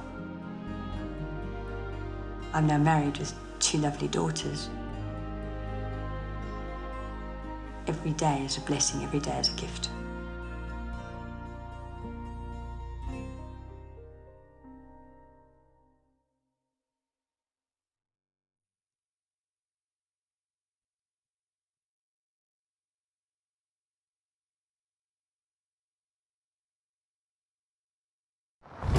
When an innocent day trip goes badly wrong, a family of 4 are stranded in the Arizona desert. Just a nasty situation that progressively got worse. Miles from the highway, they must walk out in the burning sun. This heat is killer, and it kills people every day. Mama, just shoot me. Deep in bandit country, how far will one couple go to save their kids? Run, kids! I guarantee you, if you're gonna kill my kids, I will shoot you.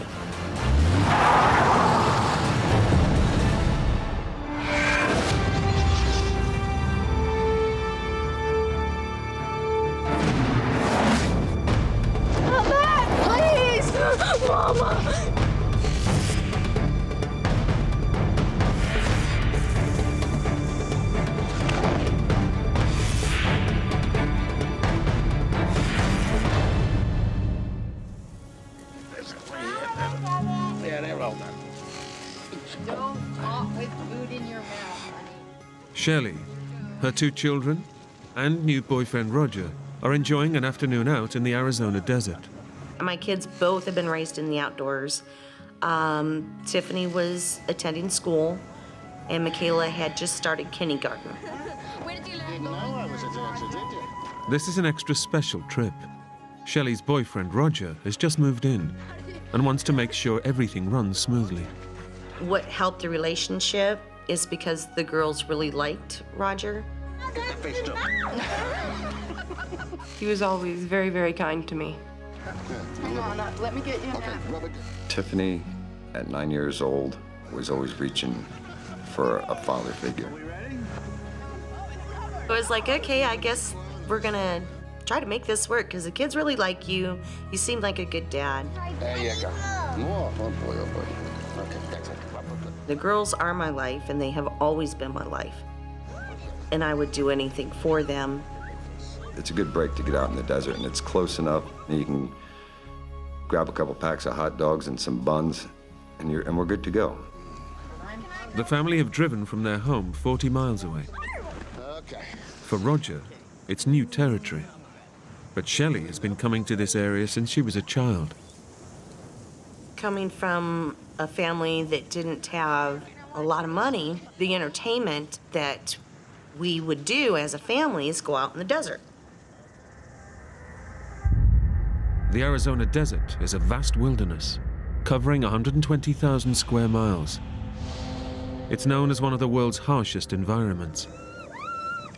But for Shelley and the kids, aged 9 and 5, it's a perfect place to take part in one of their favorite activities. It's always fun. Every time we go out, it's fun. Shelley is curious to know how her new boyfriend will get on.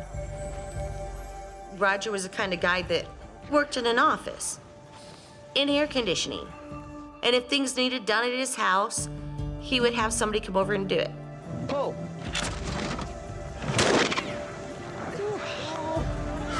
That's my first try. We were just having a good time. Everything was great. The day's gone well, but by 4 o'clock, Shelley wants to make sure they get home before dark. At night, the desert becomes a sinister place. You don't know who you're gonna run into. There's a lot of illegal trafficking. Shelley's worried about dangers from the nearby Mexican border. Violent gangs patrol the area, threatening anyone in their way. They'll try to run you off the road, or they'll just run right into you. But the dangers of the night are far from everyone's mind as they make the 1-hour trip back home. And the kids are talking, we're laughing and giggling. Shelley's made the journey many times before. Shelley knew that desert better than most anybody else that I know. I, on the other hand, I'm from New Jersey. Today, the family had their picnic somewhere new. Though Shelley knows the desert well, half an hour into their journey home, the landscape looks unfamiliar. I could tell with the weed growth that it wasn't a well-used path. And I remember this road should be well-used. Even though she's losing her bearings, Shelley hopes she'll pick up the trail. But I thought, well, we'll just go up this road, see if it leads to a main road that I'm used to. But the road becomes more uneven, and it seems they're going further off the beaten track. We went along till I came to a dry riverbed. Take a look. And the sides of it were pretty steep.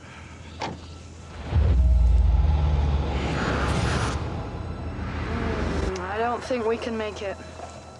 Being in a two-wheel drive truck, your only traction is your back tires. I says, oh, I'll drive. I'll get us through there.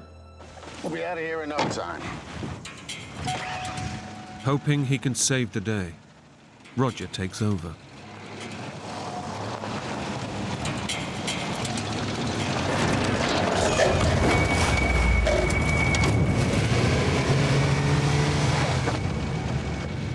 The bumper got hung up on the downside.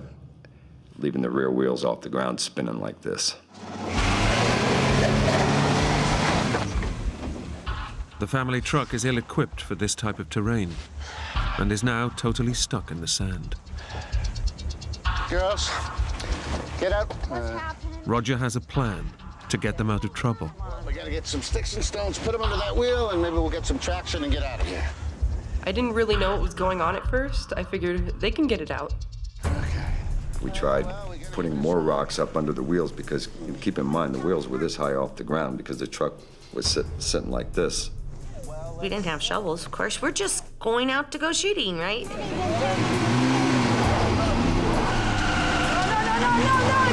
stop. It's just smoking. It's gonna catch fire. No matter what we did, we just couldn't get enough weight on those wheels. Okay, I'll call for help. The cell phone that we had, the battery was dead. There was no charger in the truck. I should have just stuck to my decision and says, no, we're gonna turn around here. We're not even gonna try this. I'd gotten an earful more in that first hour than most people would generally get in a year of being newlyweds. I'm sorry.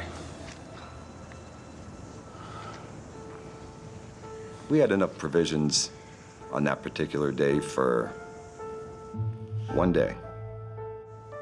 With the vehicle stuck and with no way of contacting anyone, Roger knows there's only one option. We're gonna have to stay the night. Shelley knows just how dire their situation has become. From the time the sun sets to the time that sun rises is very dangerous. I only had one thing on my mind, and that was to get my girls out of that desert.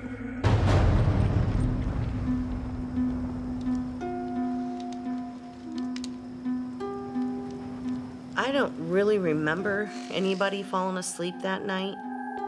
Armed with their skeet shooting gun, Shelley and Roger stay awake in the fear of lawless gangs of human smugglers from the Mexican border. Them themselves have no regard for human life, and it don't even matter who it is. It was just praying to God that the girls would be all right and they wouldn't get hurt or worse.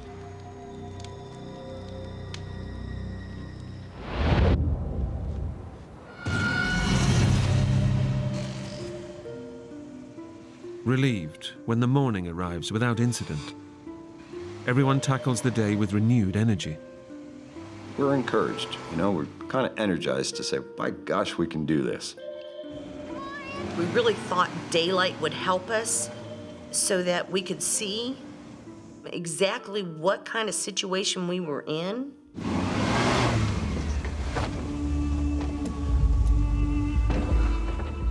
With the truck still stuck fast, Roger knows he's got to come up with something to get his new family home to safety. Why don't you go play with Tiffany for a moment? My brain started saying, Roger, you better think of something. There was that truck we passed a while back. It may have a jack. There was a Bronco that we had passed. The rims were gone. So we decided, well, let's at least try to get to that Bronco, see if it's got a jack in it, and then we can get started again.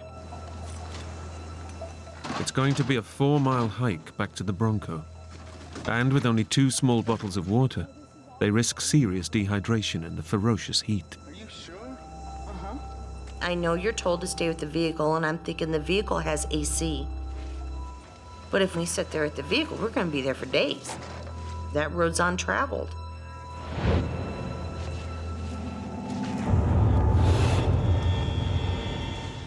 Even at 7 in the morning, the sun is wearing them down. We knew it was going to be hot, real hot. Not what most people in civilized countries are used to. Not your 85, 90 degrees. Try between 115 and 118 degrees. It's particularly tough on the kids. Their lower body weight means they get dehydrated quicker.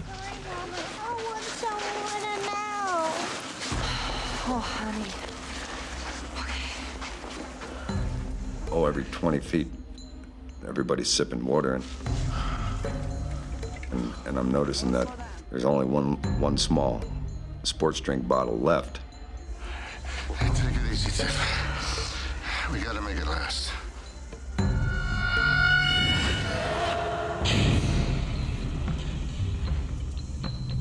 Tiffany, was already done had enough, and I says, well, let's just get to the Bronco, we'll find the jack, and we'll get out of here. Here goes, we're here. The combination of extreme heat and having to stop for the kids means it takes them 5 hours to walk just 4 miles to the Bronco. Okay, you just have a nice long rest. Roger will find the tool. We started going through everything.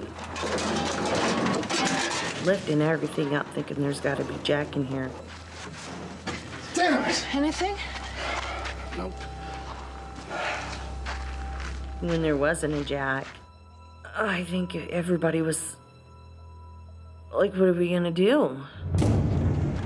Roger, Shelley, and the 2 girls are now in serious trouble. How much water do we have?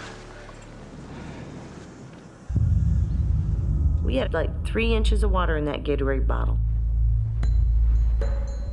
With almost no water, Roger knows if he's to get his new family out of trouble, he needs to take drastic action. You stay with them, and I'll go get help. I said, y'all need to stay in the shade and just count on the fact that I'm gonna get back here, because I knew I could make a lot quicker time by myself. It was the right decision. I'm gonna go get us some help, and Leaving is hard, but they're miles from civilization, and he fears the kids won't be able to keep going. I love you girls.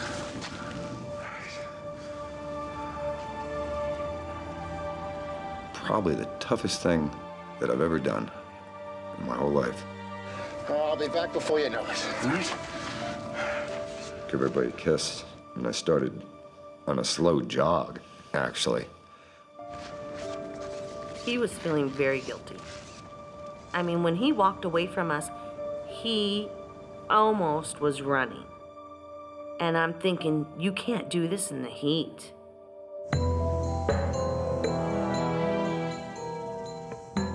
Roger's best chance of help is to find a main road, but he has no idea where he's going.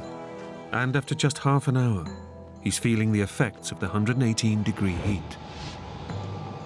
It was not so bad at first, but boy, then you realize that you'd better not be breathing through your mouth anymore, because with every breath of that hot air that you're taking in, you're losing that much moisture in your mouth.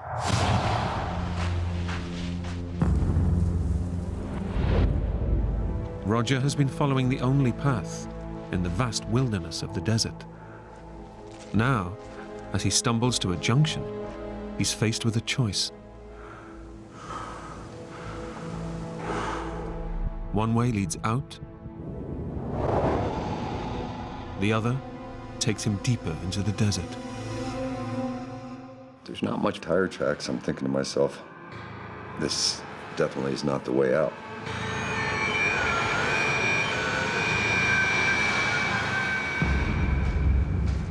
Roger chooses the path with more tracks. With Shelley and the girls depending on him, he can only pray he's made the right decision.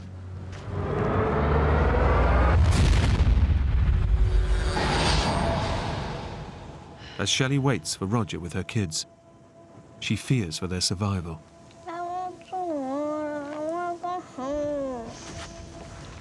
We were all really getting weak. You have no water. A helpless and almost a hopeless situation.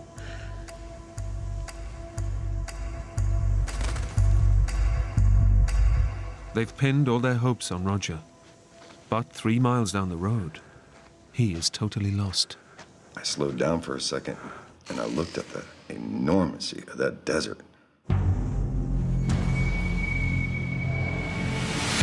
sun just blaring down, ruthless on your face. With no point of reference in the endless terrain, Roger must do everything he can to keep his bearings. My thought process is that as I find my way out, I darn well better be able to find my way back.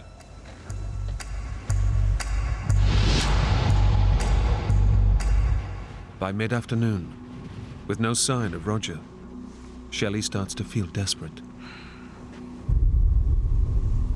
Maybe we should go. What if he comes back, Mama? We discussed it, because me and my mom are both stubborn. I said to the girls, if he dies, if we sit right here, we'll never get help. We have got to walk. Leaving seemed the best choice. But with the sun beating down and 2 children in tow, Shelley soon feels the strain. Even though you're raised in Arizona and they say that your blood's thinner, a body's still a body. You still get hot.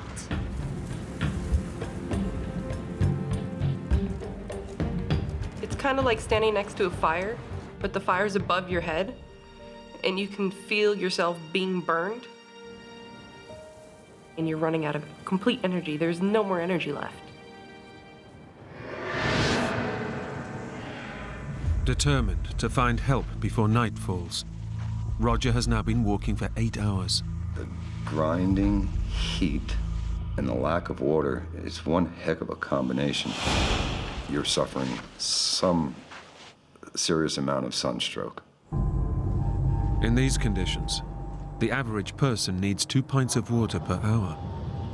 But Roger's had none all day. Out of nowhere, he sees something that could save him. I thought there must be something. A cattle trough in the distance could be his lifeline.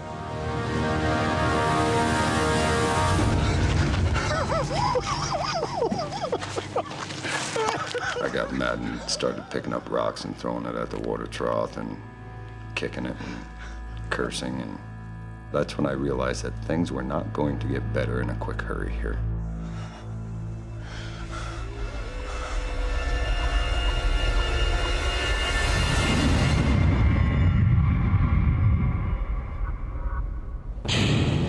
Hours after setting off, Shelley and the kids find it hard to cover any distance in the suffocating heat.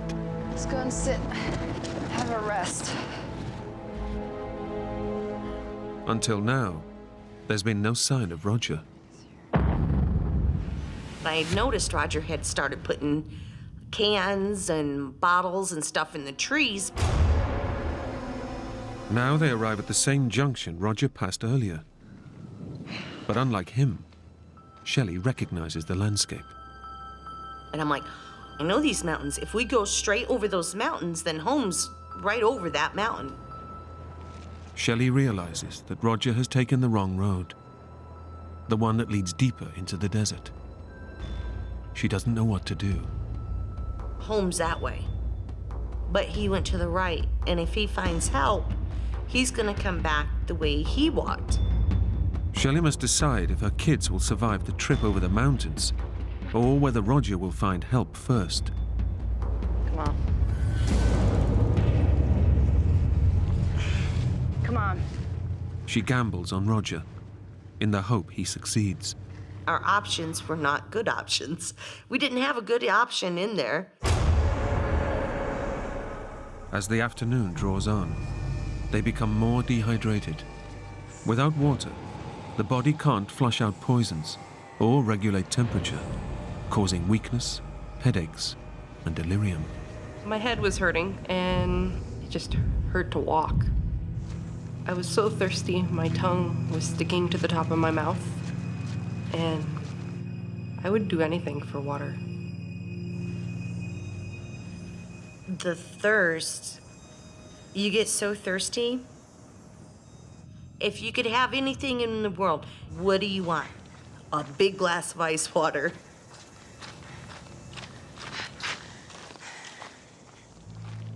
At last, they see something in the barren landscape that could help them. They come across the dumped belongings of illegal immigrants. Find some water. When the illegals get picked up, they have to leave everything they have, so they fit more in the truck, I guess. So we're looking and looking for water jugs and every backpack.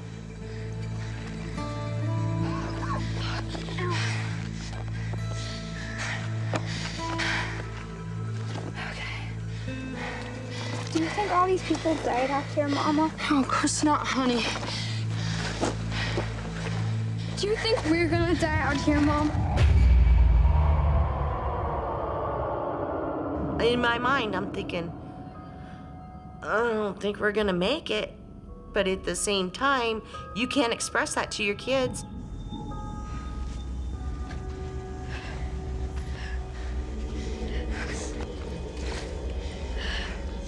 Nothing.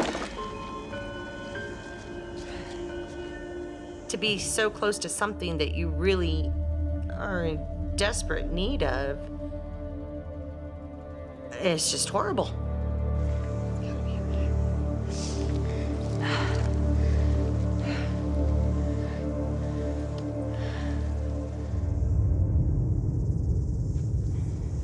Though exhausted, they keep walking.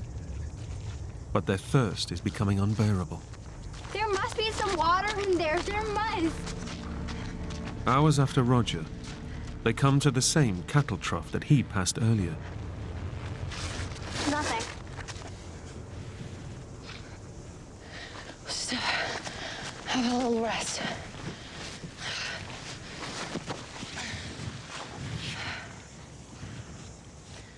I remember my top lip was stuck to my teeth and it kept driving me crazy, so I'd lick my lips. That didn't even work. What about the cactus? Tiffany had suggested that in her class she learned that the roots of cactus hold more water than the actual cactus.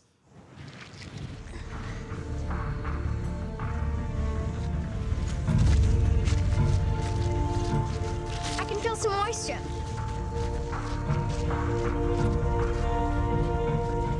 Oh, I don't think so. You do have moisture underground, but for liquid, no. Though the cactus roots are dry, it gives Shelley a flash of inspiration. I have an idea. I have always heard cactuses hold a lot of water. If I shoot it, I could probably get some liquid out of it and put in this empty Gatorade bottle. Sit back.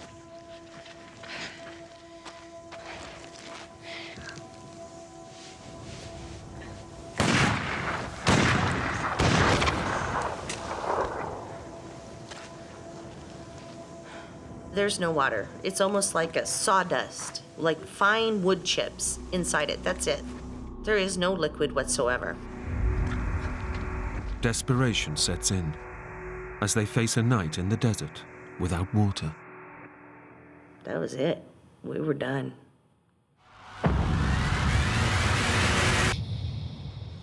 Roger knows how dangerous the desert is at night. As the day ends, he can only pray for Shelley and the girls. I was having a one-sided conversation with Shelley. Shelley, I'm so sorry.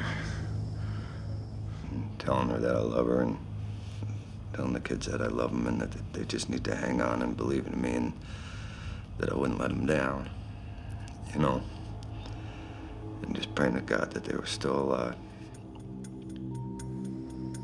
Shelley and the kids are facing their second night in the wilderness. I mean, you're tired. You got dehydration working against you. You've got that you've been up since the night before, and now you're up another night with no sleep. Come on, girls. We're gonna walk. Weak as they are, they need to make the most of the cooler night temperature of 85 degrees. If we didn't make as much progress as we could that night, come the next morning, we weren't making it through the next day. Okay, we'll take a walk, and then we'll rest a bit, okay? As they ready themselves to go, the silence of the desert is broken. Tiffany goes, Mom. Shh, it's a car.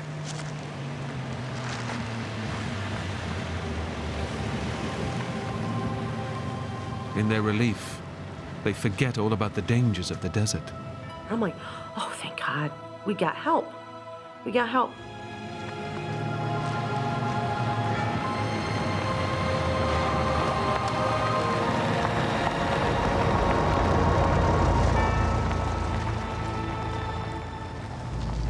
Why didn't it stop?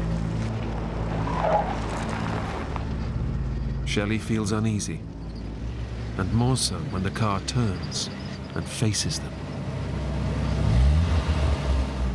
You could hear the engine just make the noise of when somebody has pushed the accelerator to the floor. It dawns on Shelley that far from rescue, the driver is a member of one of the notorious gangs of human smugglers from the Mexican border. Run! Tip, grab Michaela! I don't know where this energy came from. I was just running for my life. There was no other thoughts, just, I'm getting out of here. I guarantee you, if you're gonna kill my kids, I will shoot you.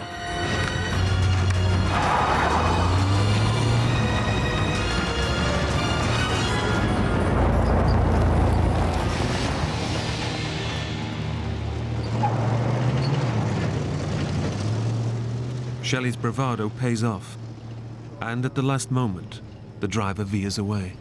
That person did try to kill us. Oh, why did he try and run us over? Come here. No, don't cry. All these things out there that could have attacked us, the mountain lions, rattlesnakes, and the only thing that messed with us was our own race. Not the wildlife, the human race.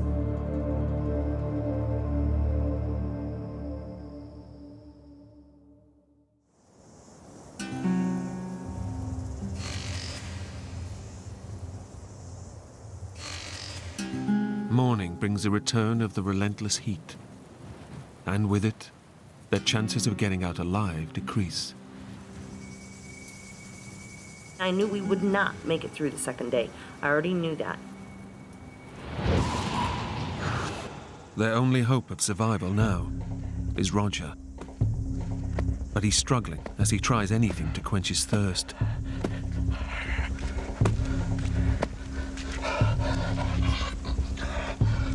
When I first put the pieces of cactus in my mouth, that was great for a second. Then realizing when the moisture goes away from what's in your mouth, it turns to like a sawdust. Though disgusting, the cactus has given him a few tiny drops of moisture. That one cactus saved my butt.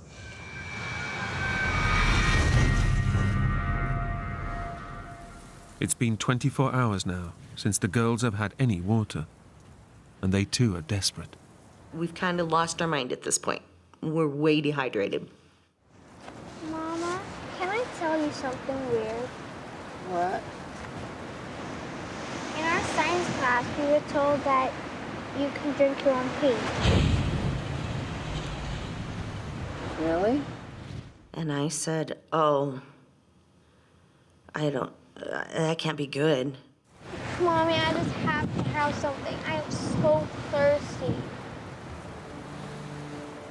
I'm like, oh my goodness. Okay, well, we are so thirsty.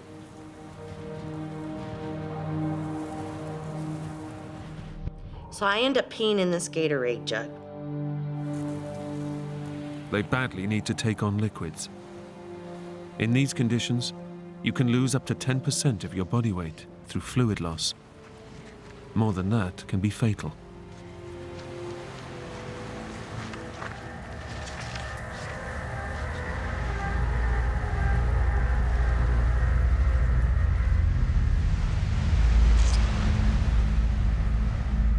Yeah, I will never forget the taste. It's absolutely disgusting. And I'm like, okay, I gotta just do it. I gotta do it.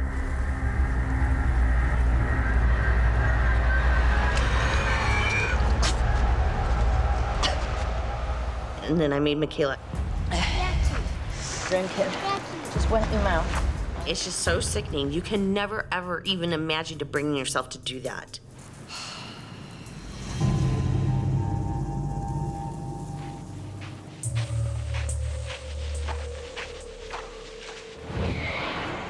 You can almost feel the weight pushing your body into the dirt and the sand.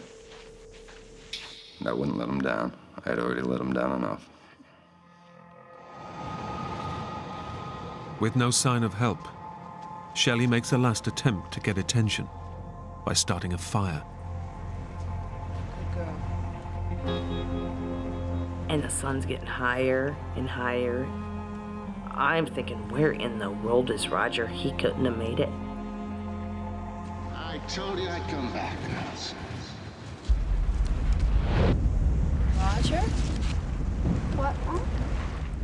At last, it seems their prayers are answered. Roger's here. I heard him. Really, Mama? Where? Yeah. Roger! We're here! Roger! Roger! Roger!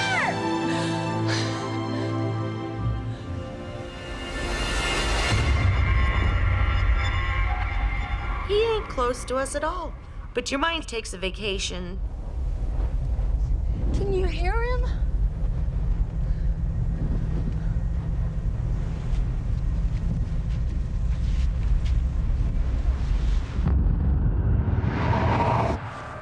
Roger, too, is showing symptoms of advanced dehydration.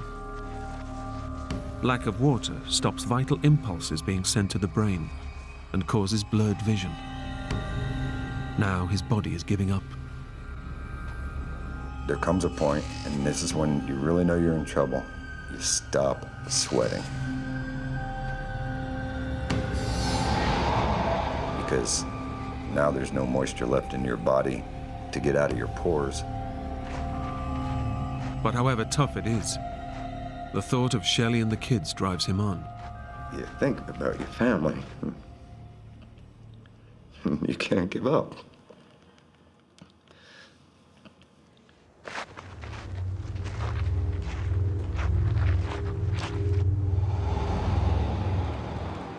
At last, Roger's determination seems to have paid off. I saw a vehicle coming right towards me. I knew that at that time of day, that was not going to be a human smuggler. I knew that.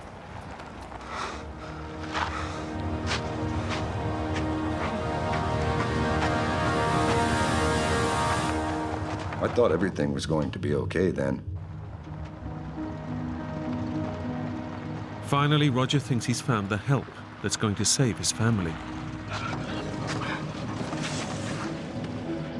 Thank God. I'm thirsty. My girls need help. I hardly talk because there's no moisture, and I'm saying I need help. Please. Agua. Agua. What was that, amigo? The girls, I think we got ourselves a genuine legal. No. Ain't that right, amigo? No. Please, I'm thirsty. Thirsty. Thirsty? Yes. You want a drink? Please. Oh, here we go.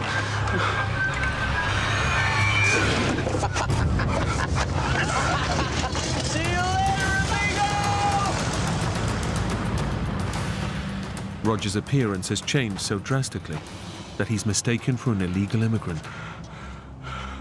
The most helpless feeling a person could ever have in their life.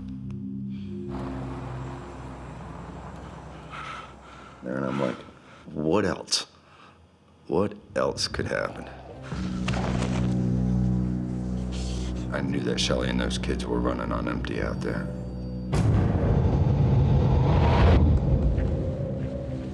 Now well into their third day, the girls' chances of surviving get less with every step they take. I kept thinking, I wonder if Roger's made it. Has he passed on? Do I need to keep walking? Mama, I can't go on no more. After 2 days without water, the effects of dehydration are causing the children's small bodies to shut down.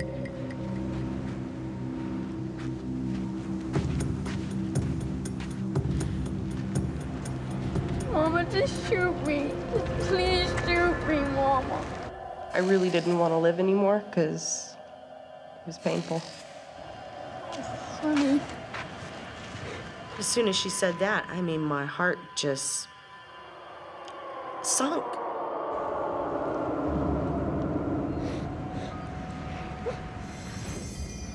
Come on, my sweetie. We'll do it together. Just one foot after another, okay, honey? She just keep pushing us forward. I knew I had to keep going. I can't lose these kids. I brought them here on Earth. I can't give up.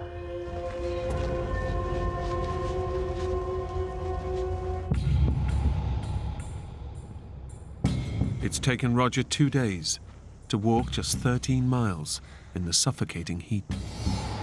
Now he's losing his own battle for survival. I didn't have anything left in my tank mentally, I think, at that point. I couldn't feel any pain or anything anymore. Everything was just starting to get like a hot numbness.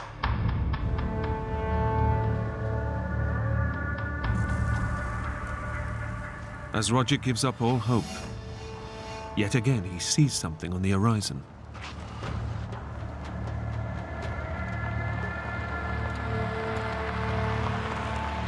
That truck came right up the same exact path that the prior one had come, right at me.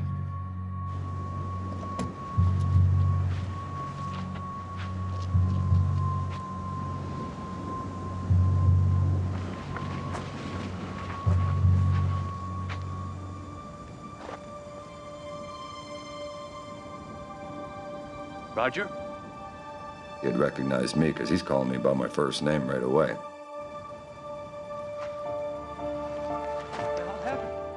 Against all odds, the driver knows Roger.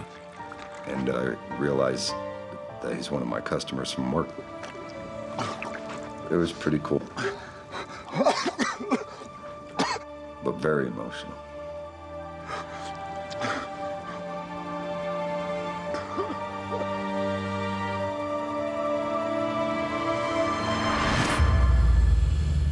Roger is safe.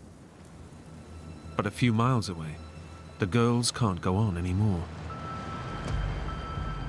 With no shade, all that Shelley can do is bury her kids in the sand to cool them down. I crawled to her on my stomach, and I'm so weak, and I just start putting dirt on her, and I could never get her covered. She's crying for help, and I can't help her. It's a last desperate attempt to protect them from the heat. But deep down, Shelley knows it's too late. Between the cries out for help and the, wanting to be dead, you never will forget.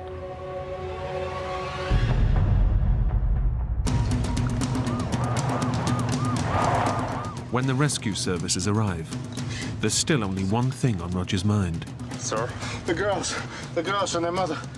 He says, we're gonna take you to the hospital. I said, your ass, you're taking me to a damn hospital. I said, I'm getting my family. They're out there, we gotta girls, save sir? them. Girls, I can show you where they are. Girls, we gotta find them. Can't you go any faster?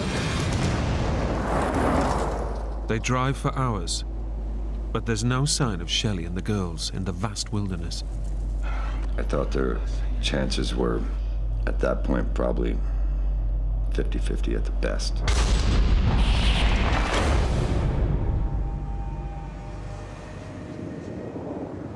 Out of nowhere, there's the sound of a car.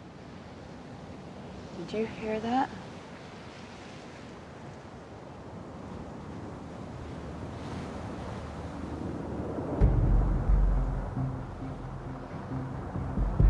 And I start crawling on my hands and knees. Please, please, please, where? With as dry of a mouth as I have, you're dehydrated, you're weak, and yelling for all you're worth. Please, where? Well, they kept on going. They never looked in their rear view and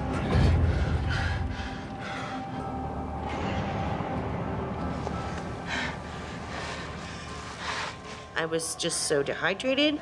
I could barely move myself. I didn't cover myself. I just laid there on the dirt. They're definitely looking for us. And they're gonna come back. We just gotta hang in there. And there was silence. It's like the bell has rung. This is your last day.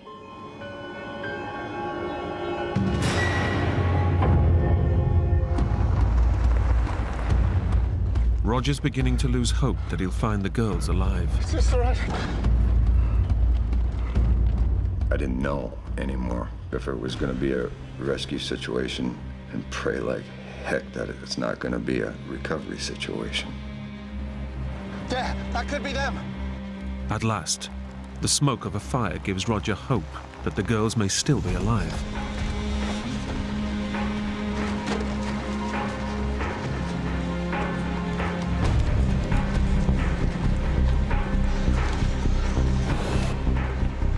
There, that's their footprints. I recognize them. Clear as day, I could tell that they were from the girls because Tiffany and Michaela were wearing these sandals that had little circles for the tread. So now I'm really encouraged. A full rescue team is mobilized, but they're almost out of time.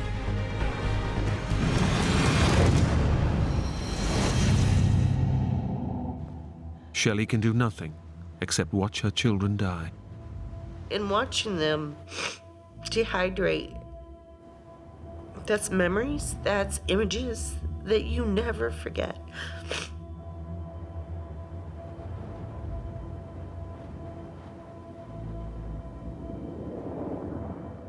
Just as she's given up all hope, she hears a vehicle.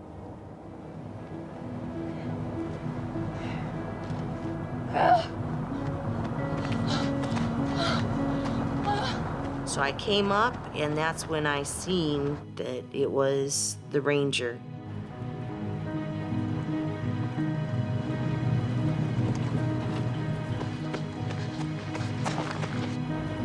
We got help!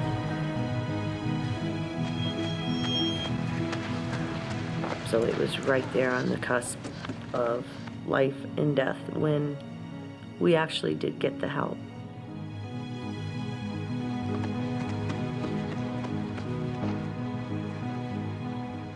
It was like having the weight of the world taken off your shoulders.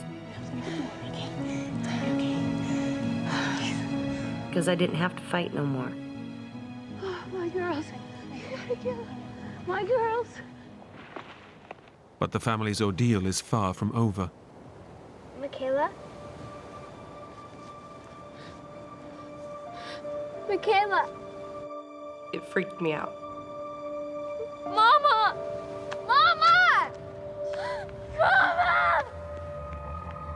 I ran up the hill. I had no energy, but I ran up the hill. Mama! Mama, she's not moving!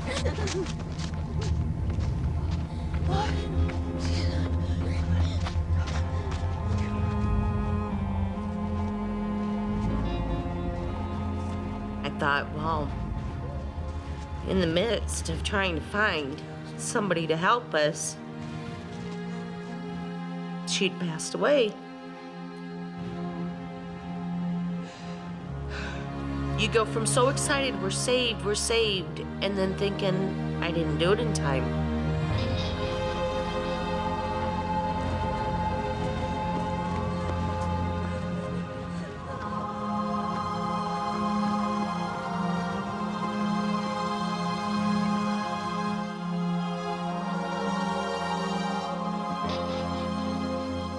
They kept trying to wake her up.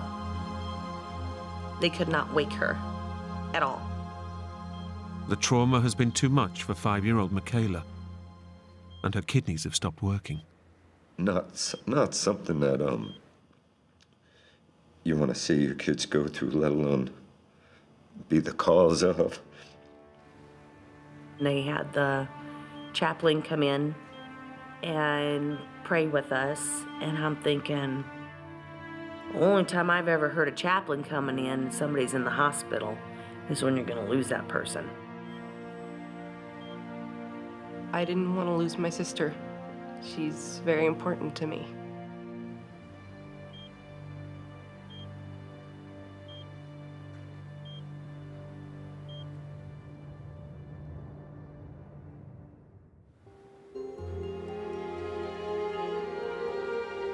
I woke up and I looked down at my arm and I had an IV in my arm. And I remember looking to the side of me and seeing my mom. I was so happy that everybody was alive. They say a human can only last out in that desert 8 hours without water. Now, we lasted a lot longer than that. And a lot of that comes from my love for them. And the pure drive to survive.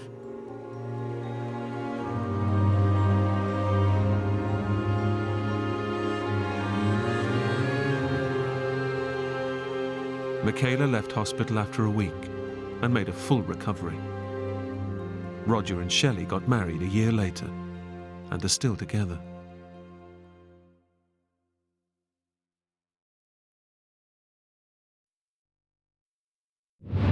Expert climber Matt Briggs is exploring the New Zealand Alps when disaster strikes. A deadly fall leaves him crippled and alone in a hostile wilderness. I almost want to vomit from the force of that pain. With only his dog for company.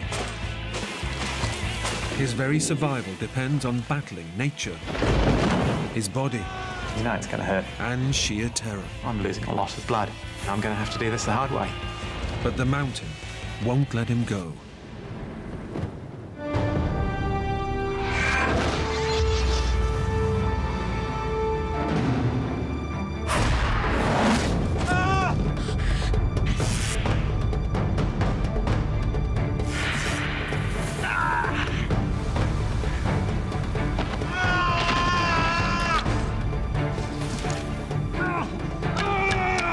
Give me a break!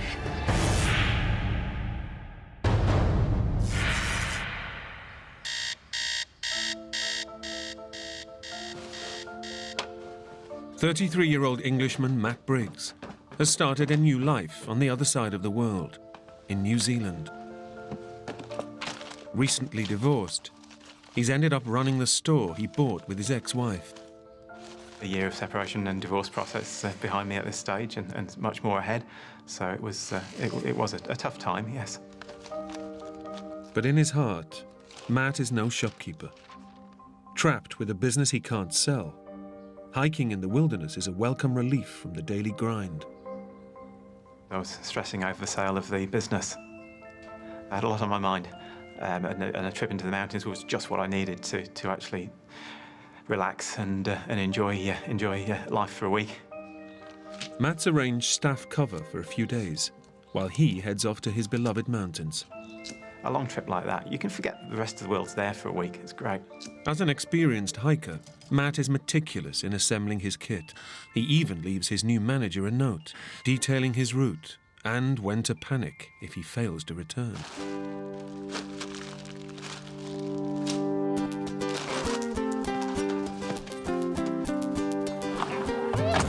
That's enough of that, little dog. Since Matt's divorce, his constant companion has been Little Dog, or LD. Always close to Little Dog, or LD. We spend every day together. Ready for a walk? Good boy.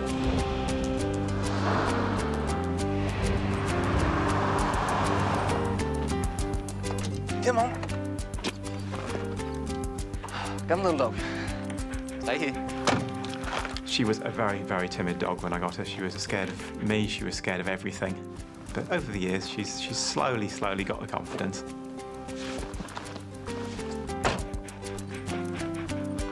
All right, come on. Off we go. She is great company. Matt's expedition will take him through remote mountain passes to the high-altitude ice plateaus of Mount Cook, New Zealand's highest peak. It's just sheer rock walls, glaciers and water, and that's all that's there. And then that country was what I really wanted to see. It's the kind of ambitious route that has earned Matt a reputation with the locals. Many of my friends here call me the Mad Pom. Pom is an Englishman who's come over to Australia or New Zealand, and for my love of the mountains, I put the mad bit on the beginning. On this hike, Matt will totally rely on his own resources and the supplies he can carry. Away. I always take food for the time that I'm planning on, and also throw in another kilo or so of rice, which I know will last me 6 days. I like to push myself and get into country that pushes my limits. This was going to be one of the most challenging trips that I'd been on.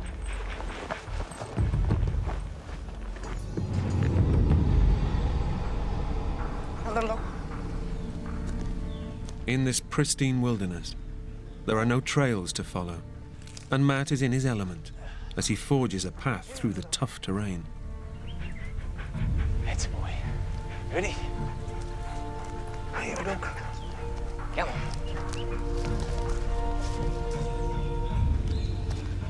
There's a lot of very thick undergrowth in there, so a couple of days of what we call bush bashing, just forcing your way through the undergrowth.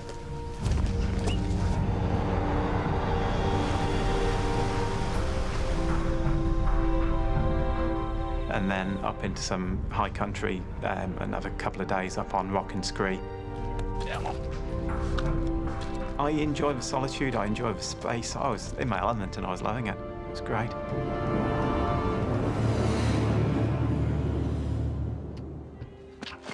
But after 3 days of battling to get above the tree line, Matt now finds himself in even tougher and more hazardous terrain. It's a very steep and hard to find sort of place where you are taking care with every single step you take. You do not want to put a single foot out of place. Up. Up.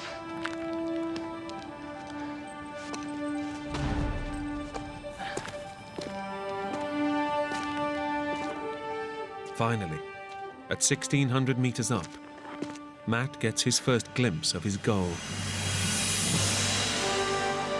The distant ice plateaus of Mount Cook. I was elated, and I just got up a pass that I didn't know even if it was going to be possible.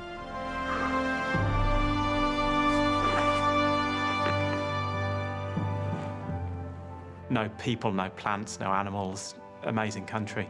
It was just amazing. It just takes your breath away to look at that sort of country. Nightfall is only a couple of hours away, and temperatures at this altitude can fall dramatically. Matt knows he must start heading for the valley below and find shelter. And past, what felt like the most dangerous part of the trip. Heading downhill is a relief, though not without hazards, and Matt picks his route carefully. There's a rocky gully down below where I'm walking, with just sheer cliff walls and solid upturned rocks along its base. Flushed with success, Matt feels he deserves a treat and decides to head for a hunter's cabin nearly 4 kilometers away in the valley below. These simple huts are scattered across the wilderness, available for anyone to use. I'm thinking, yeah, it'd be quite nice to have a night in a hut rather than another night under canvas. I was looking down at the valley floor and really, not thinking too hard about where I was going. But these mountains don't forgive the careless.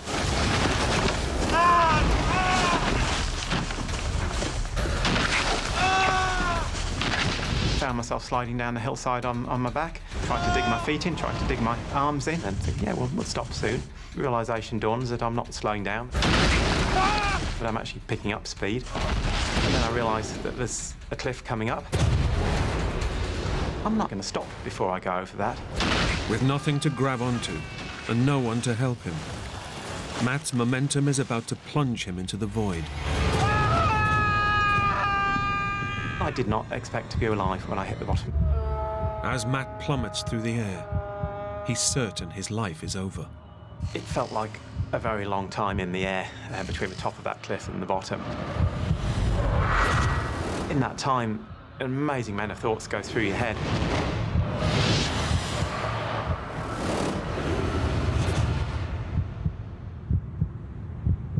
It felt like an eternity.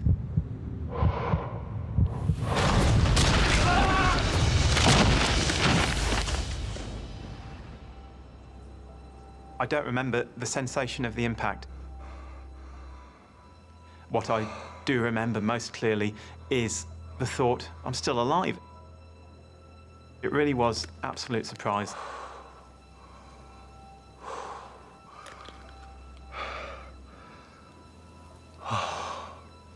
Nothing felt too bad. Matt experiences a wave of relief. It seems he's had a miraculous escape. Oh! Oh!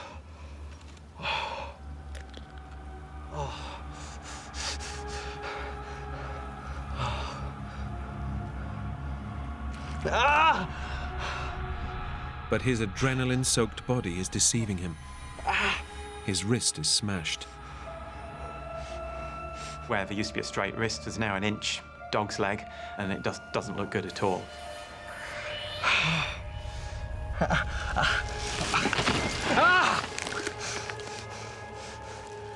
And Matt's moment of horror doesn't end there. His ankle joint is pulverized. His tibia appears to be disconnected from his foot. Hildy.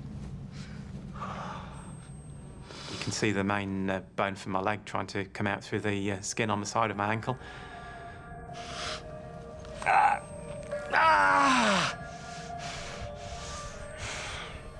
It is pretty excruciating pain, the sort that gets into your gut and you actually feel physically sick. But Matt's broken bones are suddenly the least of his worries. He realizes that he's lying in a fast-growing pool of blood. There was obviously another serious injury somewhere, and I'm losing a lot of blood. I might not have very long left here. Matt needs to find out where all the blood is coming from before he loses consciousness.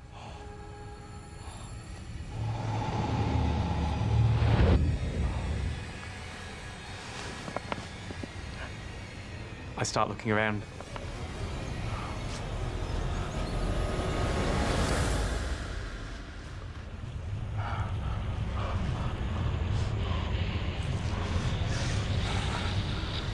I find a gash across the back of my thigh.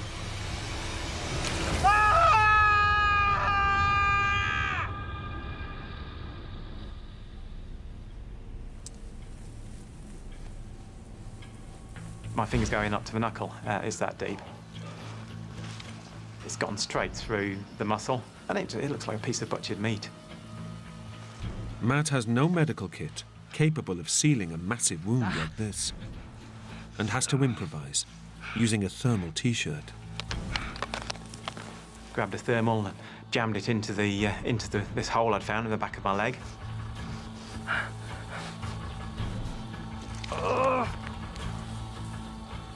Took about 10 minutes to stop the bleeding, and it was a terrifying 10 minutes. Matt has just averted almost certain death, but he has a smashed wrist and ankle, and is in excruciating pain. He knows he needs medical help, and fast.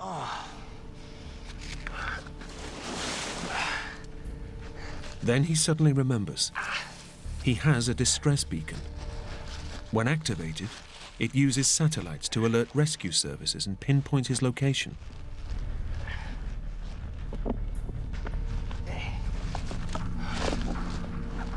I'm thinking, well, all I've got to do here is get that beacon activated, and there'll be people here within a couple of hours. The weather's clear, the choppers can fly, so I'm going to get out of here. But Matt's search through his rucksack yields nothing. and he can't see the beacon anywhere around him. And it slowly begins to dawn on me that this locator beacon isn't here.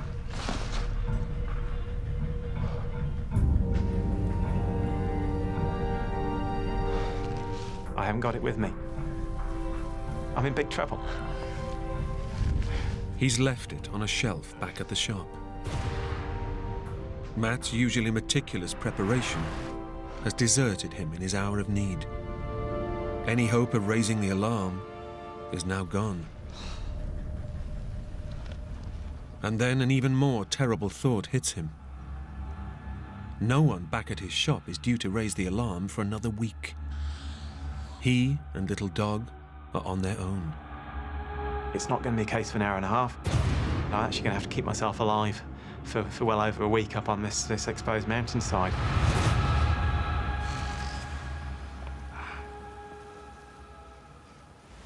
Matt's mountain experience tells him he has no chance without water and shelter. And he has neither. I've got to get myself some shelter where I can get at water, where I can keep myself warm, where I can keep myself dry.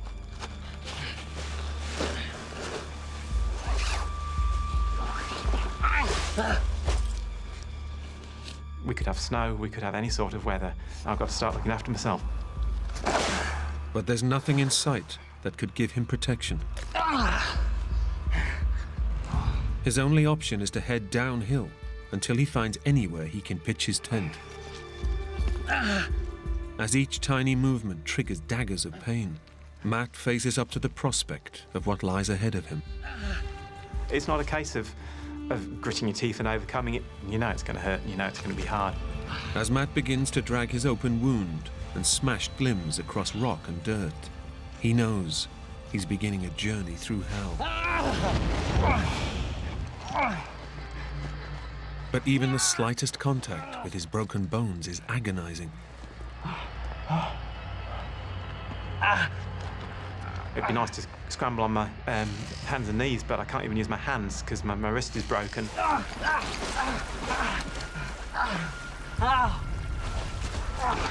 If I kept the weight off the broken bits, I was fine, but as soon as I tried to put the weight on my wrist or on my ankle, I get a wave of pain going up through my whole body.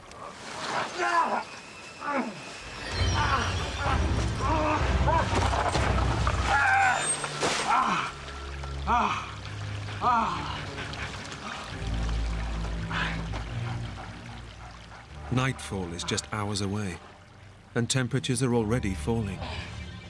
Matt knows he must find shelter for him and little dog, but when he tries to press on, the pain overwhelms him. Every time I try and put any weight on my left leg, I can see my calf bone trying to exit through the skin on the side of my ankle. Matt's tibia is no longer supported by his ankle, so there's nothing to stop it pushing directly through his skin and out of his leg.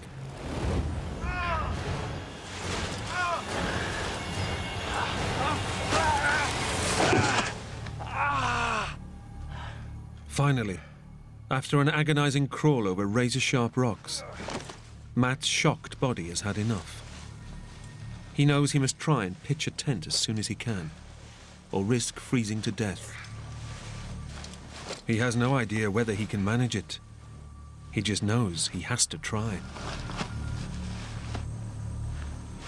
And just the basics like getting tent pegs in, or even getting the tent flattened out onto the ground into the right shape, I just rendered 10, 20-fold more difficult when you've only got one hand to work with.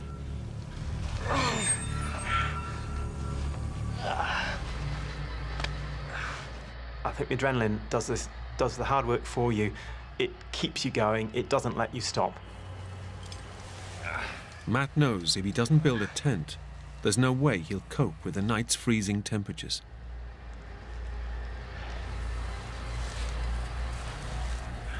Generally holding tent pegs with that broken right hand and then bashing them in with whatever rocks I could find using my left hand.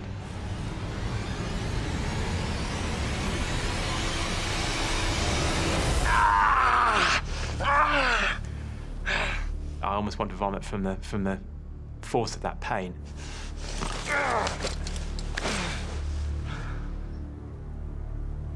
Matt's desperate and gritty determination finally results in a shelter.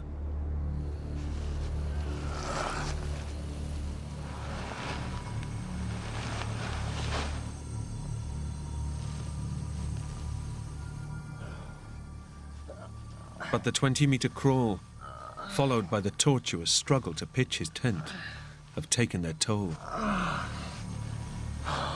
I'm asleep almost instantly. I'm exhausted, absolutely exhausted. But Matt's exhausted sleep is suddenly disturbed. A familiar sound drags him back into consciousness.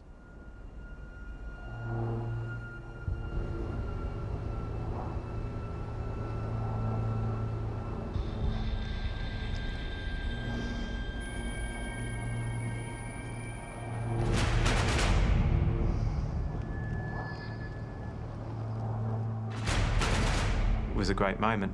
Obviously, an aircraft means possible rescue.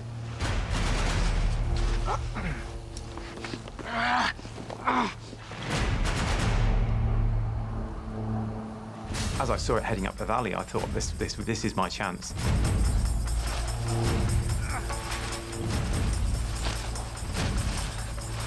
Over here! And I'm waving it frantically, you know, over here, over here. Come on! Come on! It was a small dot, and I would have been an even smaller dot to them. Come on!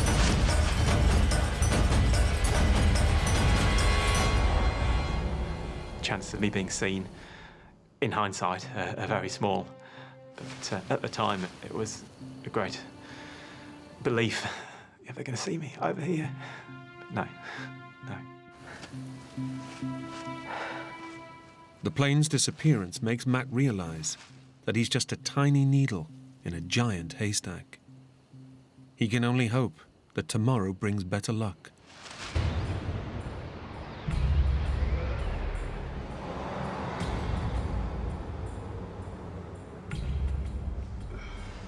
In his struggle to find a spot to camp, he was forced to crawl through everything in his path, including water. Matt now discovers that his sleeping bag is totally drenched. He realizes he will have to find another way of fighting the cold.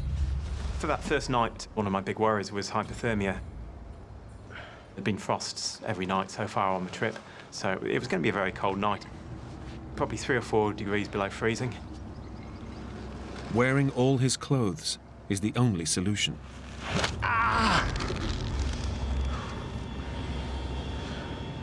But even just trying to get them on is a nightmare, as his bones grind against each other.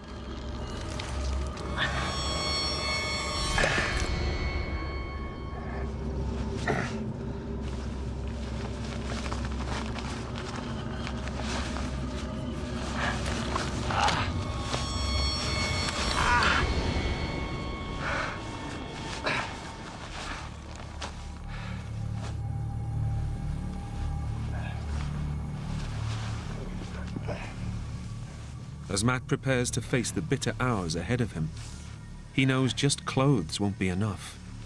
He'll need to use anything he can to stay warm. He suddenly has an idea. Howdy. 2 years before, Matt saved Little Dog from being abandoned. And tonight, LD repays the debt with her body heat. It might make a critical difference. I got the dog curled up in the middle of a tent, and I used her as a canine hot water bottle. And we lay there and shivered through the night. It's you and me, boy. It would have been very, very uncomfortable without the warmth of that dog there. It was cold, it was a bitter night. My body was doing a lot of work repairing itself anyway, and I felt I was shivering all night. I was cold, I was uncomfortable. Unable to sleep because of cold and constant pain, Matt's thoughts turn to his family and how his young daughter will cope without him. Matt knows that survival depends on staying positive.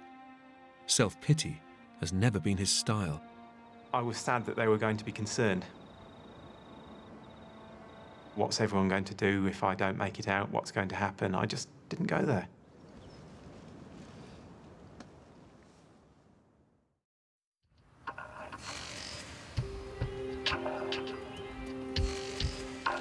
Despite a night of freezing temperatures, somehow Matt and little dog make it to the morning.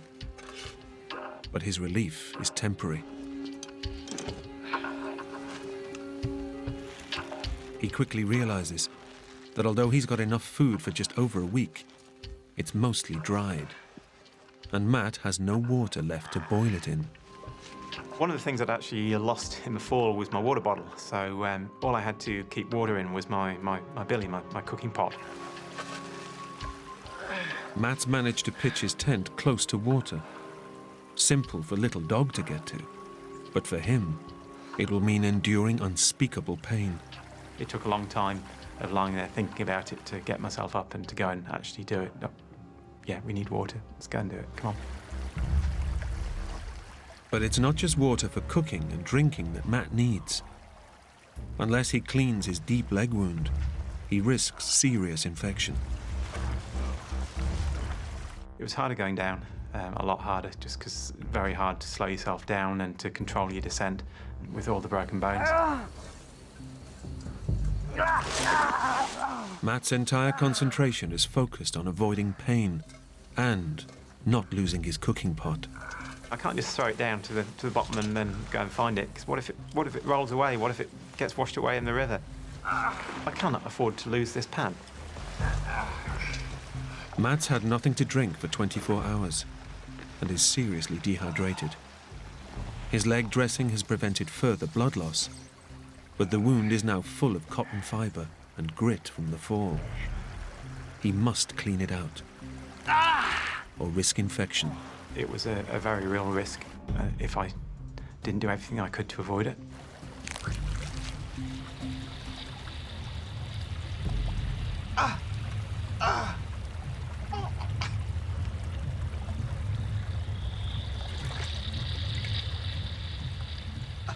Matt doesn't have any antiseptic available to clean his wound. But he has got table salt, which he knows has antibacterial properties. It'll be excruciating, but he has no choice.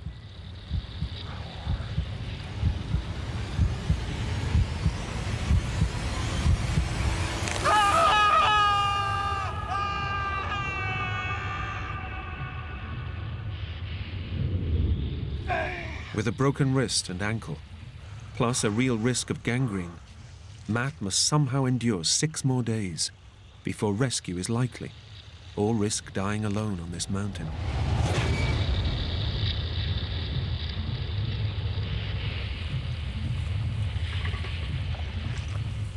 With his wounds treated as best he can, Matt spends an agonizing hour inching back to camp, trying not to spill the water he's just collected.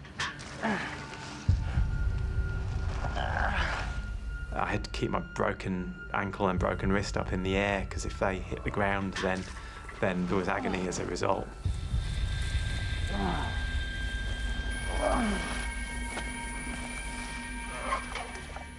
The trip down to the creek is such an ordeal.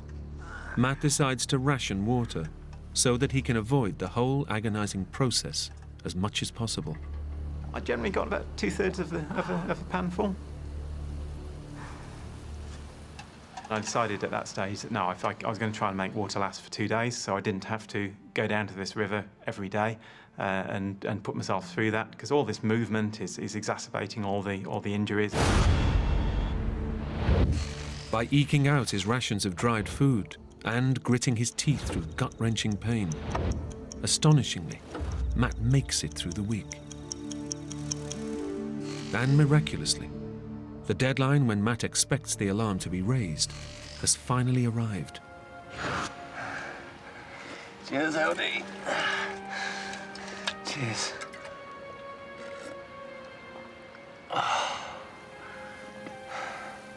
We made it.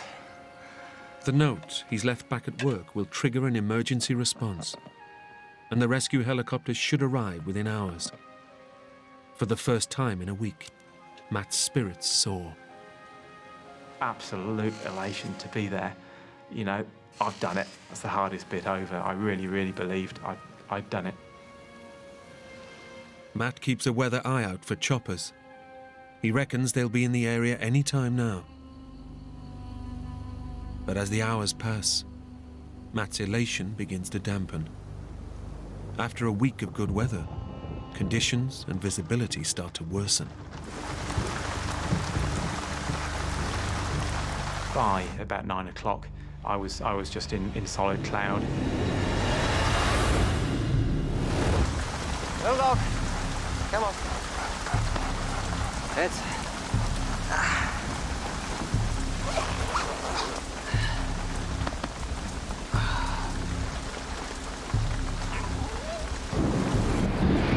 Probably by 10 o'clock, it was absolutely thundering down on the tent. Matt knows that rescue helicopters will not fly in a storm. He will have to wait. But the longer he waits, the worse the storm gets.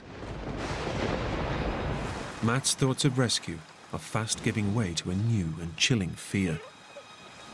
The creeks on the west coast of New Zealand can rise very, very quickly with that sort of amount of water falling out of the sky. Within the hour, Matt's worst fears are realized. His tent is pitched just feet from a growing torrent. The creek next to me had gone from a chuckle, a gurgle, to an absolute roar. The river was rising so fast, it had already come up probably 2 or 3 meters in the previous hour. If it got to where I would have been in trouble. The swollen creek is now threatening to engulf his tent.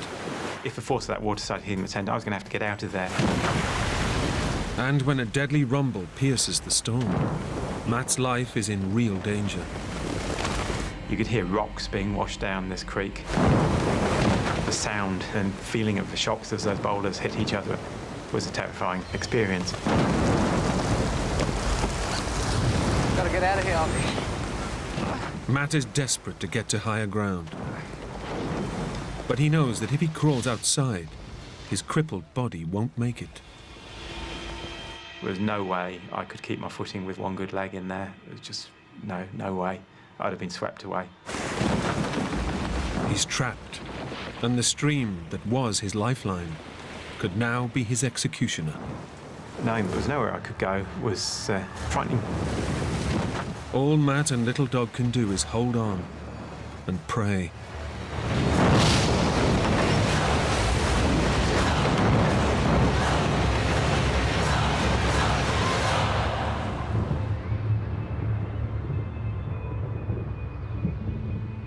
The sun came out, and the river started to drop.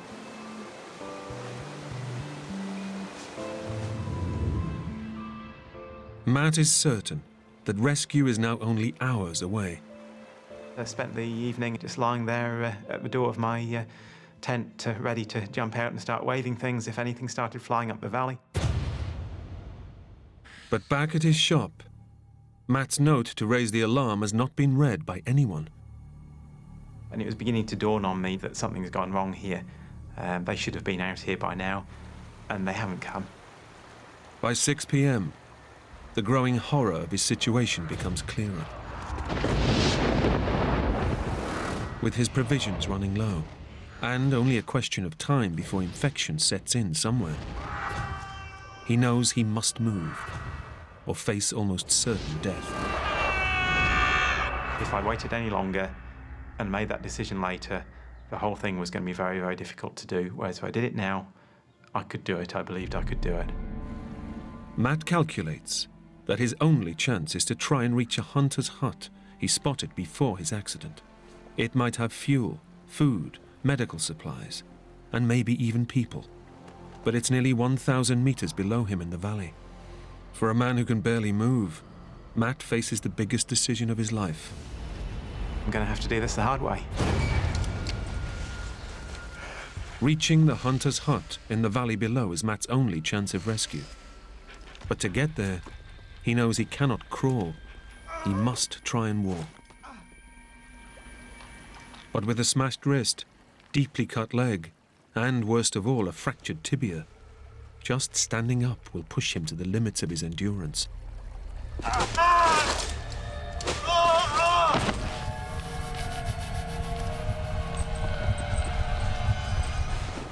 So I stood there for about 10 seconds. Sort of started to come over a bit dizzy.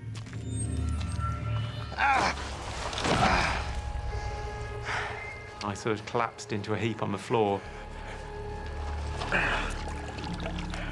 It's like, well, now or never. But Matt refuses to give up. Somehow he must dig deep. The dog throughout all this was running ahead and loving it. She was so keen to get out there, probably as keen as I was. Matt knows his terrible wounds will fight him all the way. The only help he's going to get is from the walking stick he's made from tent poles. And I was counting paces. I was saying every number I count is one less pace I've got to take. Another 10. Another 10. It took a lot to keep going. It really did. Each time I put the weight on the ankle, you'd feel that bone trying to come out through the skin, and it was just a shot of pain right through my body. Every step is blinding agony, while the morning's heat saps his strength further. His only plan is to stay close to water and keep moving down. I was very cautious to stay right next to this creek. That was my lifeline. Matt knows he's heading in the right direction for the hut, but by deciding to follow the creek, he soon hits a problem. He's faced with a choice between two possible routes. LD seems to be immediately keen on going right, but that path is steep and challenging. Matt decides to follow the much gentler downward slope. Little dog. Oh, come on. Get in here. Trying to get me killed? Come on.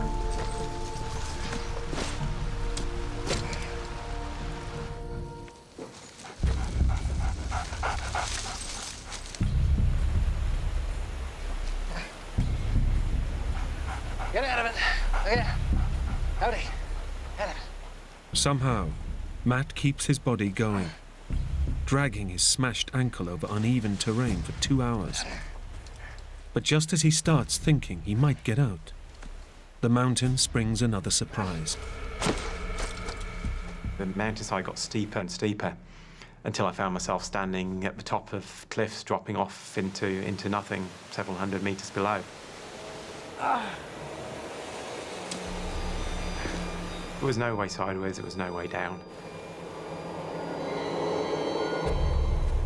The only choice was back the way I'd come. And all the effort I'd put in to get down to where I was, it was going to be spent tenfold getting back up. By ignoring Little Dog's choice of route, Matt has wasted hours, exacted a terrible toll on his body, and seriously depleted his energy supplies. I physically could not walk with the injuries I had, so it was back onto elbows and knees. It was probably one of the lowest points. Just the frustration. Give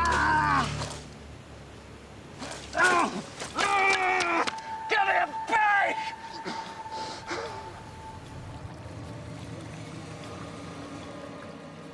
Matt realizes he's past the point of no return, but his route is perilous.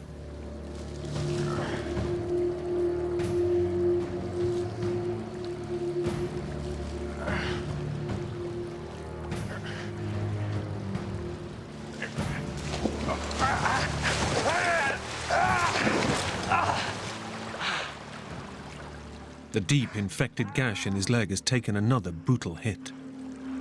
If the bleeding starts again, he may not be able to stop it.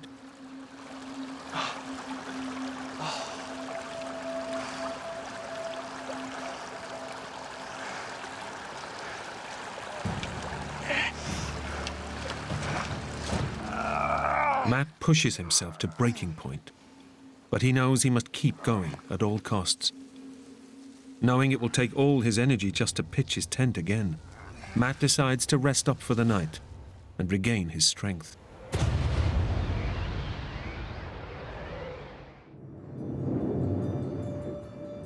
For a 9th night, temperatures plunge below freezing. Little Dog's food ran out 2 days ago, and she's finding it harder to fight off the cold Yet she stays with her master. We spent the night curled up, both of us at the bottom of the tent. Just knowing that there's this animal there, with you, sticking with me, is a reassuring thing. Kept me going emotionally, just the company of that dog there with me.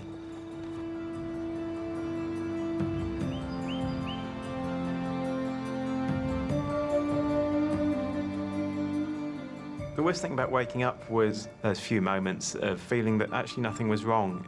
You wake up and your body feels normal.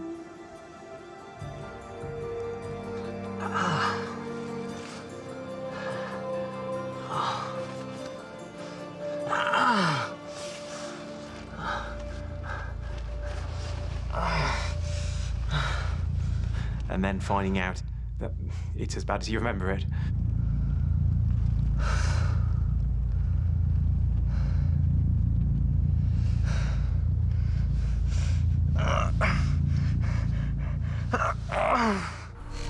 As another day dawns, Matt knows that he must reach the hunter's hut today.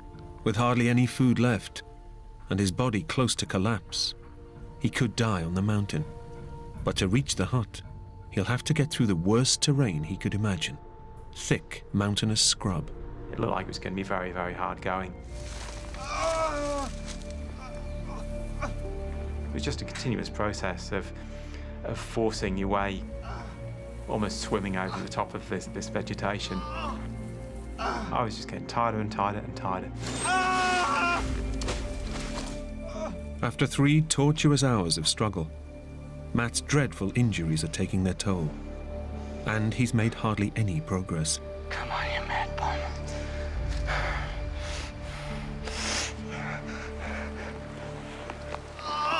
Seeing little dog negotiate the thick scrub so easily gives Matt an idea. It got to the stage where there was no way of crawling over the top anymore. I was forced to squirm my way underneath.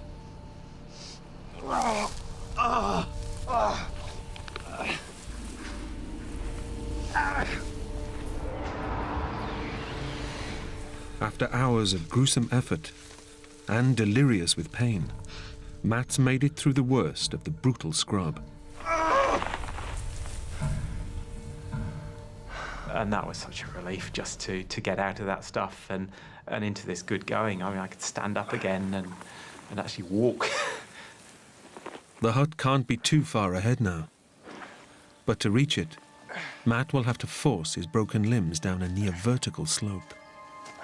I was determined to reach the bottom of this slope. Matt knows he's not going to be able to control his descent. Worse, the rocks and branches are going to punch and gouge his terrible wounds.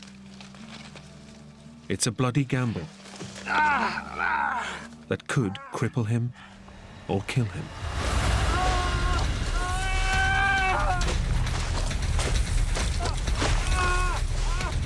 It was getting steeper, and so I was using whatever means I could.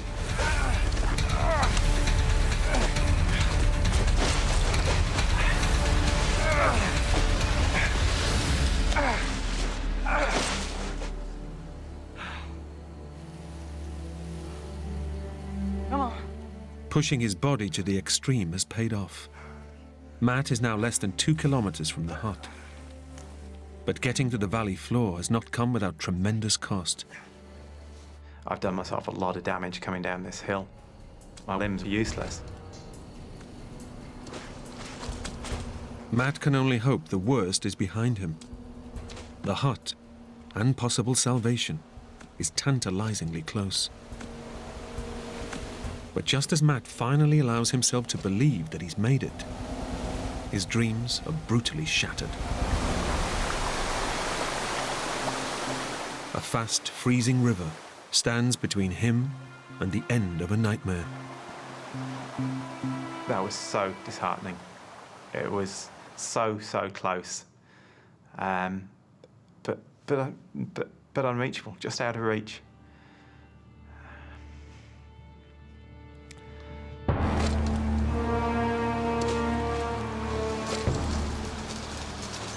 Matt's body has already had to endure more than it can stand.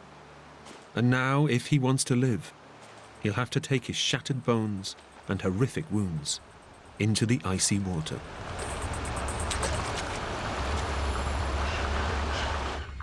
Whether I could swim, whether I could propel myself was my real fear. Matt makes his decision. He either dies on this bank or gambles his life in one last shot at surviving.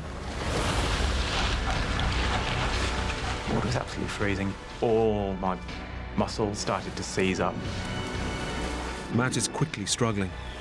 His weak, damaged body is no match for the fierce, freezing current.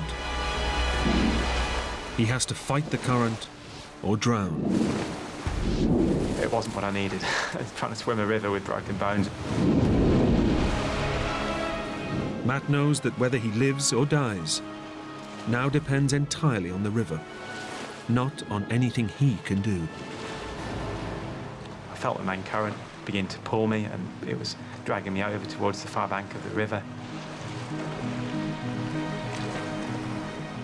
Frozen and horribly maimed, Matt's washed up on shore barely alive.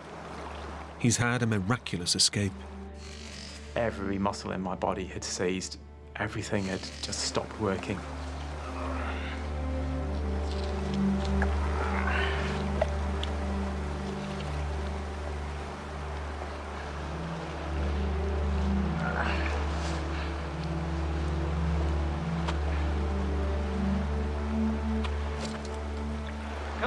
Very, very, very hard going, just even to move up the riverbank and away from the river. Very hard. 9 days after he was injured, Matt can see the hut.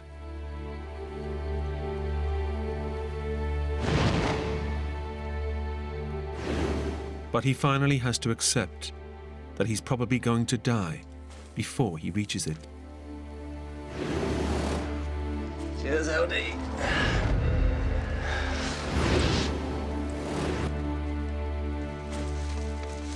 I remember just thinking I might not have very long left here. It's you and me, boy.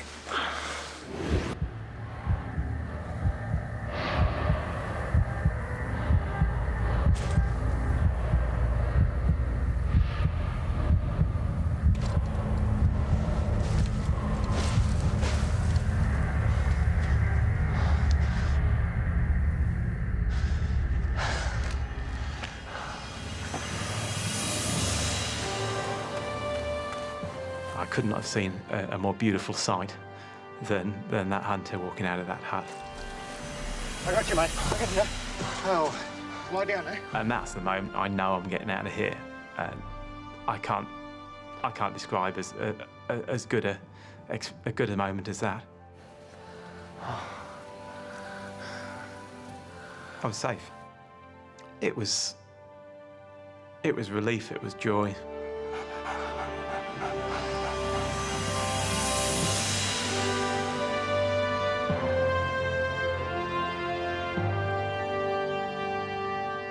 After patching him up as best they can, Matt's rescuers head off on a 13-hour trek to raise the alarm. 12 days after he started his journey, Matt is airlifted to the hospital, where doctors save his leg and rebuild his shattered ankle and wrist with metal pins. 6 months after his horrific experience, Matt is back in the mountains with little dog. The experience has made me realise what I value in life and what I don't. Having got out, you appreciate those companions that you have through life so much more.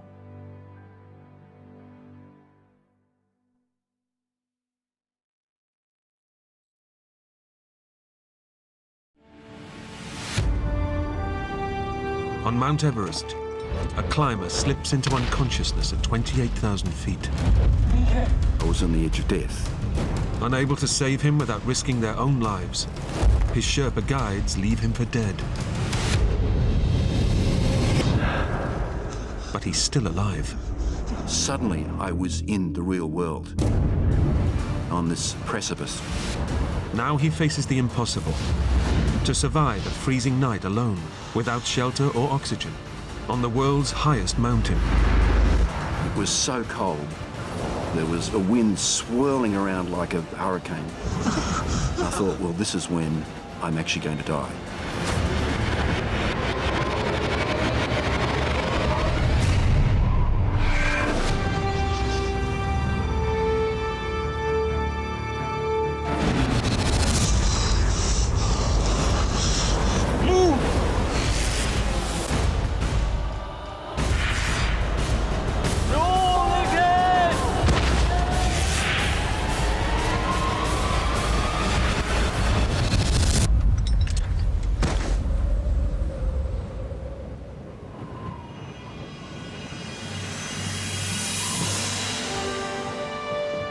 Mount Everest, the highest place on Earth. It's the holy grail for mountaineers and a lifelong obsession for Australian climber Lincoln Hall. My fascination with Everest began in the 1980s. I became so obsessed with climbing that I just kept going as far with it as I could. And that took me to Everest.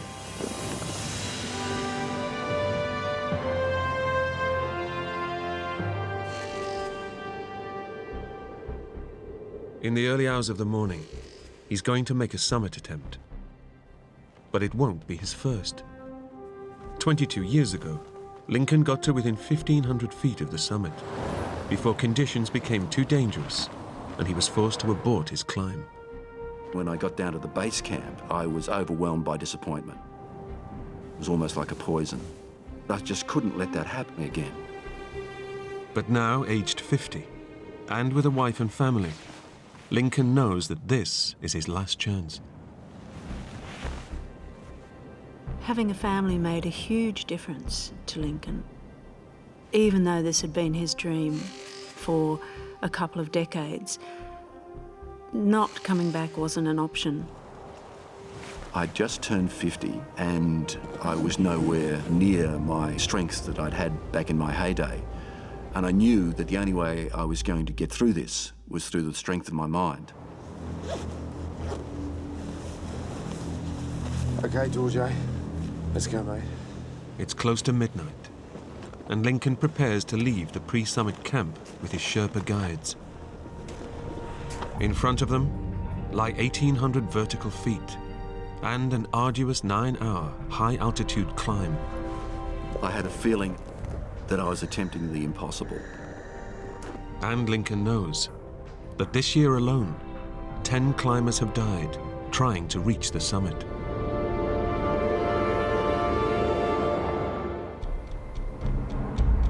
At a lower camp, Lincoln's close friend and expedition colleague, Mike Dillon, is monitoring his climb.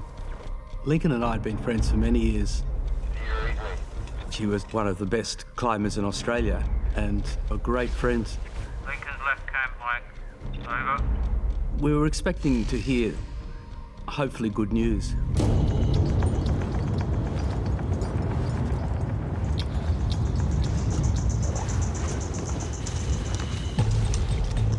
Lincoln is now climbing in what's known as the death zone, an altitude starved of oxygen, where every step is a test of endurance.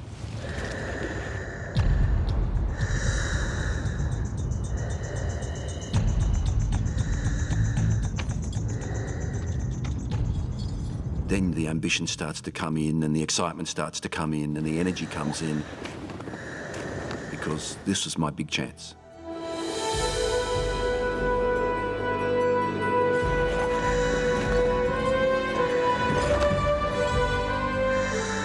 It was wonderful. There were stars everywhere and it just felt like you'd already left the planet.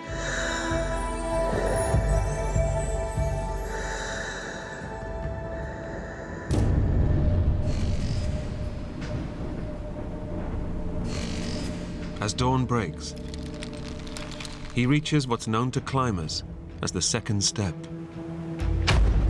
the biggest obstacle between Lincoln and his dream. It was just all that joy of the technical part of climbing combined with the world's greatest mountain.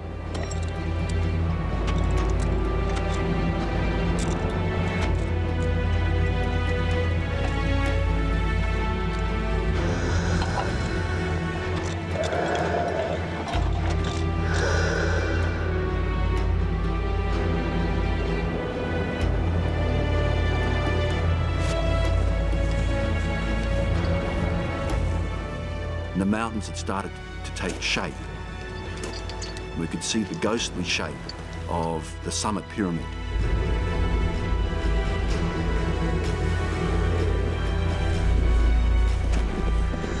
With the summit of Mount Everest within my grasp, the amount of effort I was going to have to put in didn't really matter, because I knew I did have that energy within me to get to the summit.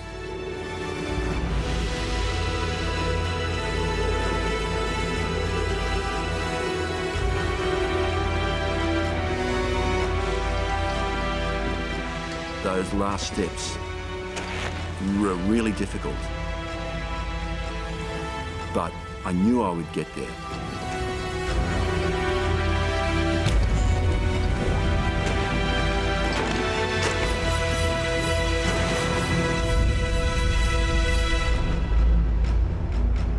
Lincoln has made it to the summit of Everest.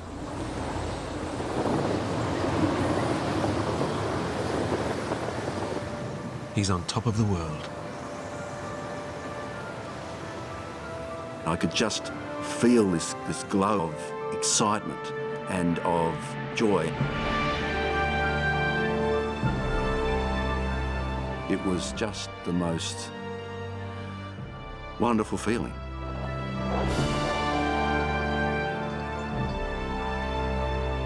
"25 years since I'd started thinking about Everest, and finally I was here. And just the immensity of the view, the distance that you could see, the curvature of the earth. It was just beautiful.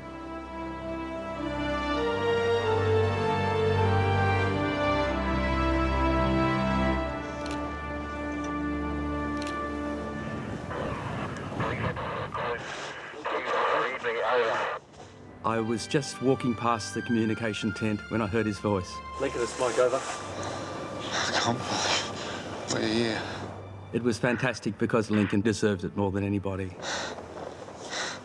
Finally. He was perfectly calm. It sounded as though he was ringing from the office. Thanks, guys.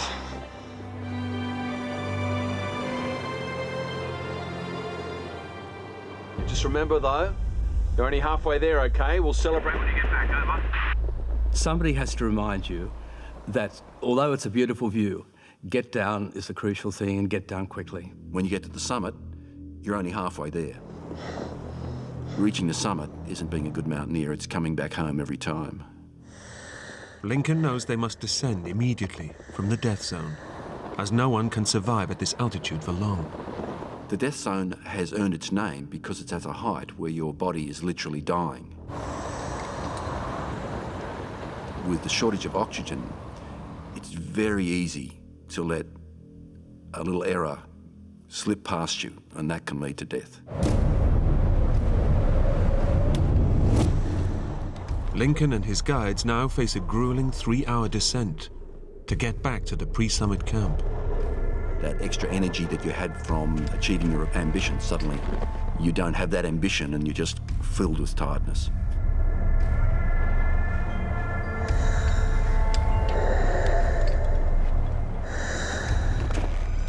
Suddenly, I just felt exhausted.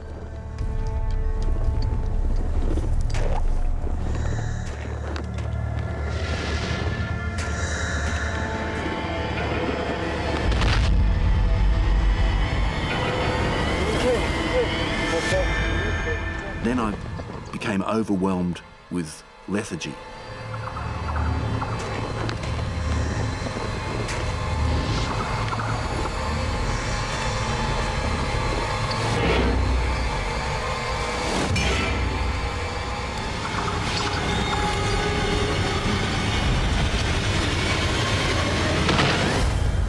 And I passed out in the snow.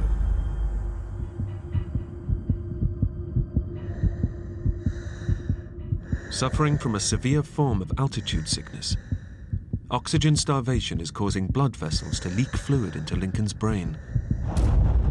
I couldn't live in this oxygen-starved environment for very long at all.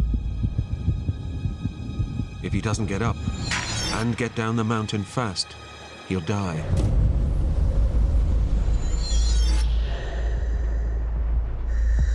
just don't know what happened. Okay.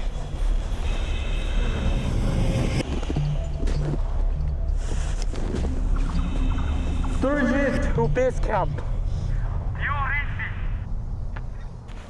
Dorsha, this is Mike from base camp, over. Lincoln is down. He's barely breathing. At base camp, Lincoln's friend Mike Dillon knows this is desperate news. Lincoln is suffering from severe altitude sickness, or cerebral edema. We started to be very worried because when you get cerebral edema at that height, it's very unlikely that you'll live.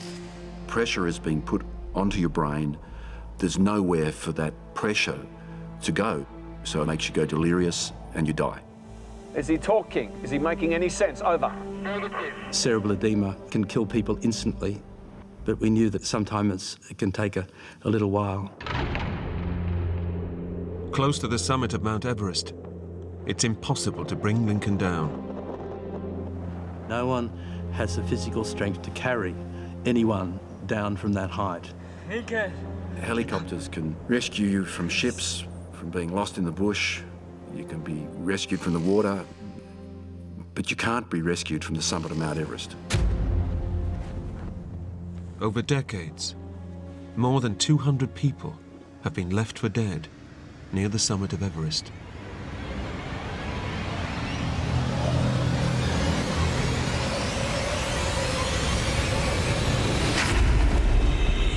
Suddenly, I was back.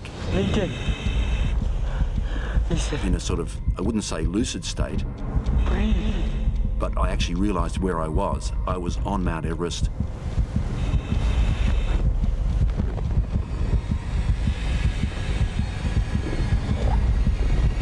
He's getting up now. He's getting up.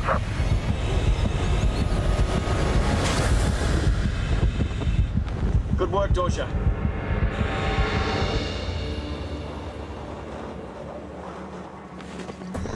I was lucid enough to realize that I really had to get down as quickly as I could. But the fluid, causing pressure on his brain, is now leading to a dangerous loss of physical control. I was going incredibly slowly. I could hardly walk. I was just so weak. Everything was difficult. I would tell my legs to move and they wouldn't, and I'd force them to move, and I'd take the other leg and do the same thing.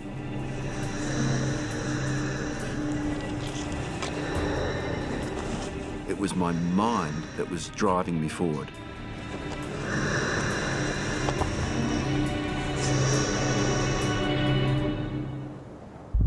Somehow, Lincoln manages to make it back to the second step.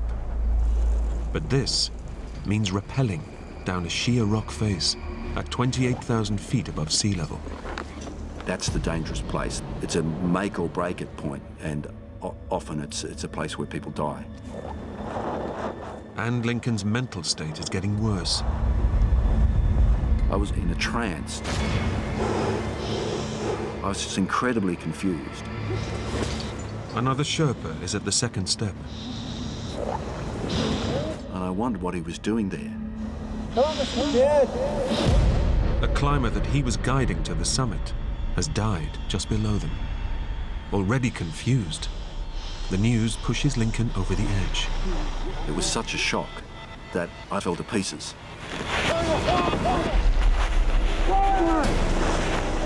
It was me battling the Sherpas. I was really on the very edge. It's an 11,000-foot drop. That's where I wanted to jump.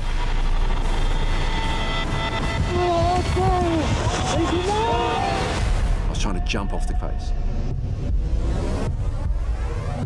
I had gone delirious.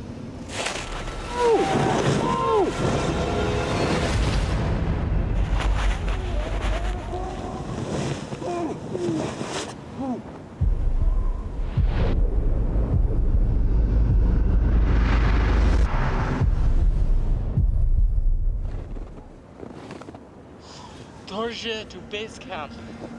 Do you read me? Over. His guide radios Lincoln's close friend, Mike Dillon, at base camp for help. Put the radio to Lincoln's ear. I want to talk to him. Okay, Lincoln, mate, it's Mike. We were his friends. We spoke his language. Even though his mind was obviously irrational, we thought that we might be able to help. Lincoln, you got to get up. Mike is Lincoln's only hope. The Sherpas can't carry him down. But staying with Lincoln at this altitude could kill them too. If Lincoln doesn't get up, he'll be left to die. Mike, hear me? Get up. Come on, mate, get up. Suddenly I could hear an English voice. You have to keep going, all right? But it was Michael Dillon begging me to come down. Lincoln, listen to me. Come on, Lincoln. Lincoln, you have to help the Sherpas. To help you. Get up, mate. Come on, get up. And that managed to get through to me, and suddenly... We're coming down. I was back. He's getting up now. He's getting up.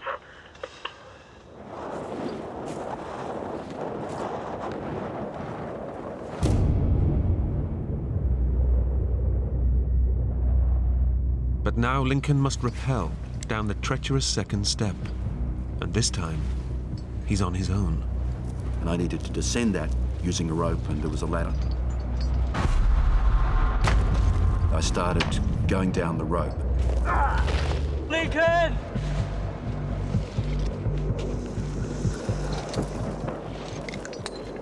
I managed to get halfway down. And then I started hearing voices. And suddenly, I became incredibly frightened.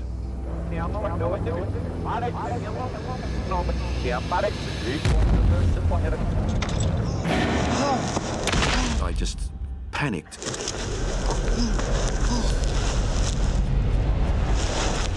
I was just incredibly scared. My immediate thought was that I'm going to die. Lincoln loses consciousness again, suspended at 28,000 feet. And then...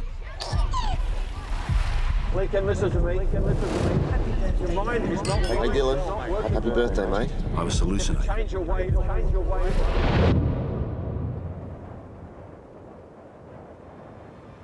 There was sort of a silence.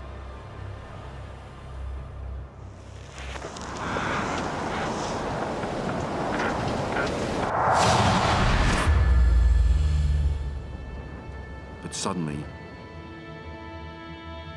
everything was wonderful. This amazing view.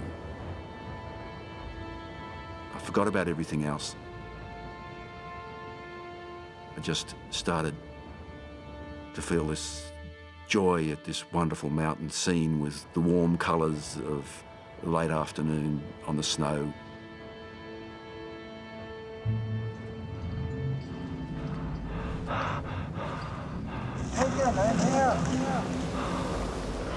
When I realised where I was, And here, we must go down.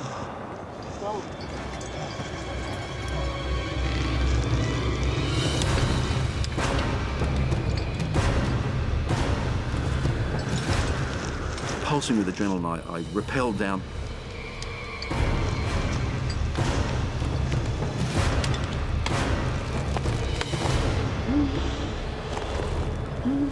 Against the odds, Lincoln makes it down. And I just felt incredibly relieved.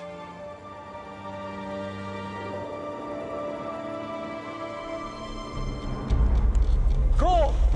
The Sherpas took advantage of the fact that suddenly I was re-energized, and they kept at me.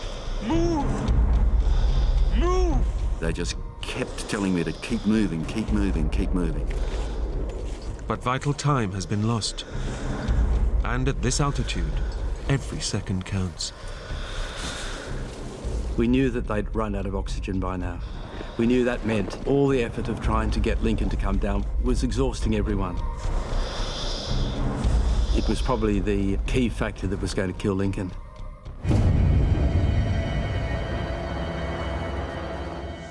As the Sherpas desperately try to push Lincoln on, disaster strikes again. I collapsed in exhaustion. I just had no energy. And I was able to move no further. I was actually felt quite pleased to lie there. Lincoln, keep breathing. Breathe.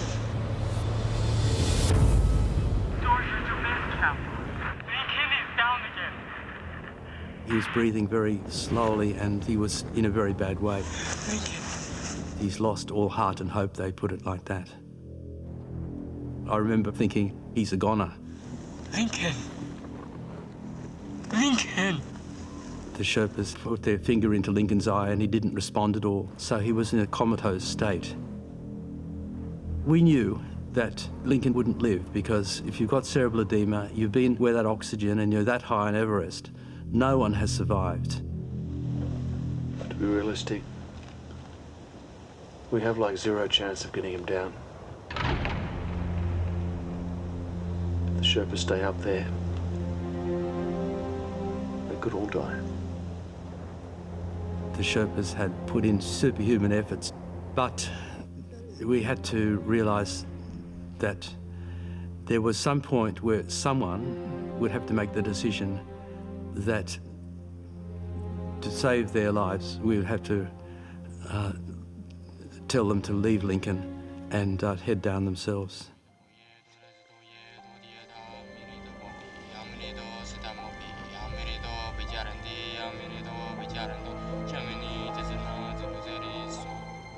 The Sherpas say a prayer and collect Lincoln's belongings to return to his family. Lincoln Hall is left for dead.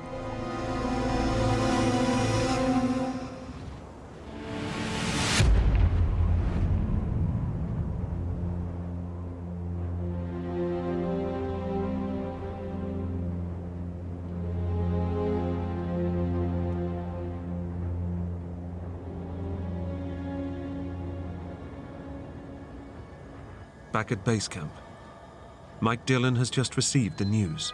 His close friend is dead. We were in shock. We didn't quite know what to do next. But we did know we had to tell Lincoln's wife, Barbara.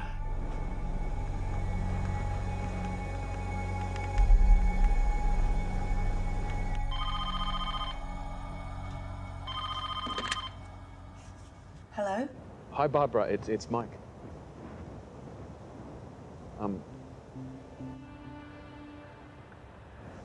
Look, I've got some bad news. Lincoln passed away about 20 minutes ago. I just felt an incredible hollowness, as though really part of me had died as well. I'm so sorry. I just felt just numb.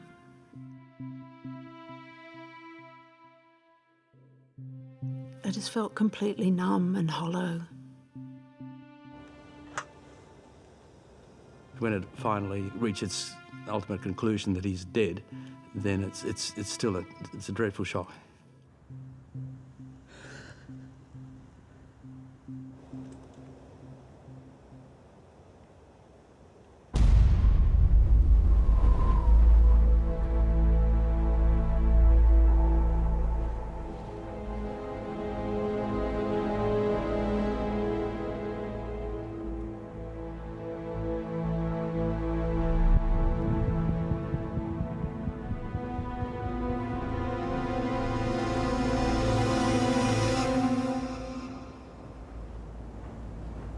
Three hours after being left to die,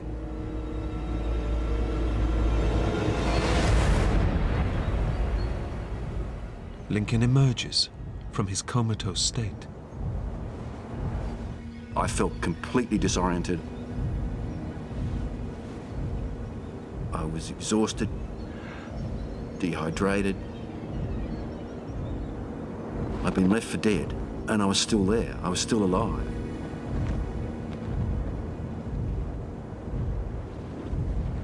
I very carefully looked for my pack, which had some really useful things like a warm thermos and a headlamp and some extra clothing.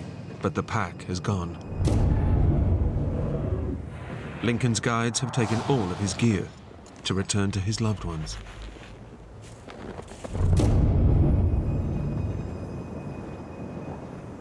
My immediate thought was that I'm going to die. Having been left for dead with no shelter and no oxygen, how could I possibly survive up here?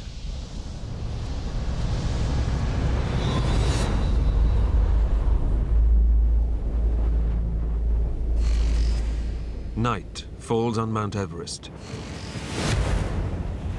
And Mike Dillon has no idea his best friend is still alive.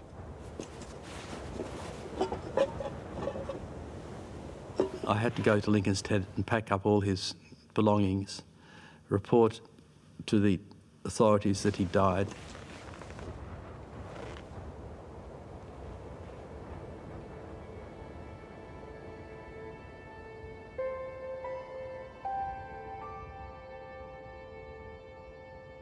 We hadn't really taken in Lincoln's death, really, to be honest.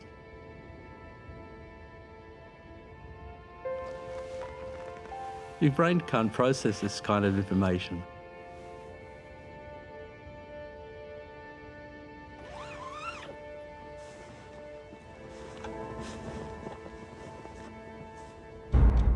As the night wears on, the temperature plummets to minus 25 degrees.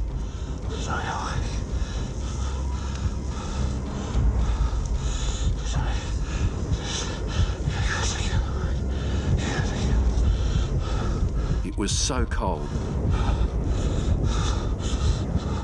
There was a wind swirling around like a hurricane. Exposed near the summit, Lincoln is now at serious risk of hypothermia.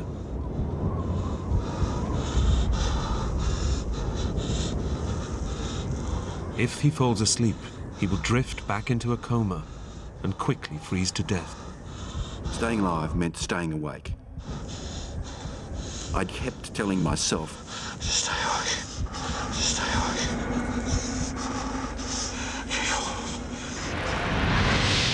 My mind was ready just to drift off into nothingness, into the warmth of imminent hypothermia. But I just couldn't let that happen. So I rocked my body in a sort of circular motion. As the hours go by and the temperature drops further, Lincoln doubts he'll make it through the night. My family's back home, and there's this aura of death.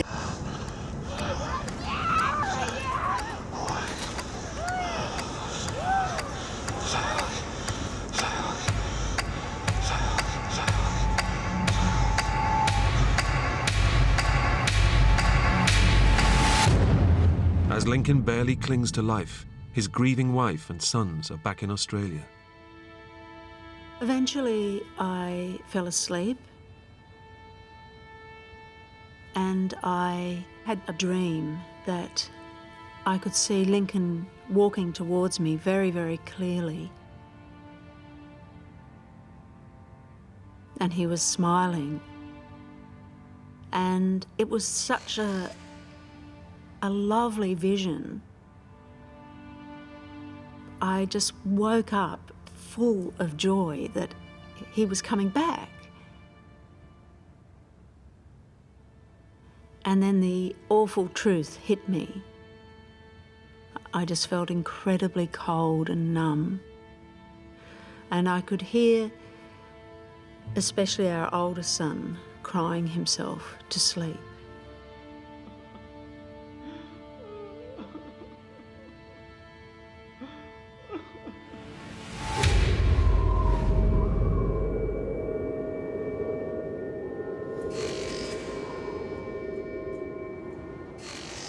By the early hours, Lincoln is losing the battle to stay alive. I was so cold. I couldn't feel a thing. And then I realized with horror what I wasn't feeling.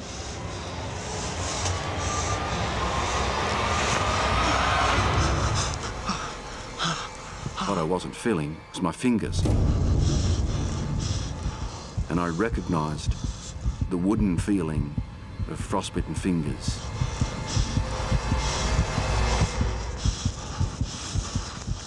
My fingers were frozen solid. But frostbite is not the only sign that hypothermia has now taken a deadly hold. I felt too hot, and I began undressing. Feeling too hot is a symptom of advanced hypothermia and a sign that Lincoln is close to death.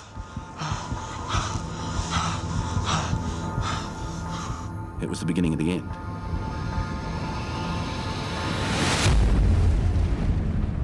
At camp, The Lincoln Hole. Lincoln's friends paid tribute to him. Lincoln. Hundreds of people have died on Everest, but we thought it was never going to happen to Lincoln.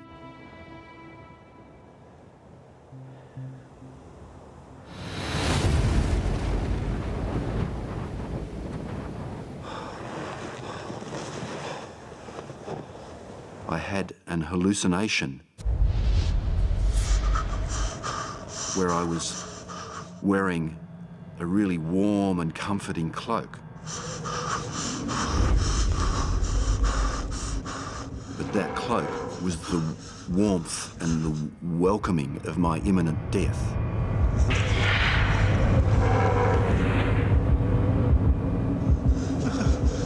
And I thought, well, this is when I'm actually going to die.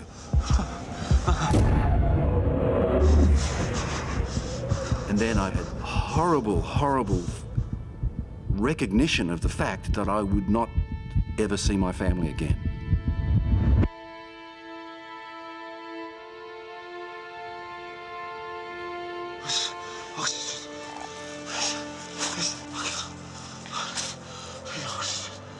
I could not accept that.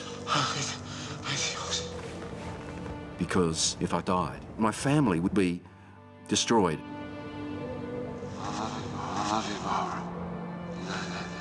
Love was the overriding emotion. I couldn't wear the cloak of death. I had to find a way out. I had to come back to my family.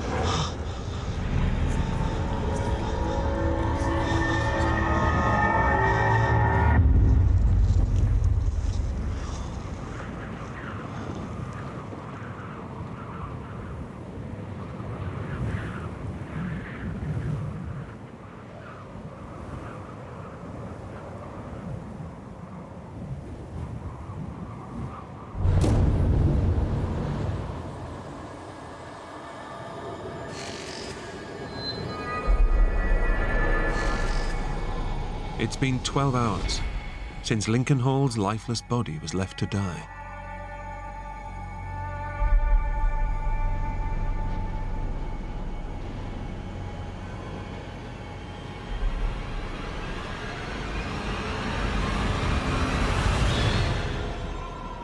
Incredibly, he's still alive. But alone, near the summit of Mount Everest, he's barely clinging on to life.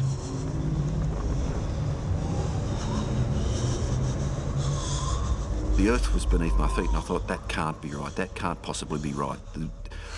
This huge mountain can't be moving. Therefore, I must be on a boat.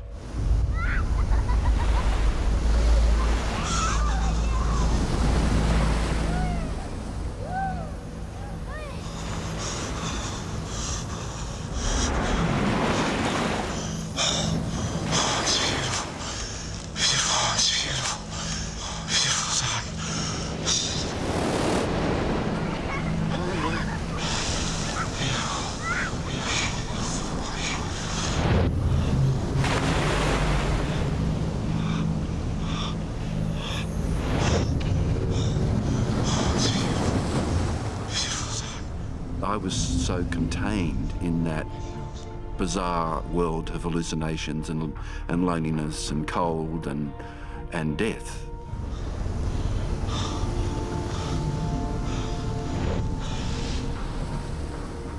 I didn't know where I was.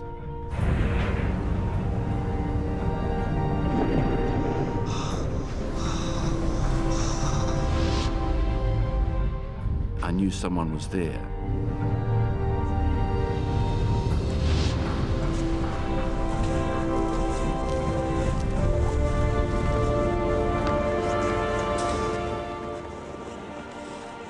It was all very confusing because I'd been living in a very intense world of being alone and coping with that, and suddenly there were other people who'd come from somewhere.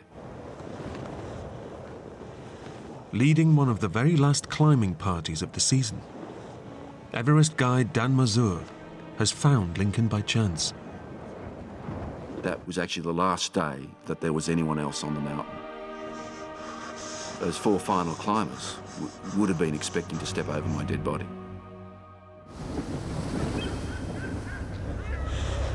You tell me, man. He had this really kind of wide-eyed, very gaunt look in his face. He was not in good shape, you know, and 28,000 feet, you know, the human body is very fragile. Severely hypothermic and delirious from the swelling in his brain. It may already be too late to save Lincoln. He kept looking at us and saying, "Oh, this is a brilliant boat ride we're on. What a brilliant weather for a cruise."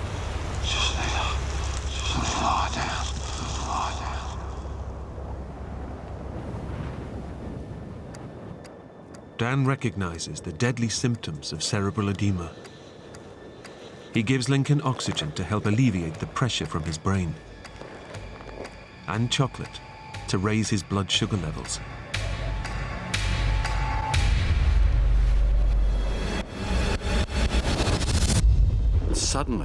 Suddenly, I was in the real world. I just didn't remember what happened. Lincoln is pulled back from the brink of death. Stand by, sir. On 7 Summit.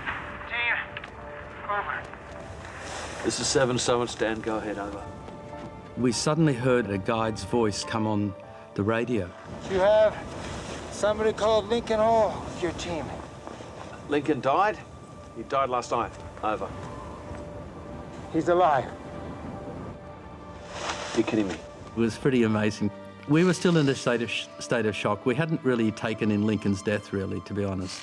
And now we had this extra news to take in that Lincoln wasn't dead. A team of Sherpas is quickly mobilized to rescue Lincoln.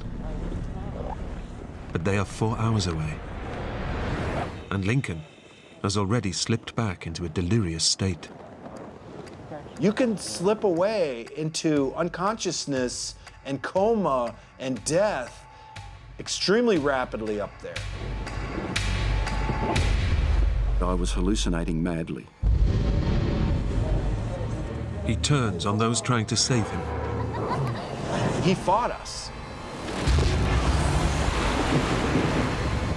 He took off his oxygen mask, he ripped it off. I was trying to go back up the mountain. In fact, I was on the edge of death.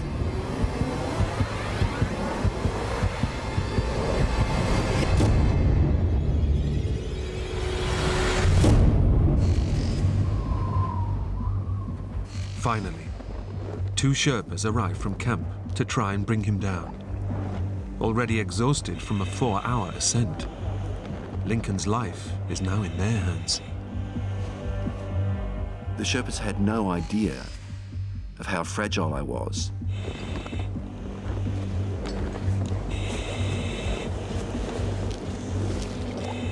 I could only get half a dozen steps.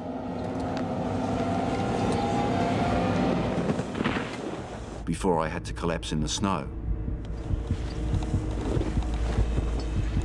The Sherpas must now get Lincoln down 7,000 feet.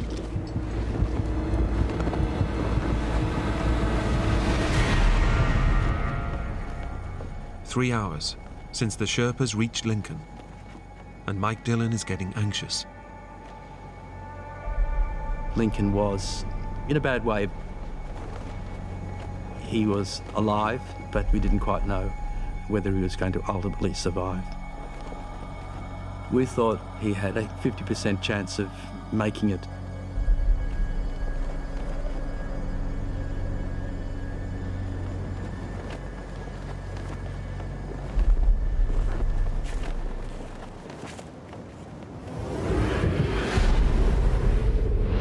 And as another night falls, Lincoln's progress is painfully slow. The Sherpas know that their lives are now on the line. I was saying we have to go more slowly. Move! Go! And they were saying, no, you have to go fast. They push Lincoln hard.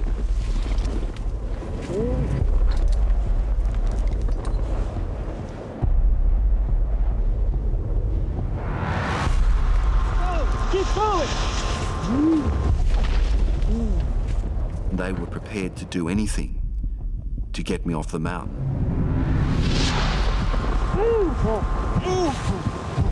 I said go!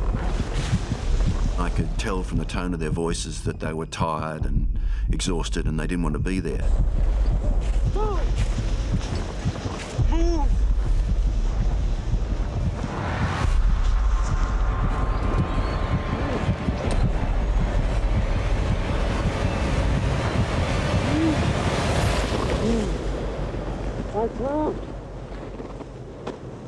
Get up!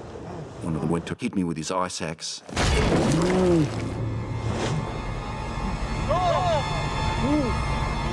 They were prepared to do anything to get me off the mountain.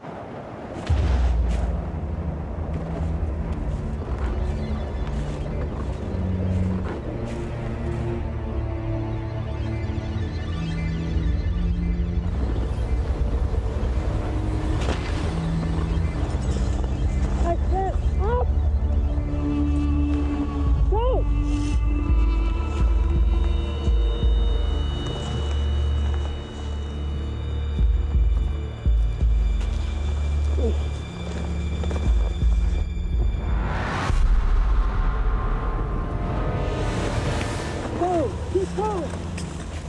10 hours since the start of the rescue, Lincoln is losing his battle with hypothermia and cerebral edema.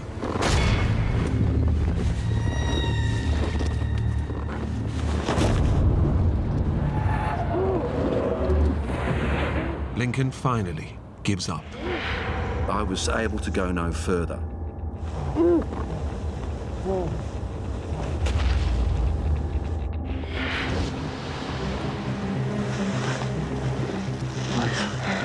Please.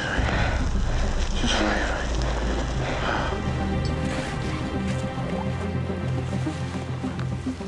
Barely conscious, the Sherpas push Lincoln on.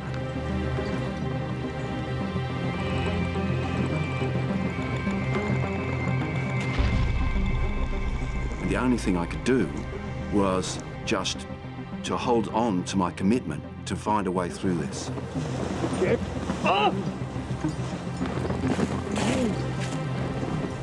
I just had to be able to keep walking, to stay alive.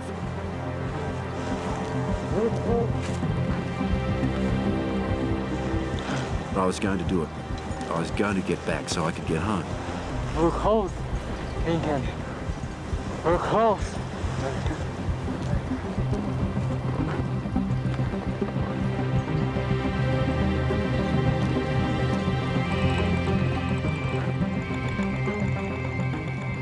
I came around a slight crest in the slope.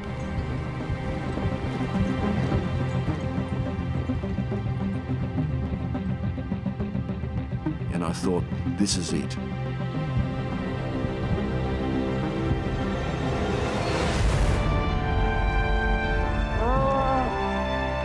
I'm going to survive.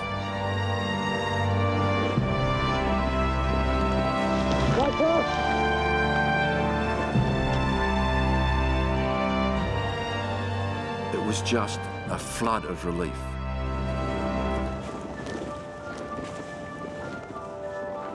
But I didn't have any energy left for jubilation.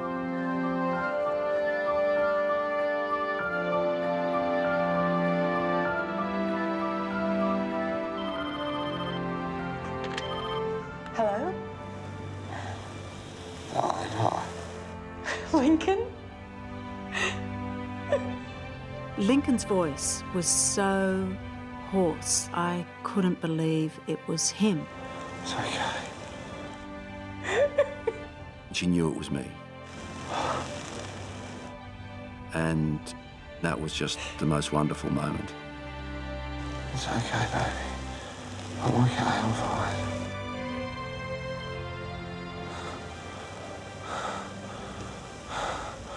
I love you too. I came so close to destroying the family that I loved so much that I vowed that I would never let anything like this ever happen again. At great personal risk, the Sherpas saved Lincoln's life. I really wanted them to know that they'd saved my life and that I would be forever grateful.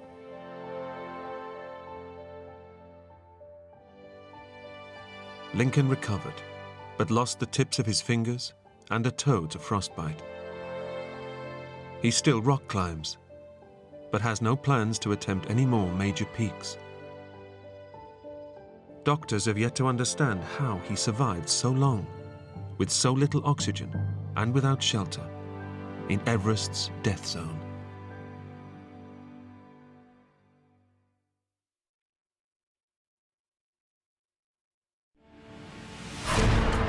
College classmates, Sonia and Marnie, are just getting to know each other when a mountain holiday goes tragically wrong. Shift your weight!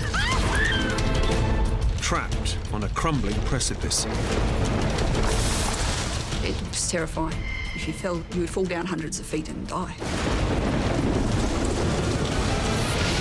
I thought, this is it. It's only a matter of time. They have to stay awake just to stay alive. Falling asleep meant dying. Survival means sticking together. But this mountain will tear them apart.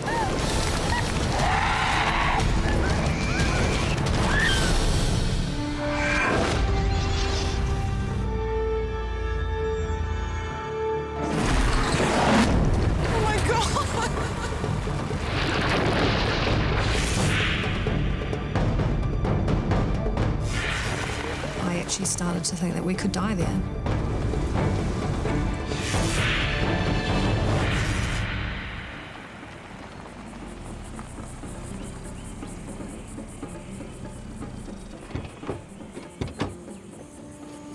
Here you go, sons. It's 4 days before Christmas, Cheers, mate. and postgraduate physics students Sonia Rendell and Marnie Shepherd have left their books behind for a 3-day hike in the Southern Alps of New Zealand. They look so cute. They don't look real. They're gonna feel pretty real once we're up there. 25-year-old city girl Sonia has just split with her boyfriend and is taking time out to clear her head. I was heartbroken, so it was a good opportunity just to get away and start thinking about where my life was going.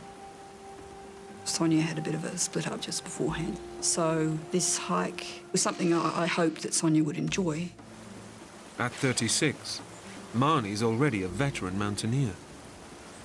This trip was her idea. I've always loved the mountains. It brings a lot of happiness for me anyway, to feel like I'm part of nature. The women have rarely hung out socially, until now. Sonia and I are very different in some ways. Sonia's a lot more sociable person. She's also a bit more of a glamour person. How are your new boots? Oh, they're good. I really like the colours. What do you think? I'd never hiked with Marnie before. I don't care what they look like. Are they comfortable? She's a very experienced climber, and I knew that I was going to be in completely safe hands. It's going to be a challenging hike. They face 3 long days of walking and rock scrambling. They'll overnight in hiking shelters along the way.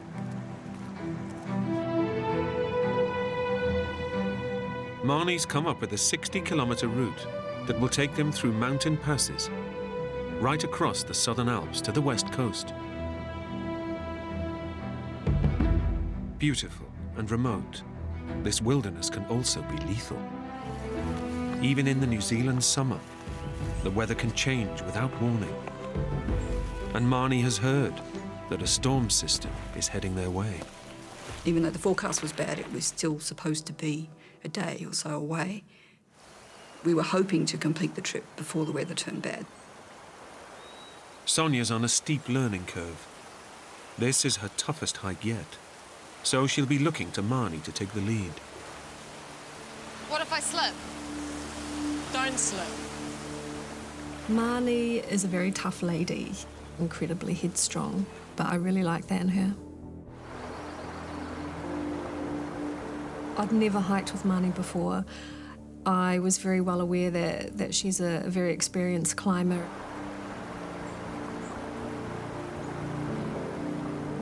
There are some tricky bits, but I think it's a really great trip to take someone who wants to see the real mountains. Sonia and I both thought, well, yeah, we'll give it a go. The idea being that, you know, in principle, we could always turn around and come back again.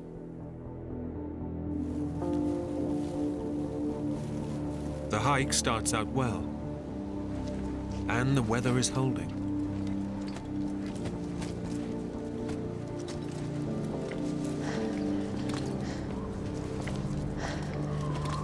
But around the next bend, a shock awaits the two friends.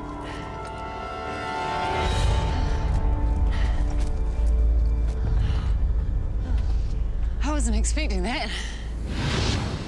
Deep in the shadow of the canyon pass, a gigantic wall of winter snow has survived right into the height of summer. It was quite beautiful. It was just this massive, smooth stretch of ice that covered the base of the mountain. But alpine expert Marnie instantly recognizes the ice is a big problem. We're talking 4 or 5 stories high, not something you can just throw yourself up and hope to get over. It was firm snow, very steep, you would need crampons. We won't even get 6 feet up there. Neither of the women wants to turn back, but the only alternative is to climb around the wall of ice blocking their path. But there's a bit of a path up there. It looked like there was a way of climbing up over the bluffs by the snow and hopefully sidle around the ice. It was still very steep and definitely a climbing route, but I do have a lot of experience on this kind of terrain, and I knew Sonia was, you know, natural in the mountains. You know, she hadn't done climbing, you know, serious mountaineering, but I wasn't thinking it would be like that. I reckon we can do it.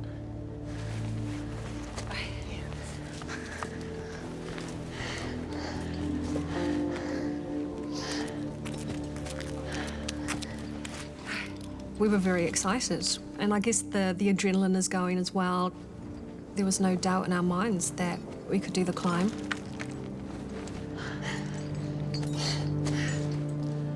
The women reach a ridge that should take them around the ice.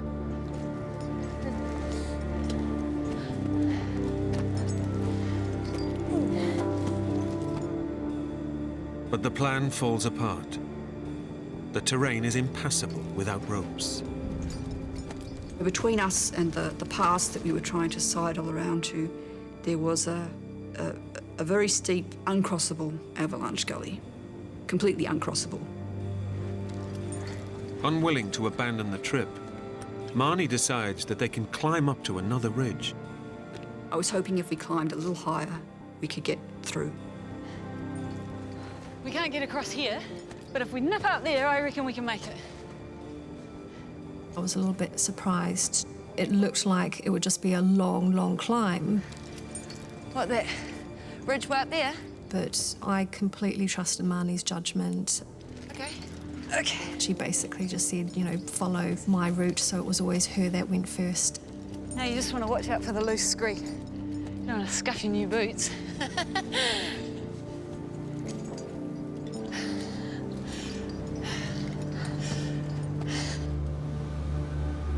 What starts as a scramble quickly turns into a serious climb. And as they get higher, novice climber Sonia starts getting nervous. There were points where you didn't have proper handholds. It was quite a surreal experience because it was a mix between adrenaline and being scared and adrenaline and being scared again. Kick away the loose stuff and jam your toe into that bit.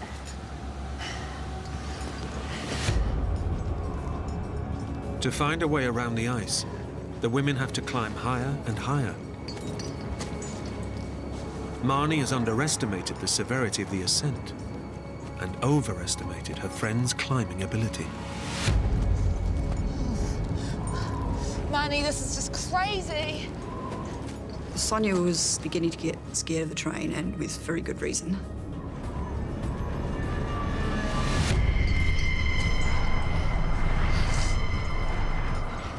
When I looked down, it was an incredibly long fall. It was just pure sharp rock.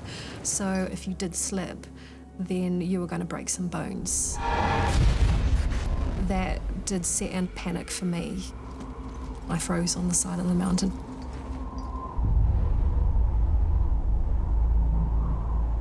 It was a very big mistake on my part taking Sonia into that terrain.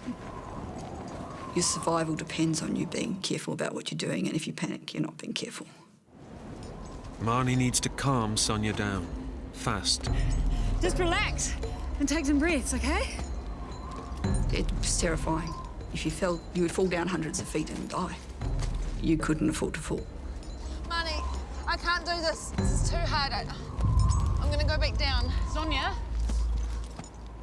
Sonia, you can't go back down. It's too dangerous. I was quite certain then it was better for us to keep carrying on going uphill, because climbing up is a lot easier than going down. It's a lot safer. We've got to keep going up, okay? Don't look down. Keep calm. Try and find a foothold. Against her every instinct, Sonia presses on. After 4 hours of climbing, they're nearly 200 meters up a near vertical cliff face. At last, the summit is within reach. But now, they hit another problem.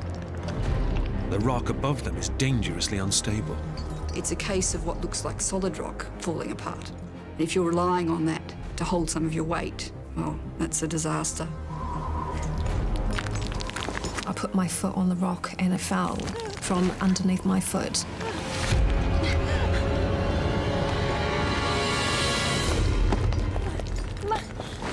Marnie, it's just crumbling. I couldn't hold on to the rock much longer. It was very scary. What do I do? Shift your weight.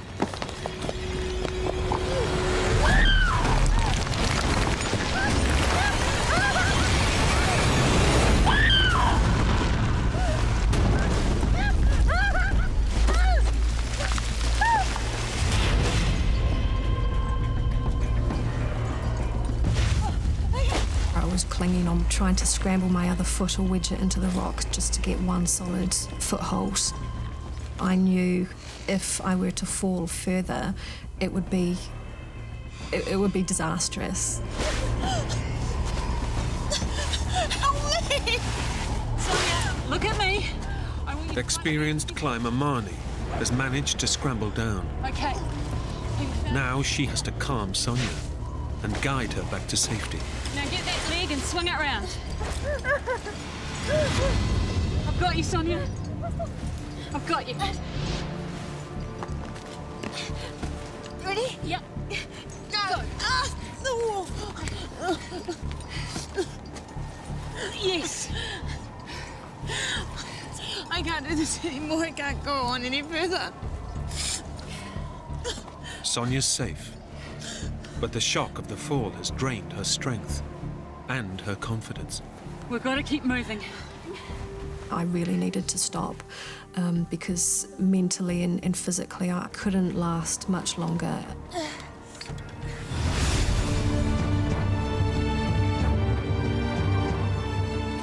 Come around and up.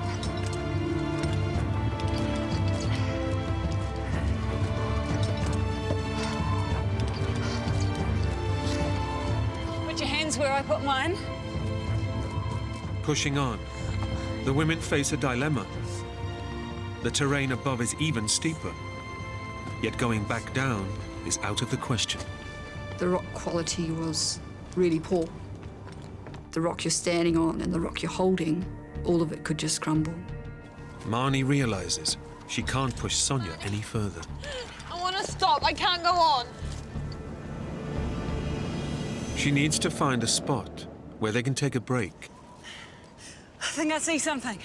There was a very small, flat patch, and it was the only safe place on that entire, cliff section.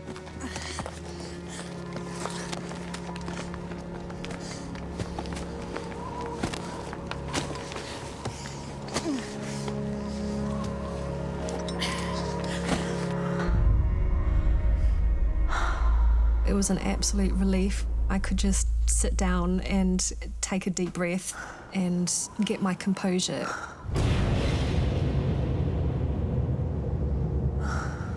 Marnie's decision to climb the rock face almost ended in tragedy. Now Sonia is regretting putting her life in her new friend's hands. What were you thinking, Marnie? I knew that I had climbed parts of that mountain, which was just mad. Oh, I'm sorry. It's my fault. I was feeling bad that I'd got Sonia into this position, but also totally focused on getting out of it. We wait 5 minutes and then we push up to the top. Marnie knows that the top of the ridge isn't far above them, but Sonia just can't face another grueling climb. Emotionally, I was exhausted. You have the realization that you've made a very, very bad mistake and bringing somebody else into a life-threatening situation. We were on a very steep face, completely rocky, and, quite exposed. Marnie knows this tiny ledge is no place to linger. They need to complete the climb before dark, and there are only a couple of hours of daylight left. But first, she needs to convince Sonia that they can make it safely to the ridge. There's a couple of really good handholds up there. No props. You right, Sonia? But now she's safe. Sonia's not interested in moving. You start here, move across. I can't go any further. I've had enough.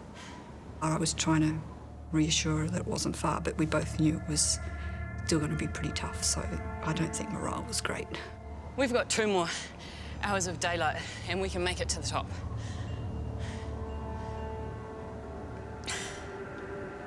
No. I don't want to climb any further today. Sonia made it clear that we should stop for the night because that was enough. Marnie agrees. They'll start the climb afresh in the morning. She's praying the threatened bad weather holds off long enough for them to reach safety. Even though the forecast was bad, it really did look like it would hold for another, 24 hours or so. I was hoping that we would get up in the morning and it would just take us an hour or so to complete that section, and then we would be safe after that. At 1,500 meters above sea level, even in summer, the temperature plummets at night. Soon it's only a couple of degrees above zero. And since the women planned to overnight in hikers' huts, they've brought barely any survival gear. I wasn't expecting it to be as cold as it was, and we weren't prepared in terms of, very warm clothing. Okay. It was miserable. It's bitterly cold, but Marnie and Sonia figure it's only for one night. Keep it tucked in there.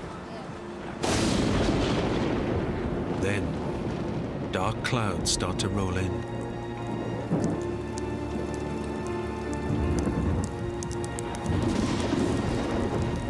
This is Marnie's worst nightmare. Once it started raining, I knew we were in trouble because it was a storm and it was going to rain heavily, that was for sure. The bad weather, forecast for the next day, arrives early. Marnie knows that trying to climb on wet rocks is lethal. Until the rain stops, they are trapped. No, we won't be going anywhere in this rain. How long do you reckon it will rain for? Might clear by dawn. Rocks will be dry by afternoon. I didn't feel that she was that upset. To begin with, she may have even been slightly relieved that we could put off going anywhere. Their flimsy waterproofs are no match for the deluge. And soon, they're soaked to the skin. Once the rain gets down your collar and your legs are wet, morale just gets worse and worse and worse. But their ordeal is only just beginning. A deadly rumble is growing all around them.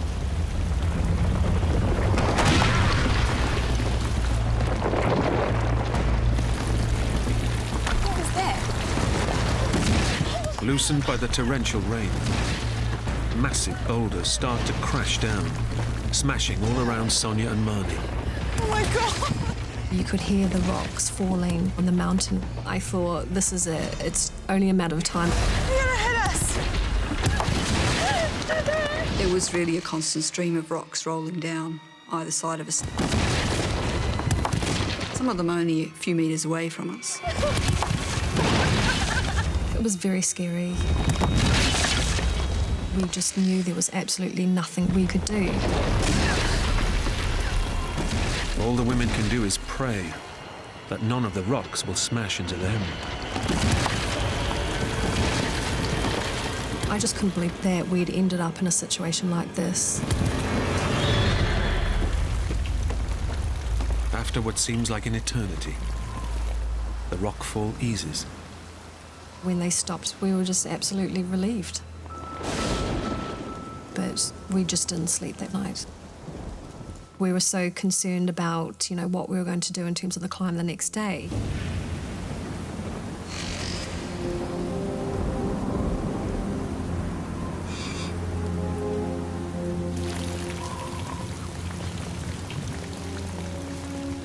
By daybreak, the exhausted women are desperate to make their escape. But the rain isn't stopping. Sonia, you'll have to stay put until the rain clears. There was no way we could go anywhere. We had no option but to stay where we were until the weather cleared. The crumbling rock face is now slippery as well. Any attempt to climb would be suicidal. Neither woman owns a mobile phone, so they have no way of calling for help. They decide a meal will raise their spirits. We thought that the rain was going to pass in 1, maybe 2 days, so we thought there was no reason to ration the food. We still had a good 1.5 days worth of food left, so we ate normally. The decision not to ration their meager food supply is highly risky. Storms in the Southern Alps can last up to a week. As night falls again, rain shrouds the mountain. And the temperature plunges towards zero. I am so cold. Soaking wet and chilled to the bone, the women start to shiver. And Marnie realizes this is becoming a survival situation. It was very clear from the start hypothermia was going to be the problem. Shivering is the body's attempt to generate heat. But if the women's core temperature keeps falling, the blood supply to their organs will eventually shut down. People usually die after a couple of days. As exhausted as they are, Marnie is afraid that if they fall asleep, they may go into a hypothermic coma from which they may never wake up. All the blood goes out of your brain and you go into a coma and then you die. Marnie told me that hypothermia was going to be a huge risk. The reality dawned that we're at the mercy of Mother Nature. Don't let me go to sleep. No, I won't. I was absolutely devastated. The women make a pact to keep each other awake. no matter what. We were the only two people that could keep each other alive. But they haven't slept for nearly 48 hours. And their body clocks are starting to rebel. Son. I made an effort to just constantly talk and be annoying to keep us both awake. Son, no napping. Yeah. I promised you luxury accommodation, eh? But, you know, I for myself, I was very conscious that I wanted to get Sonia out of this situation.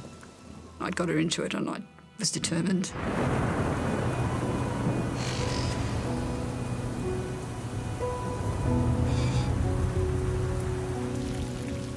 Another night with no sleep gives way to another day of torrential rain. They won't be getting off the mountain today.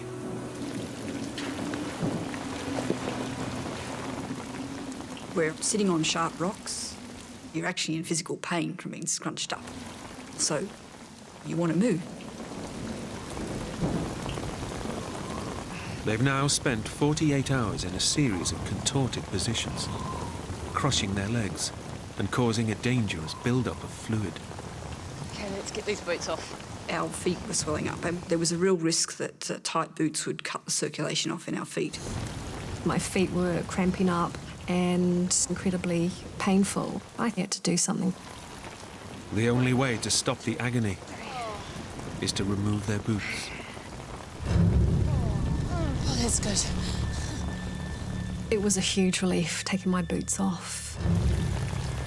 But Sonia's feet are in a bad way.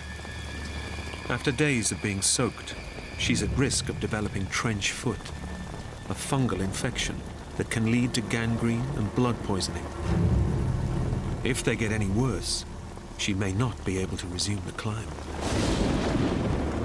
The full repercussions of Marnie's decision to leave the trail and climb this isolated mountainside are beginning to unfold. The women aren't expected back until Christmas Day, 2 days away. So nobody will be raising the alarm. And now Marnie isn't sure they can last that long. I was very concerned that we were starting to deteriorate and at risk of falling asleep and not being able to wake up.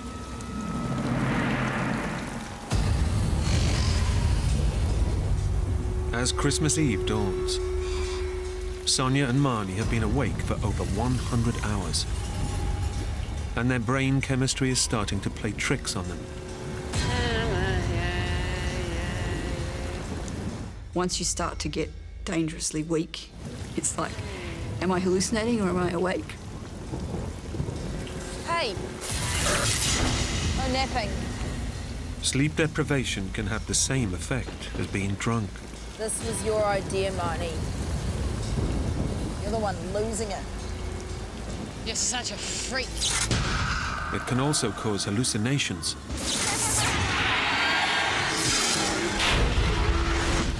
And uncontrollable rages.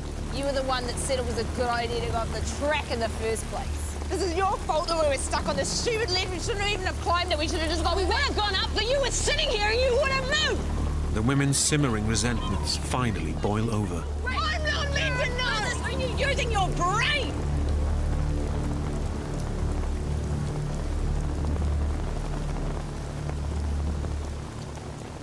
I was thinking what I'd done in my life to deserve punishment like this. I just wanted to go home. Run asleep. I was really worried that she was going to take a nap.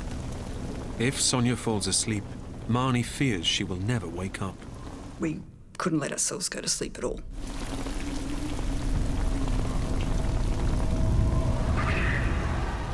She's got to get tough to save her friend's life.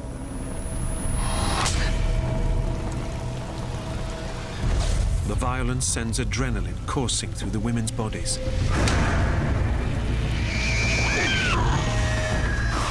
The anger got your blood going, it got you fired up. Shocked, they realize this might be the only way to ward off sleep. There was no holds barred on what we did. The strain of staying awake so long has pushed the women to the very edge.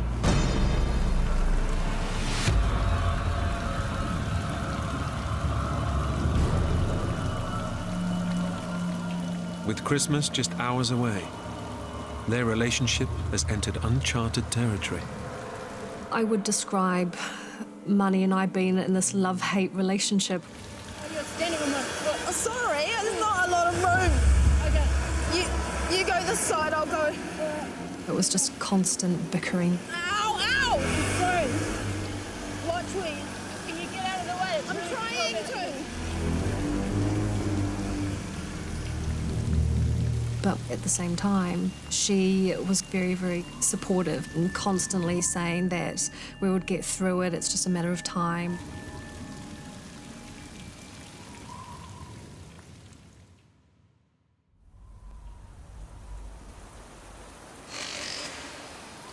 Christmas Day. The two friends are in no mood to celebrate. They're exhausted, numb with cold, and all they have left to eat is milk powder. They've tried to fend off dehydration by drinking rainwater, but are still constantly thirsty. We just couldn't stop thinking about wanting a drink of water.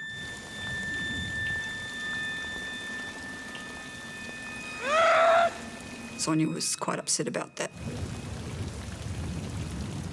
I just felt horrible. The dehydration basically makes your whole body feel incredibly weak, and you just have this incredible thirst constantly. But dehydration has a more sinister side.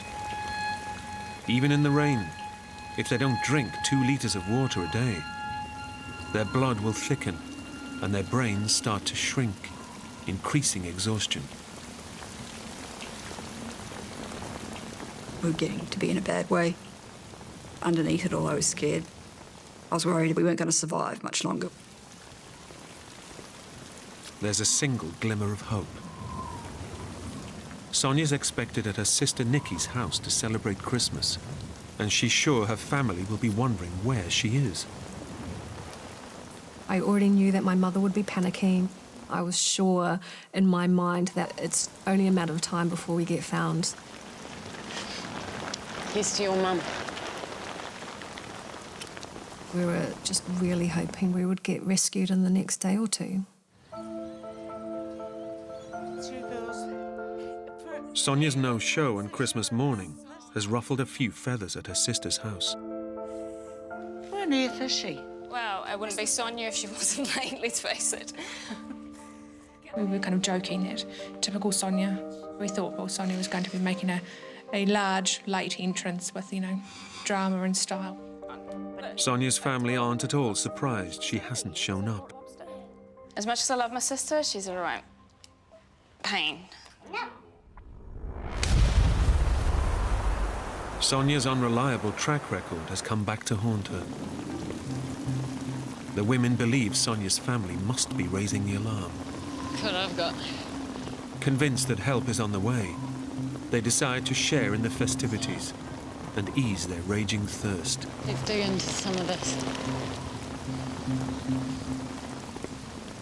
Marnie had a bottle of wine that she was taking as a Christmas present. And we thought, what the hell, we know we shouldn't be drinking alcohol with no water, but we were going to have a bottle of wine on Christmas Day. Okay. By late afternoon, Nikki's annoyance at Sonia's absence has given way to concern. I don't know if you can help me. My sister's gone tramping and she hasn't returned. She drives to the National Park's mountain ranger station to raise the alarm. But she's only got a sketchy idea of her sister's route. Sonia told us that she was walking to one hut, and that's all I knew. Eventually, the rangers established that the women never arrived at the hiking hut they were heading for. At least 2? 5 days after their ordeal started, the women are declared missing. It was very scary. How could 2 people vanish from a track? 1 minute they were there, the next minute they were gone. On the frozen ledge, Sonia and Marnie wait for rescue to arrive. They know that alcohol will only worsen their thirst, but for now, all that matters is the wine's comforting warmth. It was just gold in your mouth, basically. The bottle of wine was a great morale booster. It was gone pretty quick. But gambling on the prospect of imminent rescue is a big mistake. Rescuers have only the vaguest idea where to look for the women. In this vast wilderness, Marnie and Sonia's chances of survival are slipping away.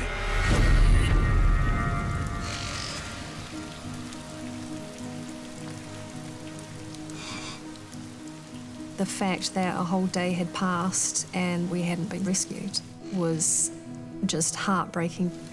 If there was an air search and rescue, we would have been rescued by now. The reality dawned that we were going to be stuck for some time. 16 kilometers away down in the valley, park rangers scramble rescue helicopters and foot patrols to hunt for the women. But with a search area spanning hundreds of kilometers, the chances are 1 in a million.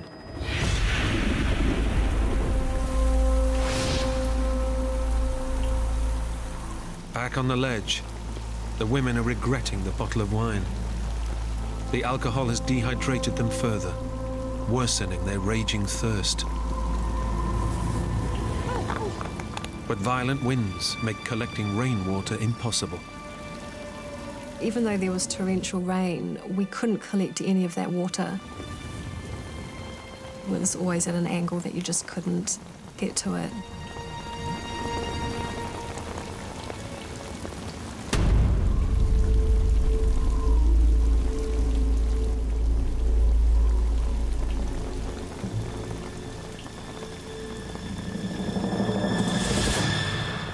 The only way we could get water was actually off or sucking out of the sleeping bags. The same sleeping bags that have been soaking up their urine. I thought, well, this is nasty, tasted gross. That the last of our worries was getting, some germs from the water in the sleeping bag. So all we had to do was grab a little bit next to us and suck on it.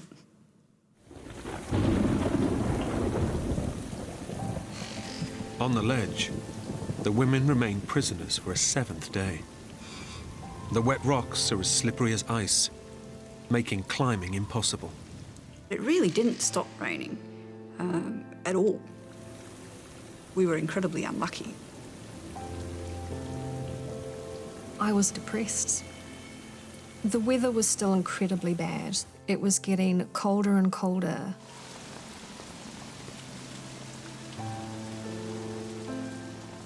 Then, just as they're starting to give up hope, the sound they've been longing for.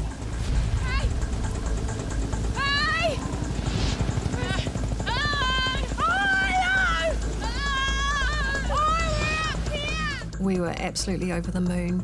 We just knew that we were going to be rescued. I'm here! Sonia! Son! Son! I'm here! Sonia! Hello! I'm here! When the helicopters didn't spot us, I was incredibly disappointed. 1,200 meters up in the mountains, the bad weather makes them invisible to the search choppers. The helicopters had no chance of finding us in the bad weather. Their dreams of rescue are shattered.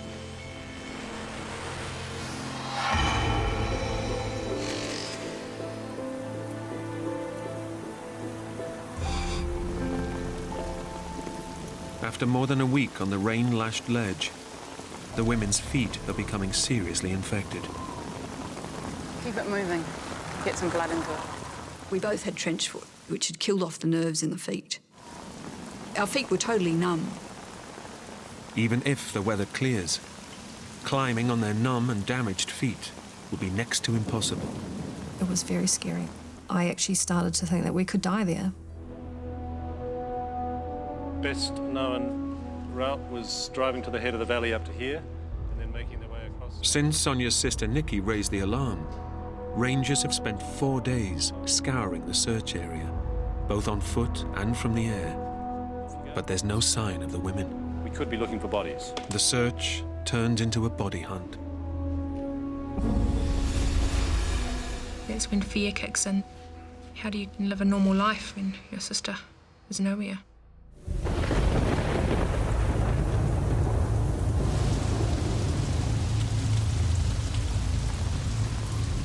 After 8 days of solid rain. Do you hear that? What? The rain. Don't hear the rain. The downpour finally stops. It's the answer to their prayers. Thank God. Hang on. No, this is no good.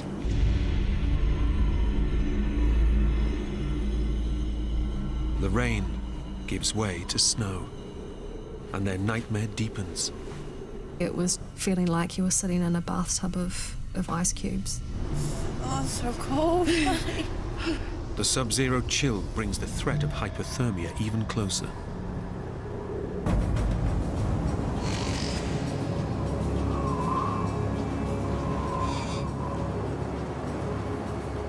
And by dawn, the freezing temperatures have attacked Sonia's exposed and swollen feet. Now, Sonia had frostbite on her feet. She was very distressed. But there was really nothing I could do about it. It was very scary. It was really your body starting to shut down. That's when I knew that, you know, even 1 more day or 2 more days, it could be it. Parched with thirst, Sonia can't resist eating the snow, even though she knows it could catastrophically lower her core body temperature.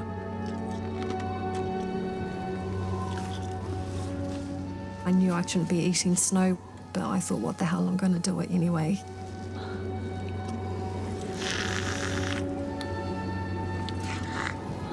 I was desperate and I needed to have it.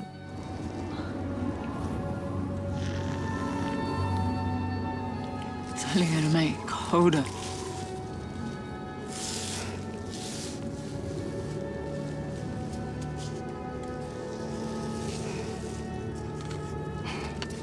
We were beyond desperate at that stage.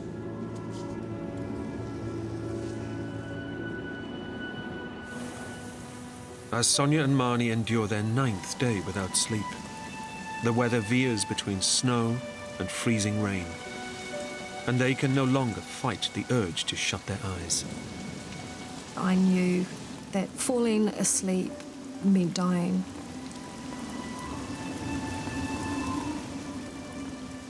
I just really needed to let go.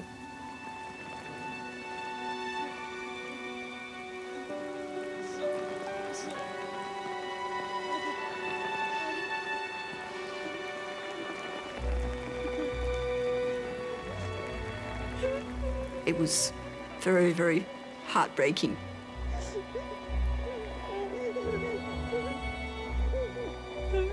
You start to lose your resolve.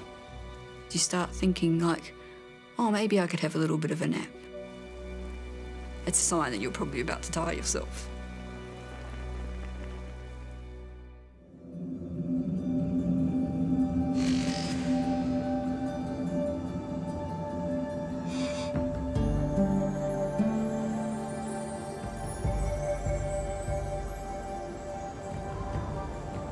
It was a shock. We could actually see some blue sky. It was the best thing that we'd ever seen. Realizing that no rescuers are coming, Marnie and Sonia decide to take their fate into their own hands. I don't want to wait to get caught here in another storm. I was so incredibly weak and so incredibly tired But we were determined that we would definitely climb out no matter what. Yeah, let's get out of here. If we died trying to climb out, that was better than dying in that crack. When the rock dries, they'll climb. Trying to climb on their damaged feet is near suicidal. But if they stay put, they're convinced they'll die. Back at the ranger station, the authorities call off the search for the women's bodies. But Sonia's sister Nikki can't bring herself to leave. Your heart aches, it breaks that your younger sister, your little sister, has gone out and isn't going to return. One of the helicopter pilots takes pity on Nikki. He offers to give her a ride over the wilderness that claimed Sonia, to say goodbye to her sister.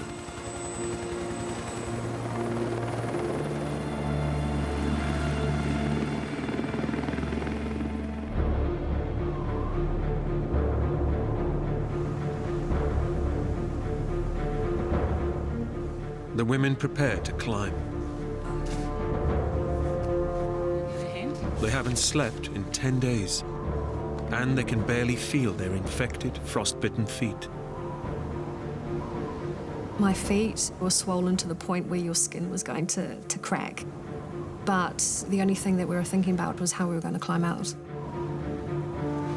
They're determined to escape their prison, or die in the attempt.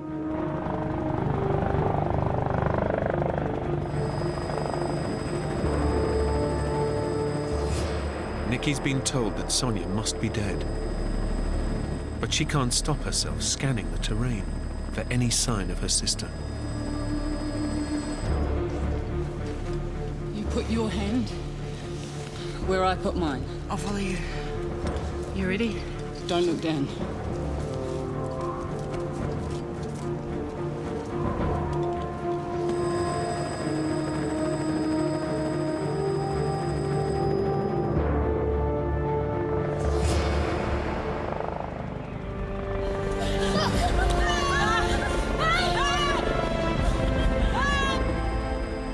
By some miracle, Nikki has stumbled across Sonia and Marnie amid hundreds of square kilometers of wilderness. It's my sister! It was just absolutely euphoric. We were over the moon. I think we looked at each other and we hugged each other and we thought, thank God. They were laughing and happy and crying, and it was amazing. We made it, Marnie. We made it.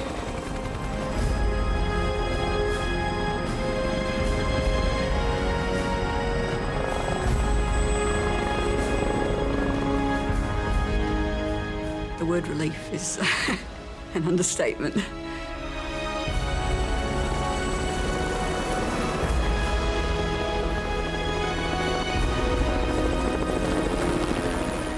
The helicopter rushes Sonia and Marnie to safety.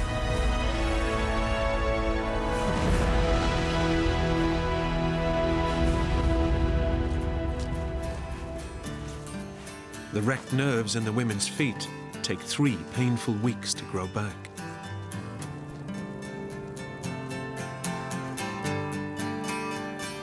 Sonia never went climbing again. But Marnie would return to the mountains 10 months later. I'm pretty sure I promised Sonia I wouldn't do that to anyone again. But I still love the mountains. I still love tramping. And I'm definitely more careful now about what I do with people. The two women remain friends. I think I probably wouldn't be here today if it wasn't for Marnie. It was definitely her strength that got both of us through it.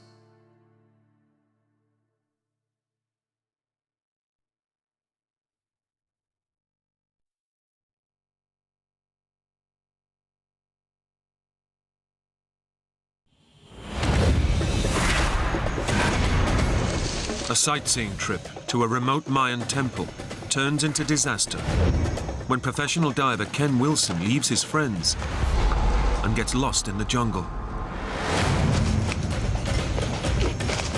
I have no sense of direction, what's east, west, north, south.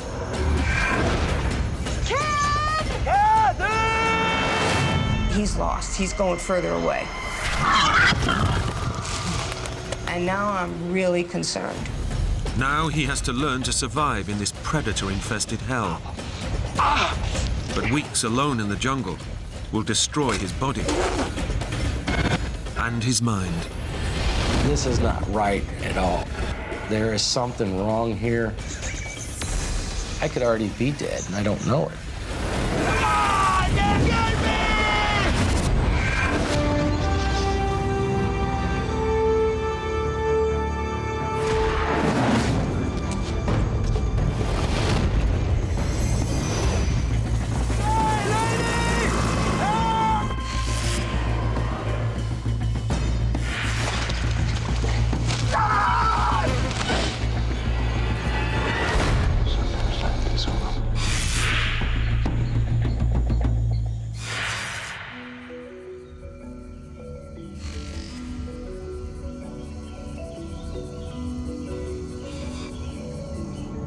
Hey guys, how you doing in the back? I'm hungover, it's your fault. How many beers did you drink last night? Professional diver Ken Wilson and his employer and close friend Kathy Gurgens run a small tourist resort on the Mexican island of Cozumel. We sell fun. You're taking people to do something they love every day. And that's when people are happy. And that's the best time to be around those people is when they're happy. Ken, tell them about your first dive. Oh, Kathy, yeah. Well, I used to tend bar in Volcano. For Ken, this was a chance to quit his job in construction, to do what he loves best, scuba diving. It's probably one of the most peaceful things you could do. You're totally weightless. It's almost a form of meditation. We'd love to take you diving, Ken, but you're wearing your wetsuit on back to front. Ken is like, I would say, something that you find like a rock and you think, oh, this is pretty, I'm gonna keep it. And then you shine it up and you find out he's a gem. Today, they're taking 2 of their customers to see the ancient Mayan ruins on the island. All right, let's check it out. Here we go. It's the last day of the holiday, and tomorrow they all return to the US. Hold on. We had 6 lovely days of diving. On the 7th day, we decided we'll walk around the ruins, work up an appetite, go have breakfast. Hey, you want a guide? No, no talk gracias. But I'm a good guide. No talk gracias. I'm the best guide ever. The Mayan ruins are all that remains of a lost civilization that lived on the island over 1,000 years ago.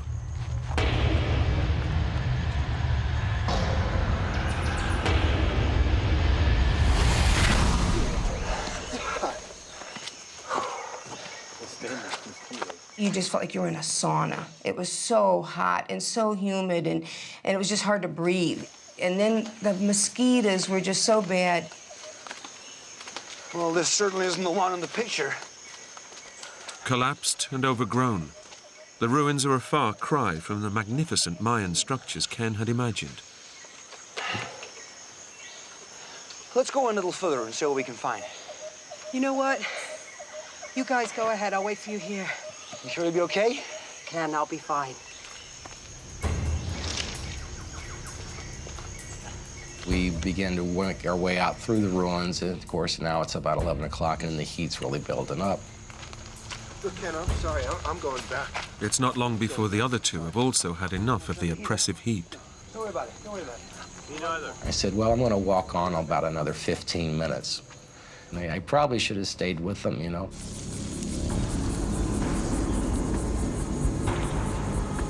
Located in the center of the island, the ruins are surrounded by hundreds of kilometers of thick, impenetrable jungle.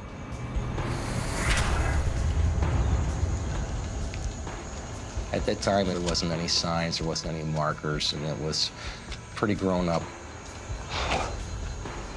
Ken is determined to find the ruin pictured on his ticket receipt. But he's having no luck, so he decides to head back. I need to get back. Catherine's hot. She needs to leave. We need to go back and get something to drink. But it's not as easy as he thinks. All the paths look the same. So I crossed yet another intersection, then another intersection. It became a little confusing about which fork of this I was taking, so I began to explore off this branch, and I would come to the next intersection, and this is not familiar. The network of Mayan pathways that centuries ago linked one building to the next is now an overgrown maze. And Ken is lost in the middle of it. I'm sorry, guys. This is really unlike Ken. Half hour goes by, 45 minutes go by. Now my intuition's kicking in. It's going, there's something wrong. Ken's not like this. This is out of his character. The sun's directly overhead. I have no sense of direction, what's east, west, north, south. And now I'm really starting to get charged up. I need to rely on a little bit of adrenaline to get me where I need to go. And at that point, that was a state of panic.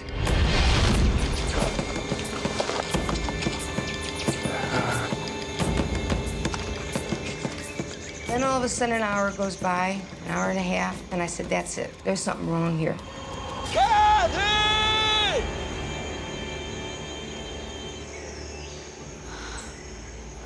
We don't hear him. So I said, let's go back to the entrance. Maybe he's waiting for us back there.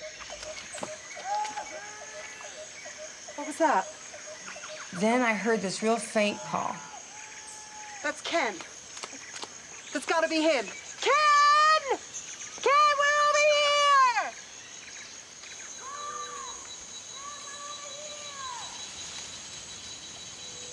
Kathy! And I said, you guys hear that? And they said, no, what? And I said, just listen. Let's just sit here for a minute. Just listen. So we all listened. And then all of a sudden, we heard that call. I said, see, did you hear that? Yeah, I did. Call back. I know that's Ken. He's lost. I heard him call back.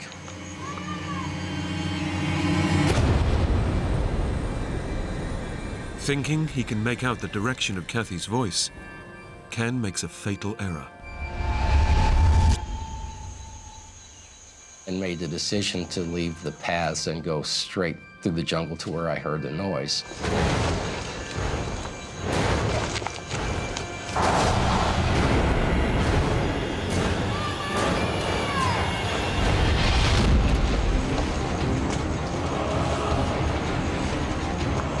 Ken thinks he's heading straight for Kathy.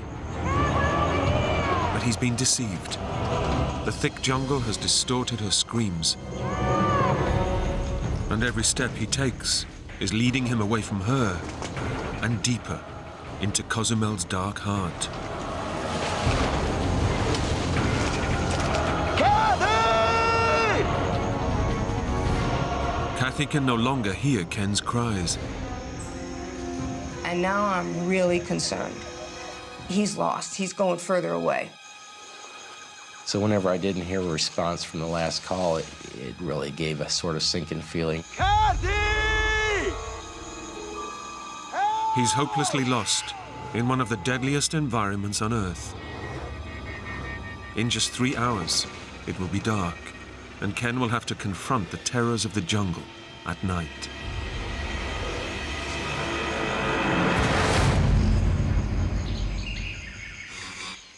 He's been missing for over 6 hours, and his friend Kathy is increasingly concerned. I asked some of the tour guys there, I said, can you help us? The guy is lost in there, and he didn't come out with us, and I'm really concerned he can't find his way out. Panic drives Ken forward, but he has no idea where he's going. I can still get out of here. Every minute I'm thinking I can still get out of here. But pushing through the dense forest growth is draining his strength. It really began to take a toll on me physically. The brush is so thick, you can never walk in a straight line for more than 10 or 15 feet. So I really have no sense of direction right now. I need to hurry up and get back, push harder, push harder. Would run into vines, which would tear up my ankles, and I would end up falling down again. It's 4 p.m. In just 2 hours, the the jungle will be plunged into darkness. I might have covered 2 miles in that first burst of energy, but now I'm going really slow.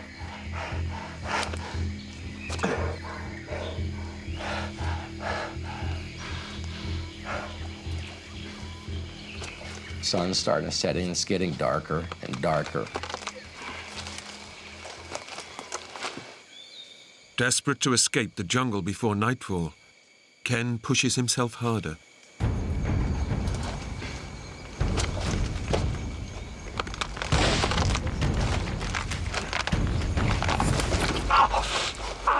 I had caught my leg in a hole, and I thought, well, I've almost broken my leg just now. If I break my leg, I can't walk out of here. And I decided to make my camp here for the night.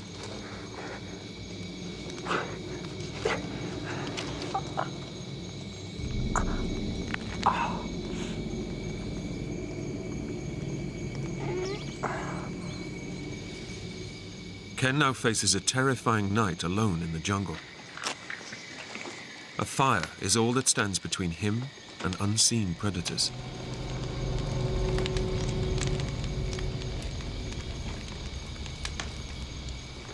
It was a little bit of an eerie feeling because I'm thinking there could be someone out there watching me. All around him, the jungle is coming alive.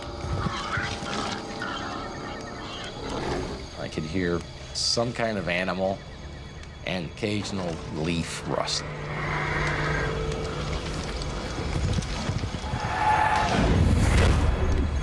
I had a degree of paranoia, and there was no way I was going to be able to sleep in that situation.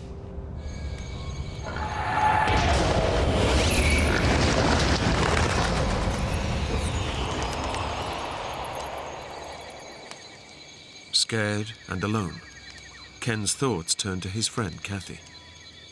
Of course, in the back of my mind, I knew the whole time that I'm there that Catherine is going to be at the forefront of somebody looking for me.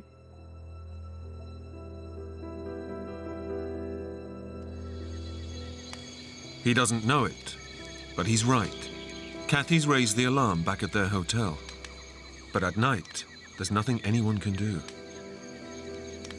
I was crying. I was really upset. I just sat on the edge of the bed, fully dressed, just praying and praying, please, God, help him find his way out. Please help him find his way out.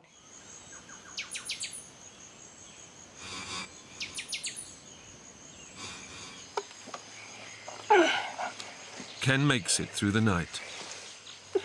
He's had barely any sleep, and his body is still recovering from the exertions of the previous day. You know, the first day, our plan was to go to the ruins and go eat breakfast. So the moment I was lost, I was already hungry. I had not eaten from the night before, and I desperately needed something to drink. But his first priority is to find a way out of the jungle.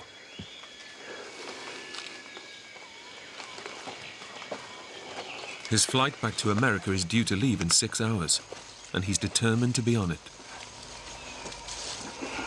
As soon as the sun came up the next morning, I can still make it to the airplane. I can still make it. I can make it to the flight. Wouldn't that be something if they had all my bags packed and Catherine was at the airport and I ran in to get in line at the last minute? I can still do it.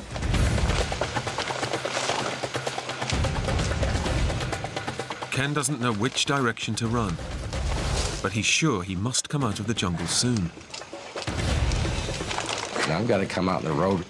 It's going to be any minute now.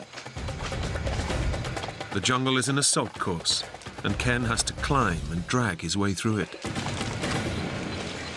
A lot of times when you got to get it done, you've got to call on that adrenaline to help you out. You're using your adrenaline as a tool. Yes, I can still make it. I can still make it to the airport in time to get on my flight. I'm going faster and faster because, you know, I've got less and less time.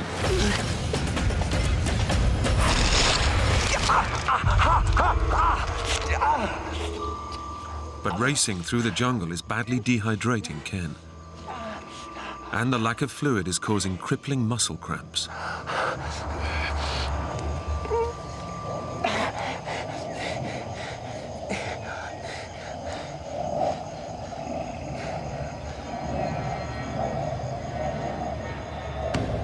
And it's too late, anyway. And I knew that that was my flight, and there was no way I was going to make it back to the airport. I've really messed things up. As far as he knows, Kathy is on her way back home, and he is on his own.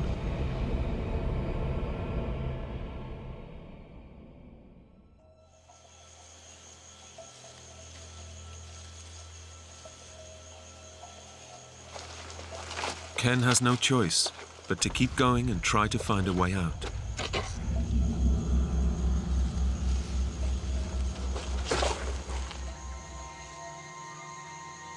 As the day goes on, it's just sweltering. It's like being in a sauna. In this tropical jungle, where temperatures can hit 40 degrees, he's losing as much as 10 liters of fluid a day. Unless he finds water soon, his kidneys, liver, and brain will begin to shut down. I am really dehydrated. I am so thirsty as my mouth is like a cotton ball.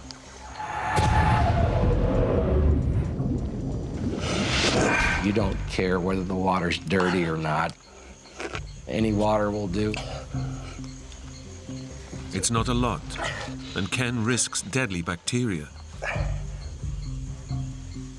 But then he hears something to give him hope. I begin to hear this drone, this sound. I said, this has got to be the highway. I can hear it.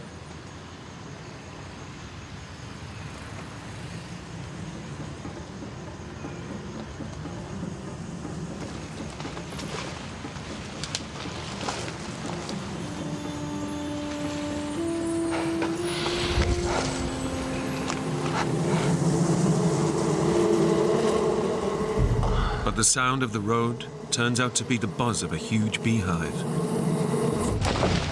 Once again, the jungle has deceived him. Ken now faces a second night alone. Using his last match, he decides to build a giant fire, hoping the flames will be spotted from the air.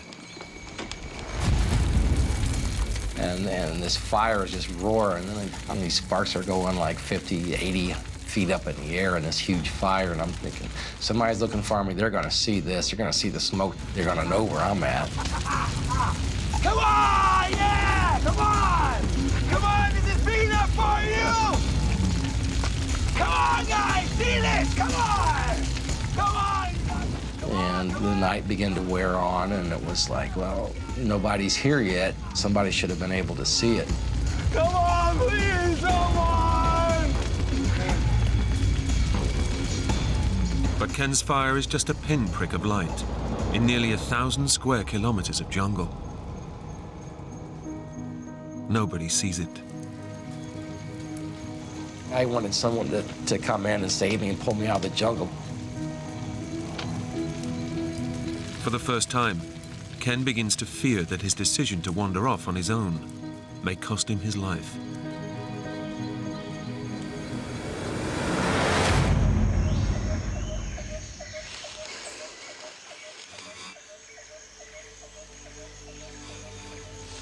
I'm from Missouri, the middle of the United States. I couldn't be further away from where I was grown and was raised, and everything is unfamiliar to me here.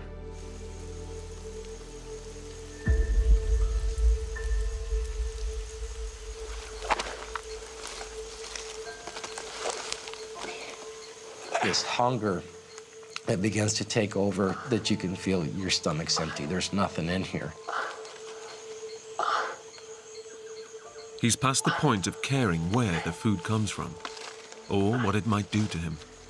I found this gourd that was about the size of a cantaloupe that grew in a tree. And I took a taste of it. It tasted like, I can only describe it as the way lighter fluid smells. And I thought, you know, this is really toxic.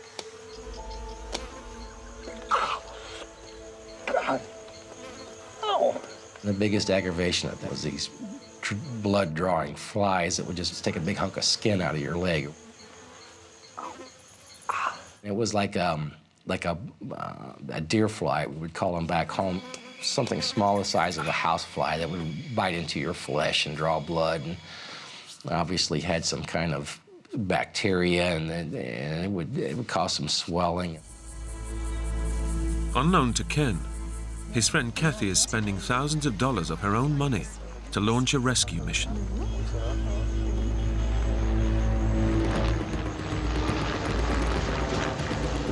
I never experienced anything like this. I mean, I love this man. He's my best friend, and I can't even imagine what it would be like if he died. Finding anyone hidden under a canopy of leaves spanning hundreds of kilometers would be almost impossible.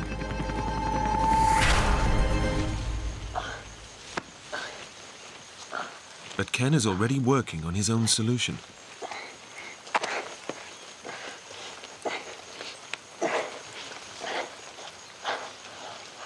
And I climb up this tree and start looking around, and I see nothing but jungle. No matter which direction I look, it's just jungle. Ken uses the only tool he has with him, a penknife, to cut down the thick foliage for a better view.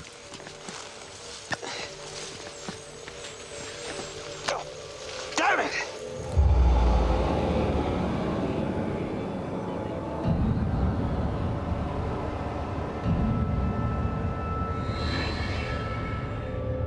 Ken can't afford to lose such a vital tool. It could make the difference between life and death. I went all the way down, about 30, 40 feet down the tree with my eyes exactly on it.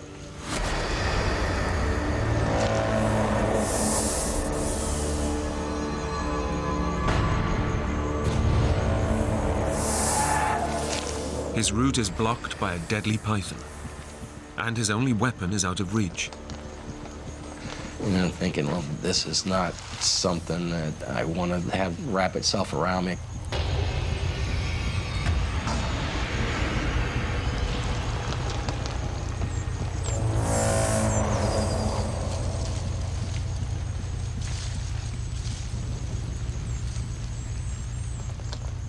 Ken must find the knife. But he knows the python could be within striking distance.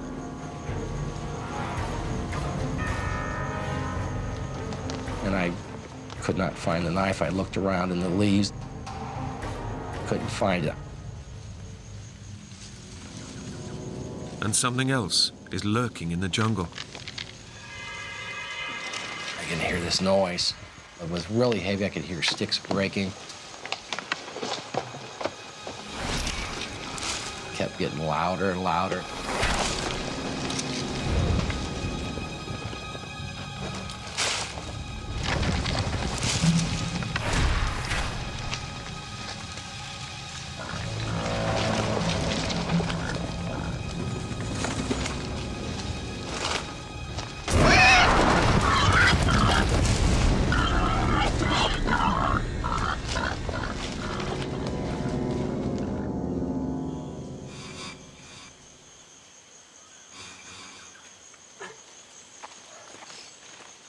Exhausted, after 80 hours of blindly running through the jungle, Ken remembers the #1 rule, should you get lost. You know, they always say the best thing to do is stay put. Just stay put, somebody will find you.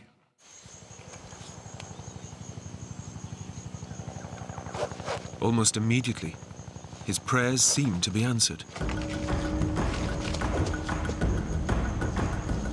There has to be some kind of search going on. I decided I'm gonna climb up this tree and I'll be able to flag down this helicopter that I can hear in the distance.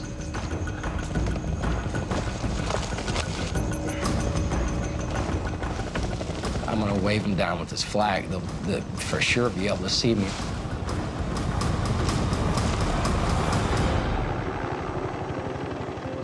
The helicopter is definitely searching the jungle.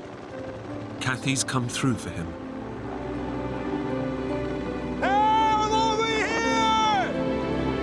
Hey, over here! And I see that they're gonna start searching this area, and here I am. I'm gonna be out of here. It's over now. Look out now! Here! Guys, look! oh, this is great. They brought in some kind of American search team. I'll be out of here. Lickety-split. Look down! Come on! Look down! I'm here! Come on! Come on, please! I can see this lady inside the helicopter with white tennis shoes with laces. She's wearing gold-rimmed glasses, has blonde hair. Hey, come on! I can see every detail. If I would have had a rock in my hand, I could have hit the lady inside the helicopter. I was that close. It was like a for sure moment I was going to be found.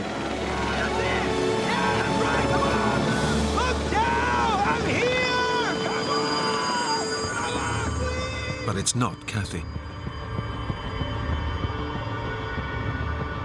The lady is talking to somebody on the other side, and it just keeps going. Come back! I'm here! God damn it! Guys! Come back! Ah! Ah! Come on! The rescue team haven't seen him.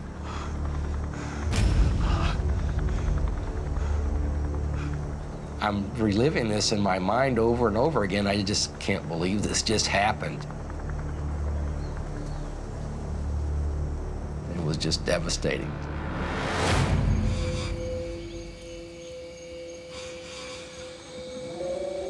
Ken has decided to stop trying to walk out of the jungle, sit tight and wait for another chopper. But staying still makes him easy prey. Well, I would be just covered with mosquitoes in the night. I would cover myself up with 60, 70 leaves like a blanket to try to keep these mosquitoes away. And that would work great for about 5, 7 minutes till the mosquitoes would find their way through these leaves. Stop!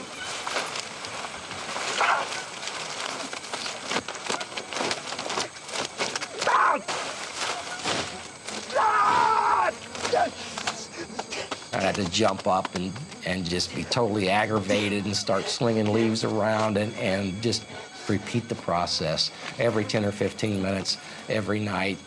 And it was the only way I could keep the insects and the mosquitoes from just eating you alive out there.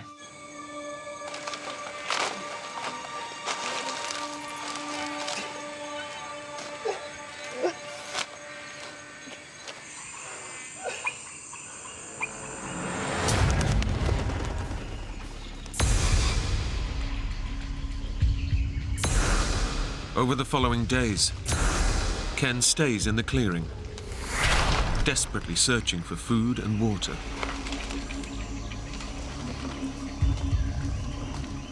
I found these plants that are growing in the tree limbs, and they're holding their own water.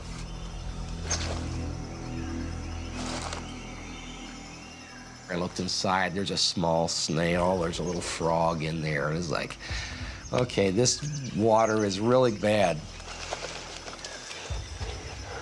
So now I scavenged the whole side of the clearing looking for these plants because there's just not enough water, and I'm really parched.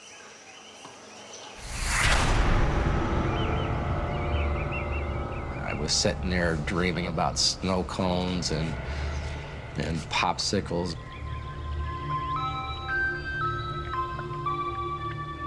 If someone were to walk out here and try to sell me a snow cone, how much would I pay for it right now? I think I got up to about $800.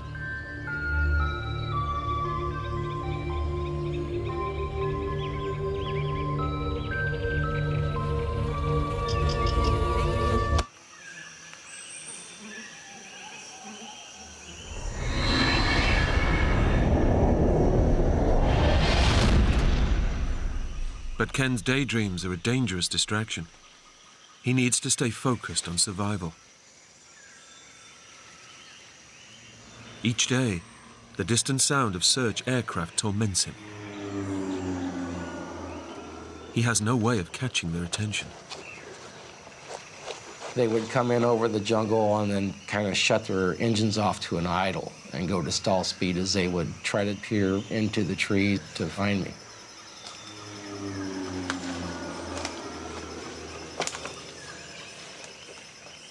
Ken knows they can't see him through the dense jungle canopy.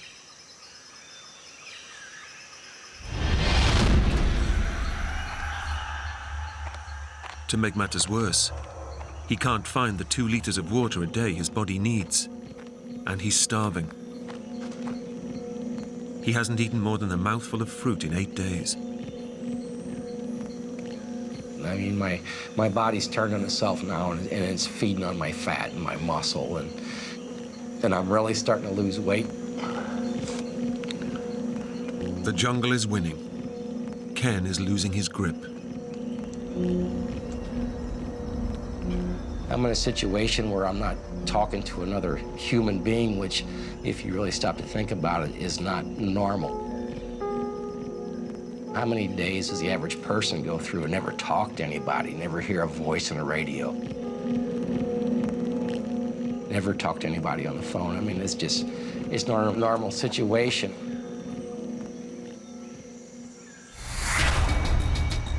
Ken fears he'll lose his mind, and with no sign of any more helicopters, he decides he has to get moving and save himself. I've wasted 4 days sitting here now. I'm just gonna have to get up and walk. He's heading straight through the jungle maze, hoping to hit a path or road.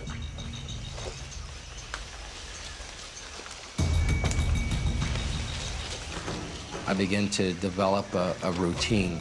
As soon as the sun came up, I would need to begin to walk. And the heat of the day would come on. I would have to spend 3 or 4 hours sitting in the shade just to conserve the moisture in my body.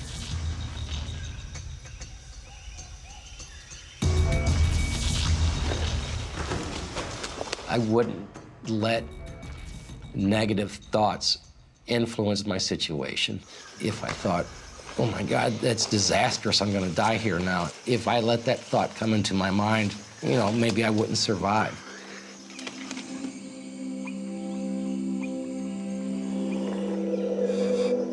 But days without enough water and more sleepless nights are pushing his body to the edge of human endurance. I would never sleep more than 15 minutes at a time because I knew there was a threat from wild animals.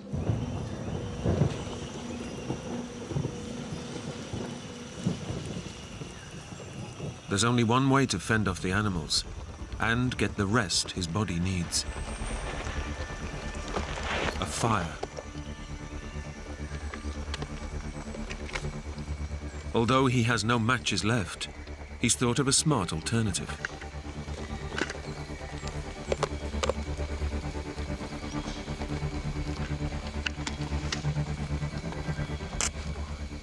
I shorted the positive and the negative battery terminals in an attempt to start a fire.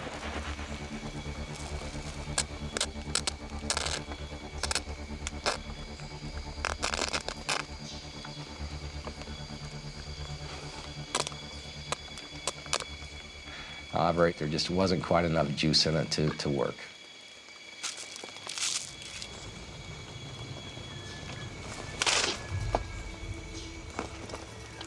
There's one last hope. I decided I'm going to try to build a fire using my shoelaces. Friction is the most ancient way of lighting a fire.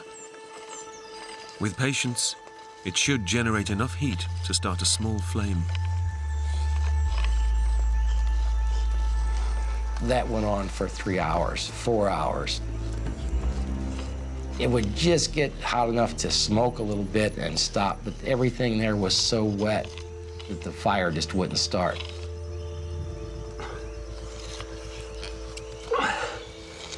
Come on. I was sitting on the floor there just rubbing away in this tree trunk, and I'm thinking, you know, this is not gonna work, and my back is in excruciating pain now.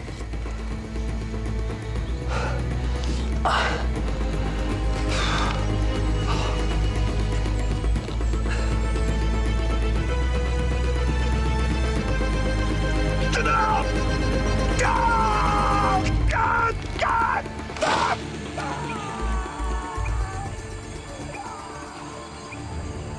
Everything Ken has tried has failed. He's losing the battle. The jungle has started to claim his body, Now, it will claim his mind.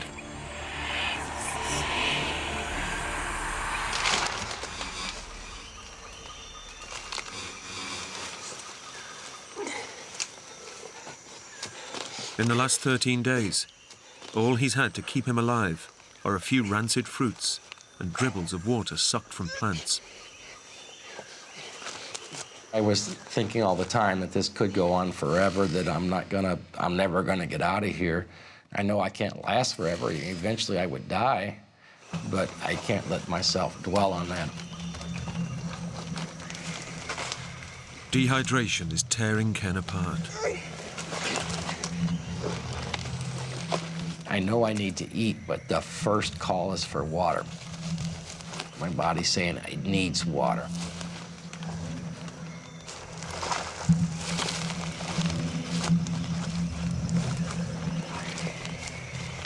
He's so desperate, he's forced to drink stagnant, dirty water.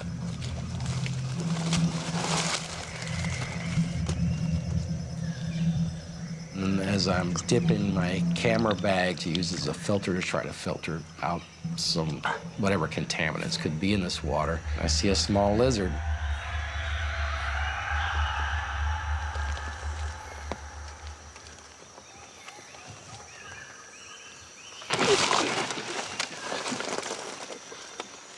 And this little lizard's about 4 inches long. I could just swallow it whole.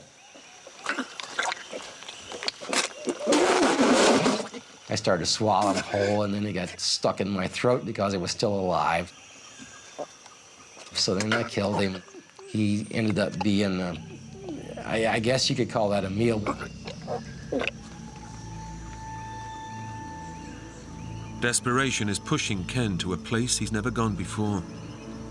Fantasy and reality are starting to blur. I began to build these elaborate scenarios about what was going to happen when I walked out of here. Taxi!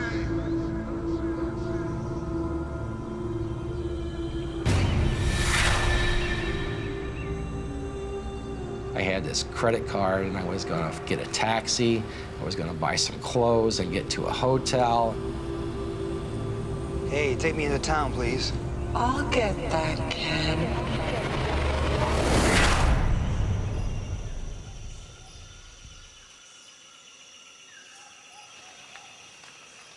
And it isn't just Ken's mind that is unraveling.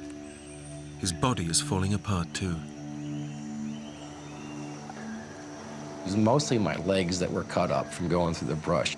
Those sores on my ankles weren't healing. I was beginning to be very concerned about if they were going to get infected or not. I found out that I've got these scabs on the upper part of my leg that are beginning to heal because they're dry. So I began to take some of the dry scabs and use them as Band-Aids to patch some of the wounds around my ankle. It was kind of like a Band-Aid.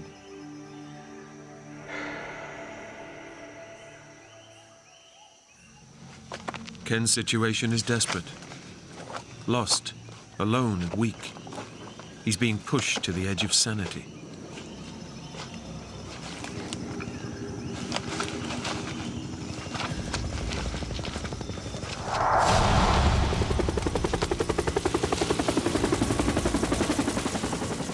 This helicopter all of a sudden pulls up.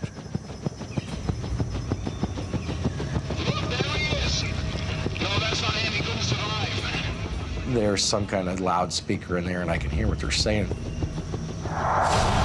Wilson, you're a truly amazing man. But we regret that we must inform your mother. She may not see you again. This is not right at all. There is something wrong here. And I start to hear the national anthem from the United States.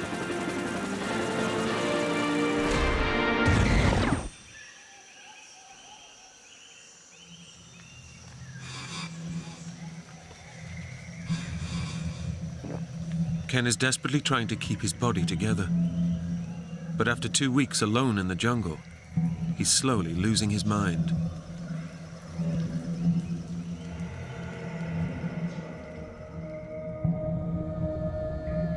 calling room service, I'm filling up the bathtub, and from there on, I don't care what happens, but that's gonna be my fantasy.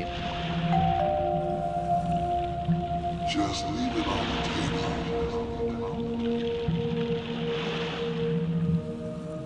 table. He's increasingly drifting off into a dream world, from which he might never wake up. It was just so many weird things that, and I'm beginning to wonder if it's something within my own mind that is keeping me here.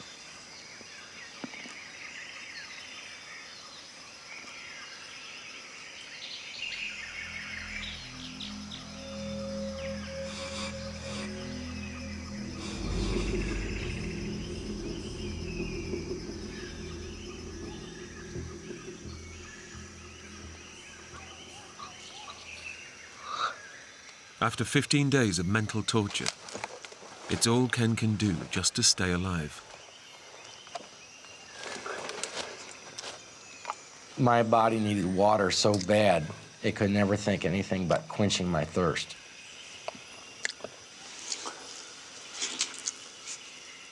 It's a very strange feeling, this stress from not being able to drink, not being able to eat, not being able to find your way out. Ken no longer worries about being rescued. Instead, he spends his time catching flies that bite him and feeding them to ants. And from the stress, there was some sort of relief by watching ants eat these flies. It was a revenge. But, like the flies, Ken is now part of the jungle's food chain, and his own dying body will soon be its next meal. The vultures, I began to see 2 or 3, then there was 4 or 5, the next day there might have been 5 or 6. I began to use the vultures as a way to try to signal somebody. And I would kind of lay down and twitch a little bit to act like I was something that was dying to try to get the vulture's attention, to get them attracted to, and that was a way to signal somebody by air, because I had no other means to do so. But it just didn't work out like that. It was another disappointment. I realized I was gonna die there. Entire days pass by. Instead of trying to find a way out of the jungle, Ken's becoming part of it. Now my clothes are nothing but shreds. I haven't shaved in 2 or 3 weeks. You know, I'm matted with dirt. I have no shoelaces. Ken is still only alive thanks to occasional mouthfuls of stagnant water. He's physically and mentally broken.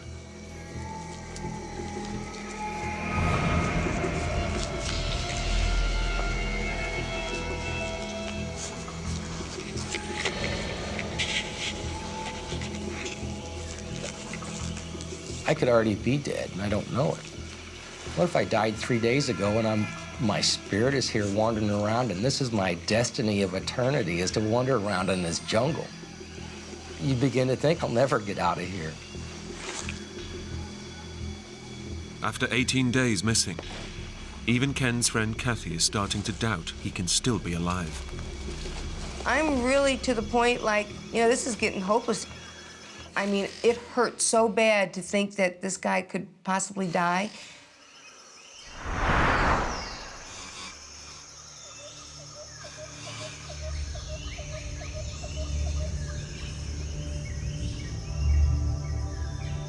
I just laid down and I dozed off a little bit. In a few minutes, I woke up and there was a woman standing there holding a baby.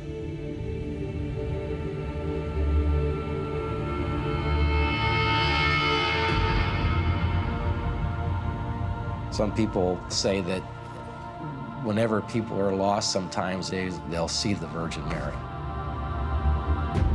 It gave me such an adrenaline rush when that happened. It gave me more confidence. I'm gonna walk out of here. I'm gonna walk out of here. I kept visualizing that in my mind over and over and over again. I wasn't gonna sit down and die.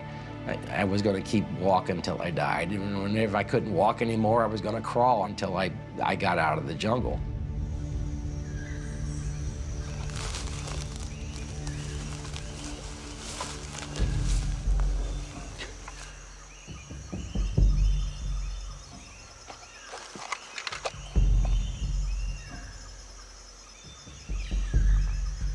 This is like one of the first things I've seen of civilization since I've been lost.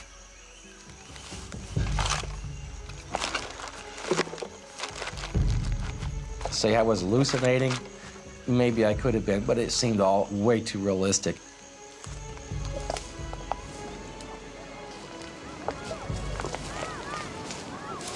Once I had came out there, I knew exactly where I was because I'd been there before.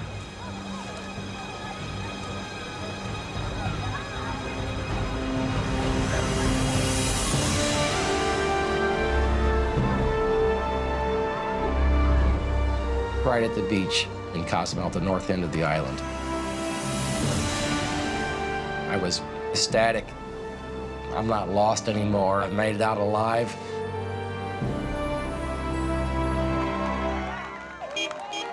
After 20 days fighting crippling hunger, dehydration, sleep deprivation, and jungle predators, Ken is finally safe.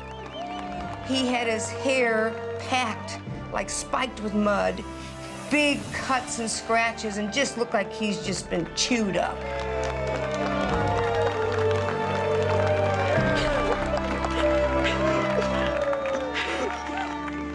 I felt really bad because she started bawling, and that made me start bawling. The tears were just rolling. We just couldn't let go for 10 minutes. I mean, we were just so thankful he was alive. It really brought us really close. Ken's recovery took 6 long months. To help cope with the ordeal, he returned to his greatest love, scuba diving. The experience changed the way that I think. The fact is, within 10 seconds, any of us could be gone. So I decided I should be more kind to other people. I should be more generous with what I have. I'm just happy.